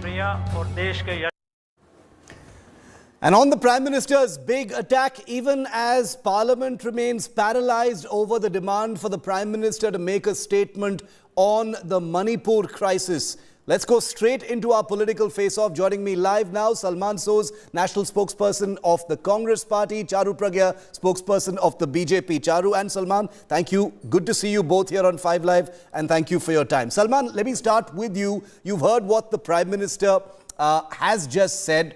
We'll come to the Rajasthan bit in just a bit, but in the context of what's happening in Parliament by a united opposition, the Prime Minister had some choice things to say. He said that the India alliance was like a fraud company that thinks renaming itself is going to wash away its sins. He talked about dynasty. He talked about the usual things that he has in the past as well. But this one is being seen as a milestone speech. It was in Rajasthan as well. Your first comment, Salman. He should be making the speech in Manipur. Why is he in Rajasthan? Why was he in Karnataka when the election was happening, when Manipur started burning? And why did he do all the trips that he did all this time, in almost 3 months, and he has not been to Manipur? In fact, he did not utter the word Manipur for almost 75 days.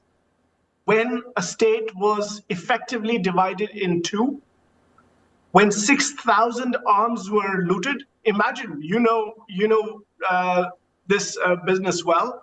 If something like that had happened in Kashmir, 6,000 arms being looted, what would happen?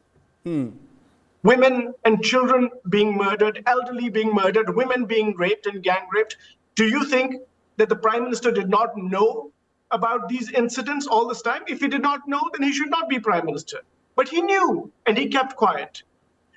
A Prime Minister of this country should be the leader that everybody looks up to, who has enough persuasive power to go into the middle of a raging state and say, please, do not do this. We're all together. We're all Indian.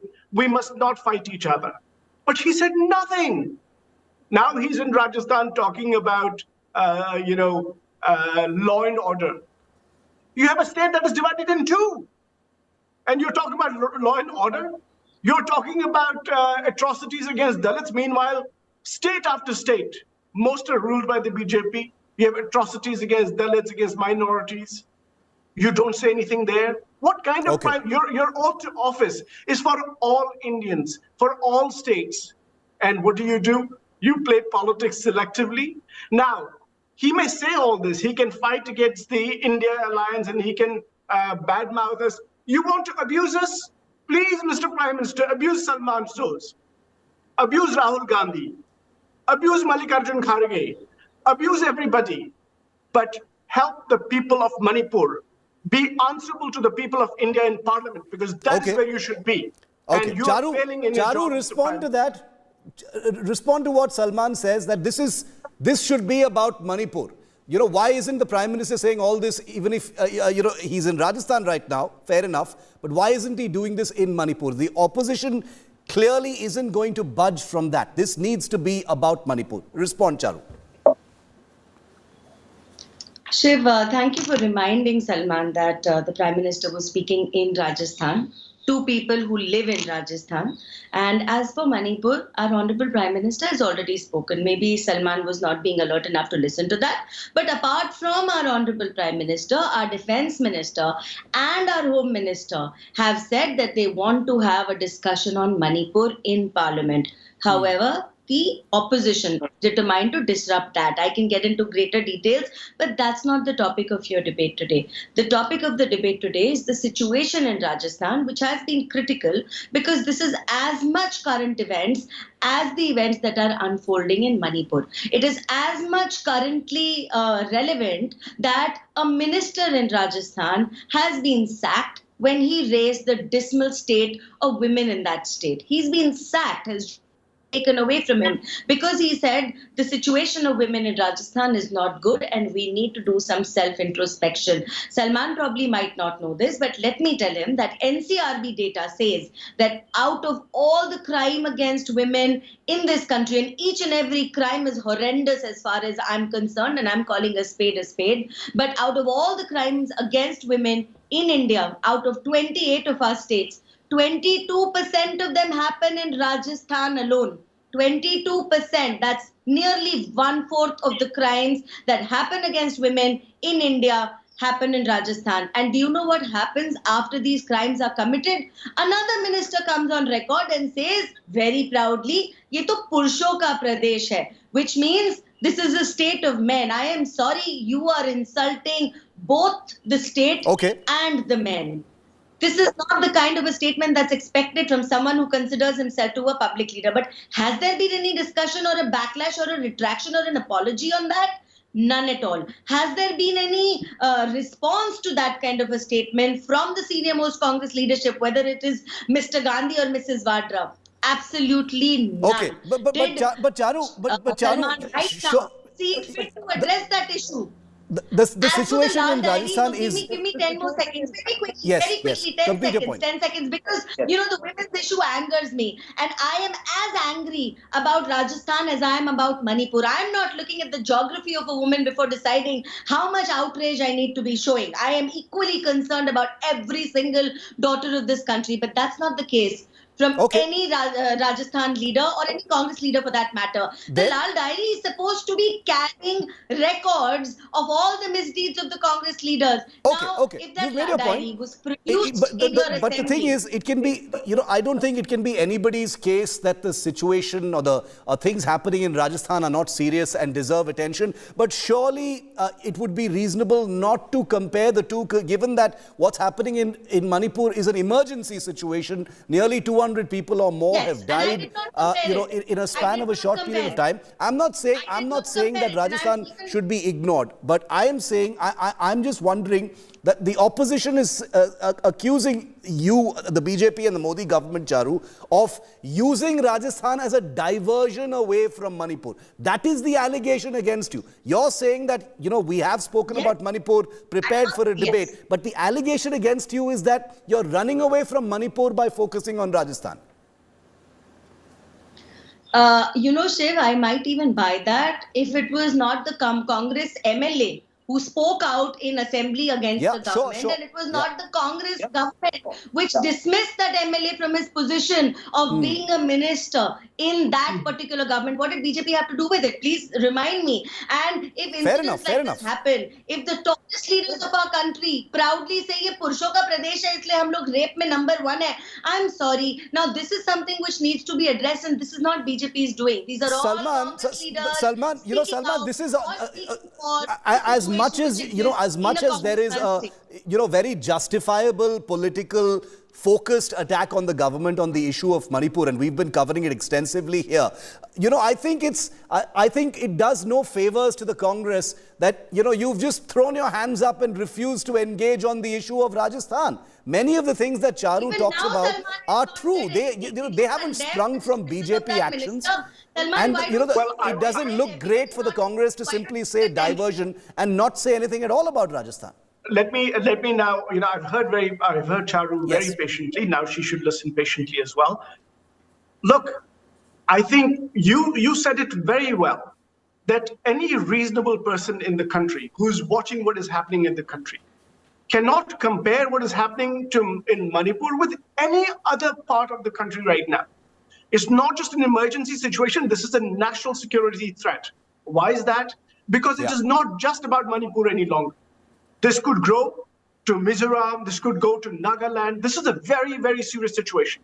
So when you have a state that is effectively divided into two parts, in this state, many people believe, many people, not just opposition, just regular observers believe that the ruling party there has played politics in such a way that it has incited violence against one community. It has created intercommunal violence in that state. Then that ruling party, the BJP, is answerable. And it is doubly answerable because they have a double-engine sarkar led by Prime Minister Modi. Now, Prime Minister Modi is welcome to go to Rajasthan or to any other state anytime. But in 3 months, he's not visited Manipur once. If he had done so right now and launched the same attack against us, abused us from Manipur, that would have been very different, because at least the people of Manipur whether they're Meitei, whether they are Kuki, whether they are Nagas, they would all feel that the Prime Minister is there, something can happen that they can maybe possibly have a life of security and dignity. But he doesn't do any of that. And now let me address Charu's other. Let me address look, Charu. I don't think this is right. I did not interrupt you. Please quickly finish your point, Salman. I'm addressing your Lal diary. I'm addressing your red diary. Yes, this Lal diary. I want to let you know that the BJP and its different arms and agencies do all sorts of things about the red diary, but the real Lal thing that is important is the Lal tomato, the Lal mirch, jiski महंगाई hai, and the Lal gas cylinder, jiski price 1150 rupees hai. That is the real. That is why Mr. Gehlot said today that you will be shown a red flag by the people of Rajasthan. You thought you were going to win that state. You're going to lose that state. Okay, same point. I'll add a couple of questions after this, but Charu, you want to quickly respond to that? Yeah, because, I just realized, and I'm sure all the viewers realize this too, Shiv, that when the Congress spokesperson spoke for a second time, he didn't have even one single word of condemnation for the actions which have failed to protect the people of Rajasthan, which are done by the government itself. When a government minister says, ye Pursho ka Pradesh hai, maybe somebody should apologize, if not the chief minister. And when a minister is dismissed for calling out the situation of women, he's dismissed instead of an investigation being started at his words. He's dismissed, and I still see the Congress spokesperson would rather talk about every other thing except address that. Do not think this tactic is not visible to every single person who's watching this debate right now. As I said, I am neither comparing Manipur nor downplaying the gravity of the situation in Manipur, and Shiv has grilled me enough on that subject, and we have talked about it enough times, taken responsibility, taken onus, taken action. Please tell me, what has it become? Has it become an issue of ego and brinkmanship in that case? Then I'm sorry. The people of Rajasthan are highly unlucky. They are highly unlucky to have such a government in place. You are, like I said, आप बदनाम कर रहे हैं राजस्थान प्रदेश को भी और पुरुषों को भी. Salman, has it become an ego issue, an issue of brinkmanship in Parliament about getting the Prime Minister to make a statement? Because like Charu said, the government has said it is open for a debate. It's become stuck on this one point. Yeah, Shiv, I don't want to interrupt you, but can I, because you're mentioning the Parliament, can I add one more thing very quickly? If the opposition wants the Parliament, the Prime Minister to make a statement in the Parliament, why do you not allow the Parliament to function? And during that debate, why don't you ask for the Prime Minister's statement? Say what you want, but say it on the floor of the House. And fair point. Salman, respond. Yeah. Well, first of all, when you have a cataclysmic situation in a very sensitive part of the country, it should not be the opposition asking for the Prime Minister's statement. The Prime Minister should himself be going and speaking to the people of the country inside Parliament, because that's where the representatives of the people are. That is where he's accountable. And he refuses to do that. Why? Because he's an arrogant man. He's an arrogant man. It is about Modi all the time. You just have to see what he does. He does not show up in Parliament. Even though he may be in the compound, he will not go to the House. Why is that? Because he thinks he's bigger than everything else. He thinks he's everything. And that is, the problem with the BJP is that they have done this to themselves. They have made this man, they've lifted him on their heads and shoulders, and they see nothing. They see that they have no chance without this man, and this man is sitting on their heads. Now, let me come to Rajasthan. Let me come to Rajasthan because Charu feels that we don't talk about Rajasthan. You know what? But the Congress doesn't talk about Rajasthan, Salman. It's true that the Congress doesn't. I'm talking about Rajasthan. Now, let me tell you why. The situation. Charu, let him finish.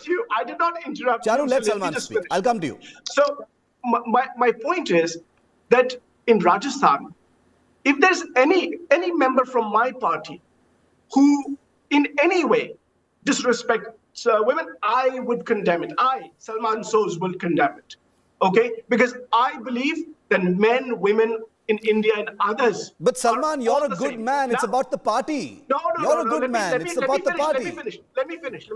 And about this idea that we don't talk about Rajasthan, because, you'd never let us talk about our achievements. the Janata Health Clinics, the Chiranjeevi Health Insurance Scheme, 25 lakh rupees, free electricity up to 100 units, the old pension scheme. Does any BJP rule state have 500 rupees for gas cylinders? Why But don't surely they a talk? Let us minister- talk about them. And by the way, the gas cylinders, the Prime Minister should be supporting us. It was he who came up with the Ujjwala scheme. We are the ones who are implementing it properly. They should be thanking us instead of criticize us. The Prime Minister actually had good things to say about Gehlot today in Rajasthan. Apart from all the attacks, he did have some good things to say as well. So he has, the complaint here, Salman, the complaint here is not about you guys talking about the good things. And we in the media reflect all of that. You know India today. We don't take sides. I'm saying that there seems to be a chronic refusal by the Congress amidst the Manipur issue to look at the Rajasthan issue. The Rajasthan issue is not beyond the headlines. Rajasthan's elections are coming. Yes, there is a political reason for the BJP to harp on Rajasthan right now to try and take attention away perhaps from Manipur. But it also shows that you're not willing to engage on that issue at all. We are obviously going to engage on Rajasthan because there's an election coming up in Rajasthan. But whether it is Rajasthan, whether it's Madhya Pradesh or Chhattisgarh or Telangana or Mizoram, they're all important and we should talk about them. But right now, for the country's sake, Manipur, for everybody, especially the Prime Minister, and he refuses to do that because I think he is very arrogant and careless with this country. Okay, I started with Salman. I'll end with Charu. Charu, yes, last word. Go ahead. Last response. Thank you. Thank you very much. And Salman ji is a senior leader. I urge him to remember that the opposition should hold the government accountable. The government, not one individual. So you want to hold the individual, Prime Minister Modi, accountable when the whole government is waiting and wanting to discuss this issue. The minister in charge, who is the Honorable Home Minister, wants to discuss this issue. But what are you doing? This is only petty politics. If you'd rather hold an individual accountable, not a government which wants to work, which wants to talk, which wants to discuss. It just shows that Congress is only concerned with scoring brownie points in their politics of creating this NDA and whatnot they are doing. And that is it. You have no concern for the women of this country. Doesn't matter which part of the country they reside in, whether it is Manipur or Rajasthan. We leave it there for the moment. Salman Soos, Charu Pragya, thank you very much for being with me. It's going to be a big year for both of these states, and on India Today, I can assure you that we will be covering everything that happens in both Manipur as well as in Rajasthan. I've had my say on that. Now let's take you to another state where something unusual is taking place. There's a big escalation in the freebies politics of Karnataka. Yes, the election is over, but back we are where we started. Deputy Chief Minister of Karnataka, DK Shivakumar, has dropped a bombshell by saying the new Congress government will not be able to provide development this year to Karnataka because of the financial constraints caused by the 5 guarantees made by the party in its ride to power. Are freebies draining the Sidhu government's coffers? Take a look at this detailed report. The Siddaramaiah government has started feeling the pinch after implementing freebies that won the Congress elections in Karnataka. Deputy Chief Minister DK Shivakumar on Wednesday said that the state government would not be able to provide development this year owing to the financial constraints due to the 5 guarantees. Expectation ಬಹಳ ಇದೆ ಇದಕ್ಕೆ so ಅದಕ್ಕೆ wait ಮಾಡಿ ಅಂತ ಹೇಳಿದೀವಿ ನಾವೆಲ್ಲ ಶಾಸಕಾಂಗ ಪಕ್ಷದ ಸಭೆ ಕರೆದು ಅವ್ರಿಗೆ ಎಕ್ಸ್ಪ್ಲೈನ್ ಮಾಡ್ತೀವಿ ಪರಿಸ್ಥಿತಿ ಮುಖ್ಯಮಂತ್ರಿಗಳು ಹೇಳಿದ್ದಾರೆ ಬಜೆಟ್ ಮಾಡುವಂತ ಸಂದರ್ಭದಲ್ಲಿ ಮಂತ್ರಿಗಳು ಕೂಡ ಅವರು ಸ್ವಲ್ಪ ತಾಳ್ಮೆಯಿಂದ ಇರಬೇಕು. Earlier this month, Chief Minister Siddaramaiah presented the state budget in which he earmarked nearly 40,000 crore rupees for the Congress party's 5 guarantees that include 2,000 rupees to every woman head of household, 200 units of free electricity to every household, 10 kgs of rice to every family below poverty line, payment to unemployed graduates and diploma holders, and free travel for women in public transport buses. The Congress has accused the previous BJP government of leaving the state coffers depleted. Striking back at the Siddaramaiah government, the BJP insisted that the 5 guarantees have still not been implemented and now the Congress government is unable to deliver development too. They've taken 85,000 crore loan for this year. After taking 85,000 crores, probably hardly 25,000 is required for this guarantee for this year. I don't think so. It's a huge burden. The kind of revenue what is being generated in the state of Karnataka is good enough to take care of the development as well as these kind of guarantees. Freebies are a contentious issue between the centre and the states, with Prime Minister Narendra Modi warning opposition parties that revenue politics would leave states bankrupt. The opposition insists these are social welfare measures and not revenues. What was just a point of discussion till now has been official. As the Deputy Chief Minister of Karnataka said, there is no money for development for the state as the money allotted has gone to the freebies. BJP is now questioning the government. Why didn't the government calculate this before announcing the freebies, and questioning the whole economic model of the Congress party? Nagarjun Dwarkanath for India Today. The Congress party stormed to power in Karnataka just months ago, riding decisively on the back of 5 big welfare guarantees, the famous 5 freebies. The promises allowed the Congress party to decimate the BJP. Many experts had said that competitive freebie culture is dangerous, and today those experts have been proven at least partially correct. With Karnataka's number 2 man, DK Shivakumar, making the shocking, naked admission that the government cannot provide development this year in Karnataka owing to the enormous state funds that must be poured into these promised freebies, the overall development of one of India's most progressive states will definitely suffer. What was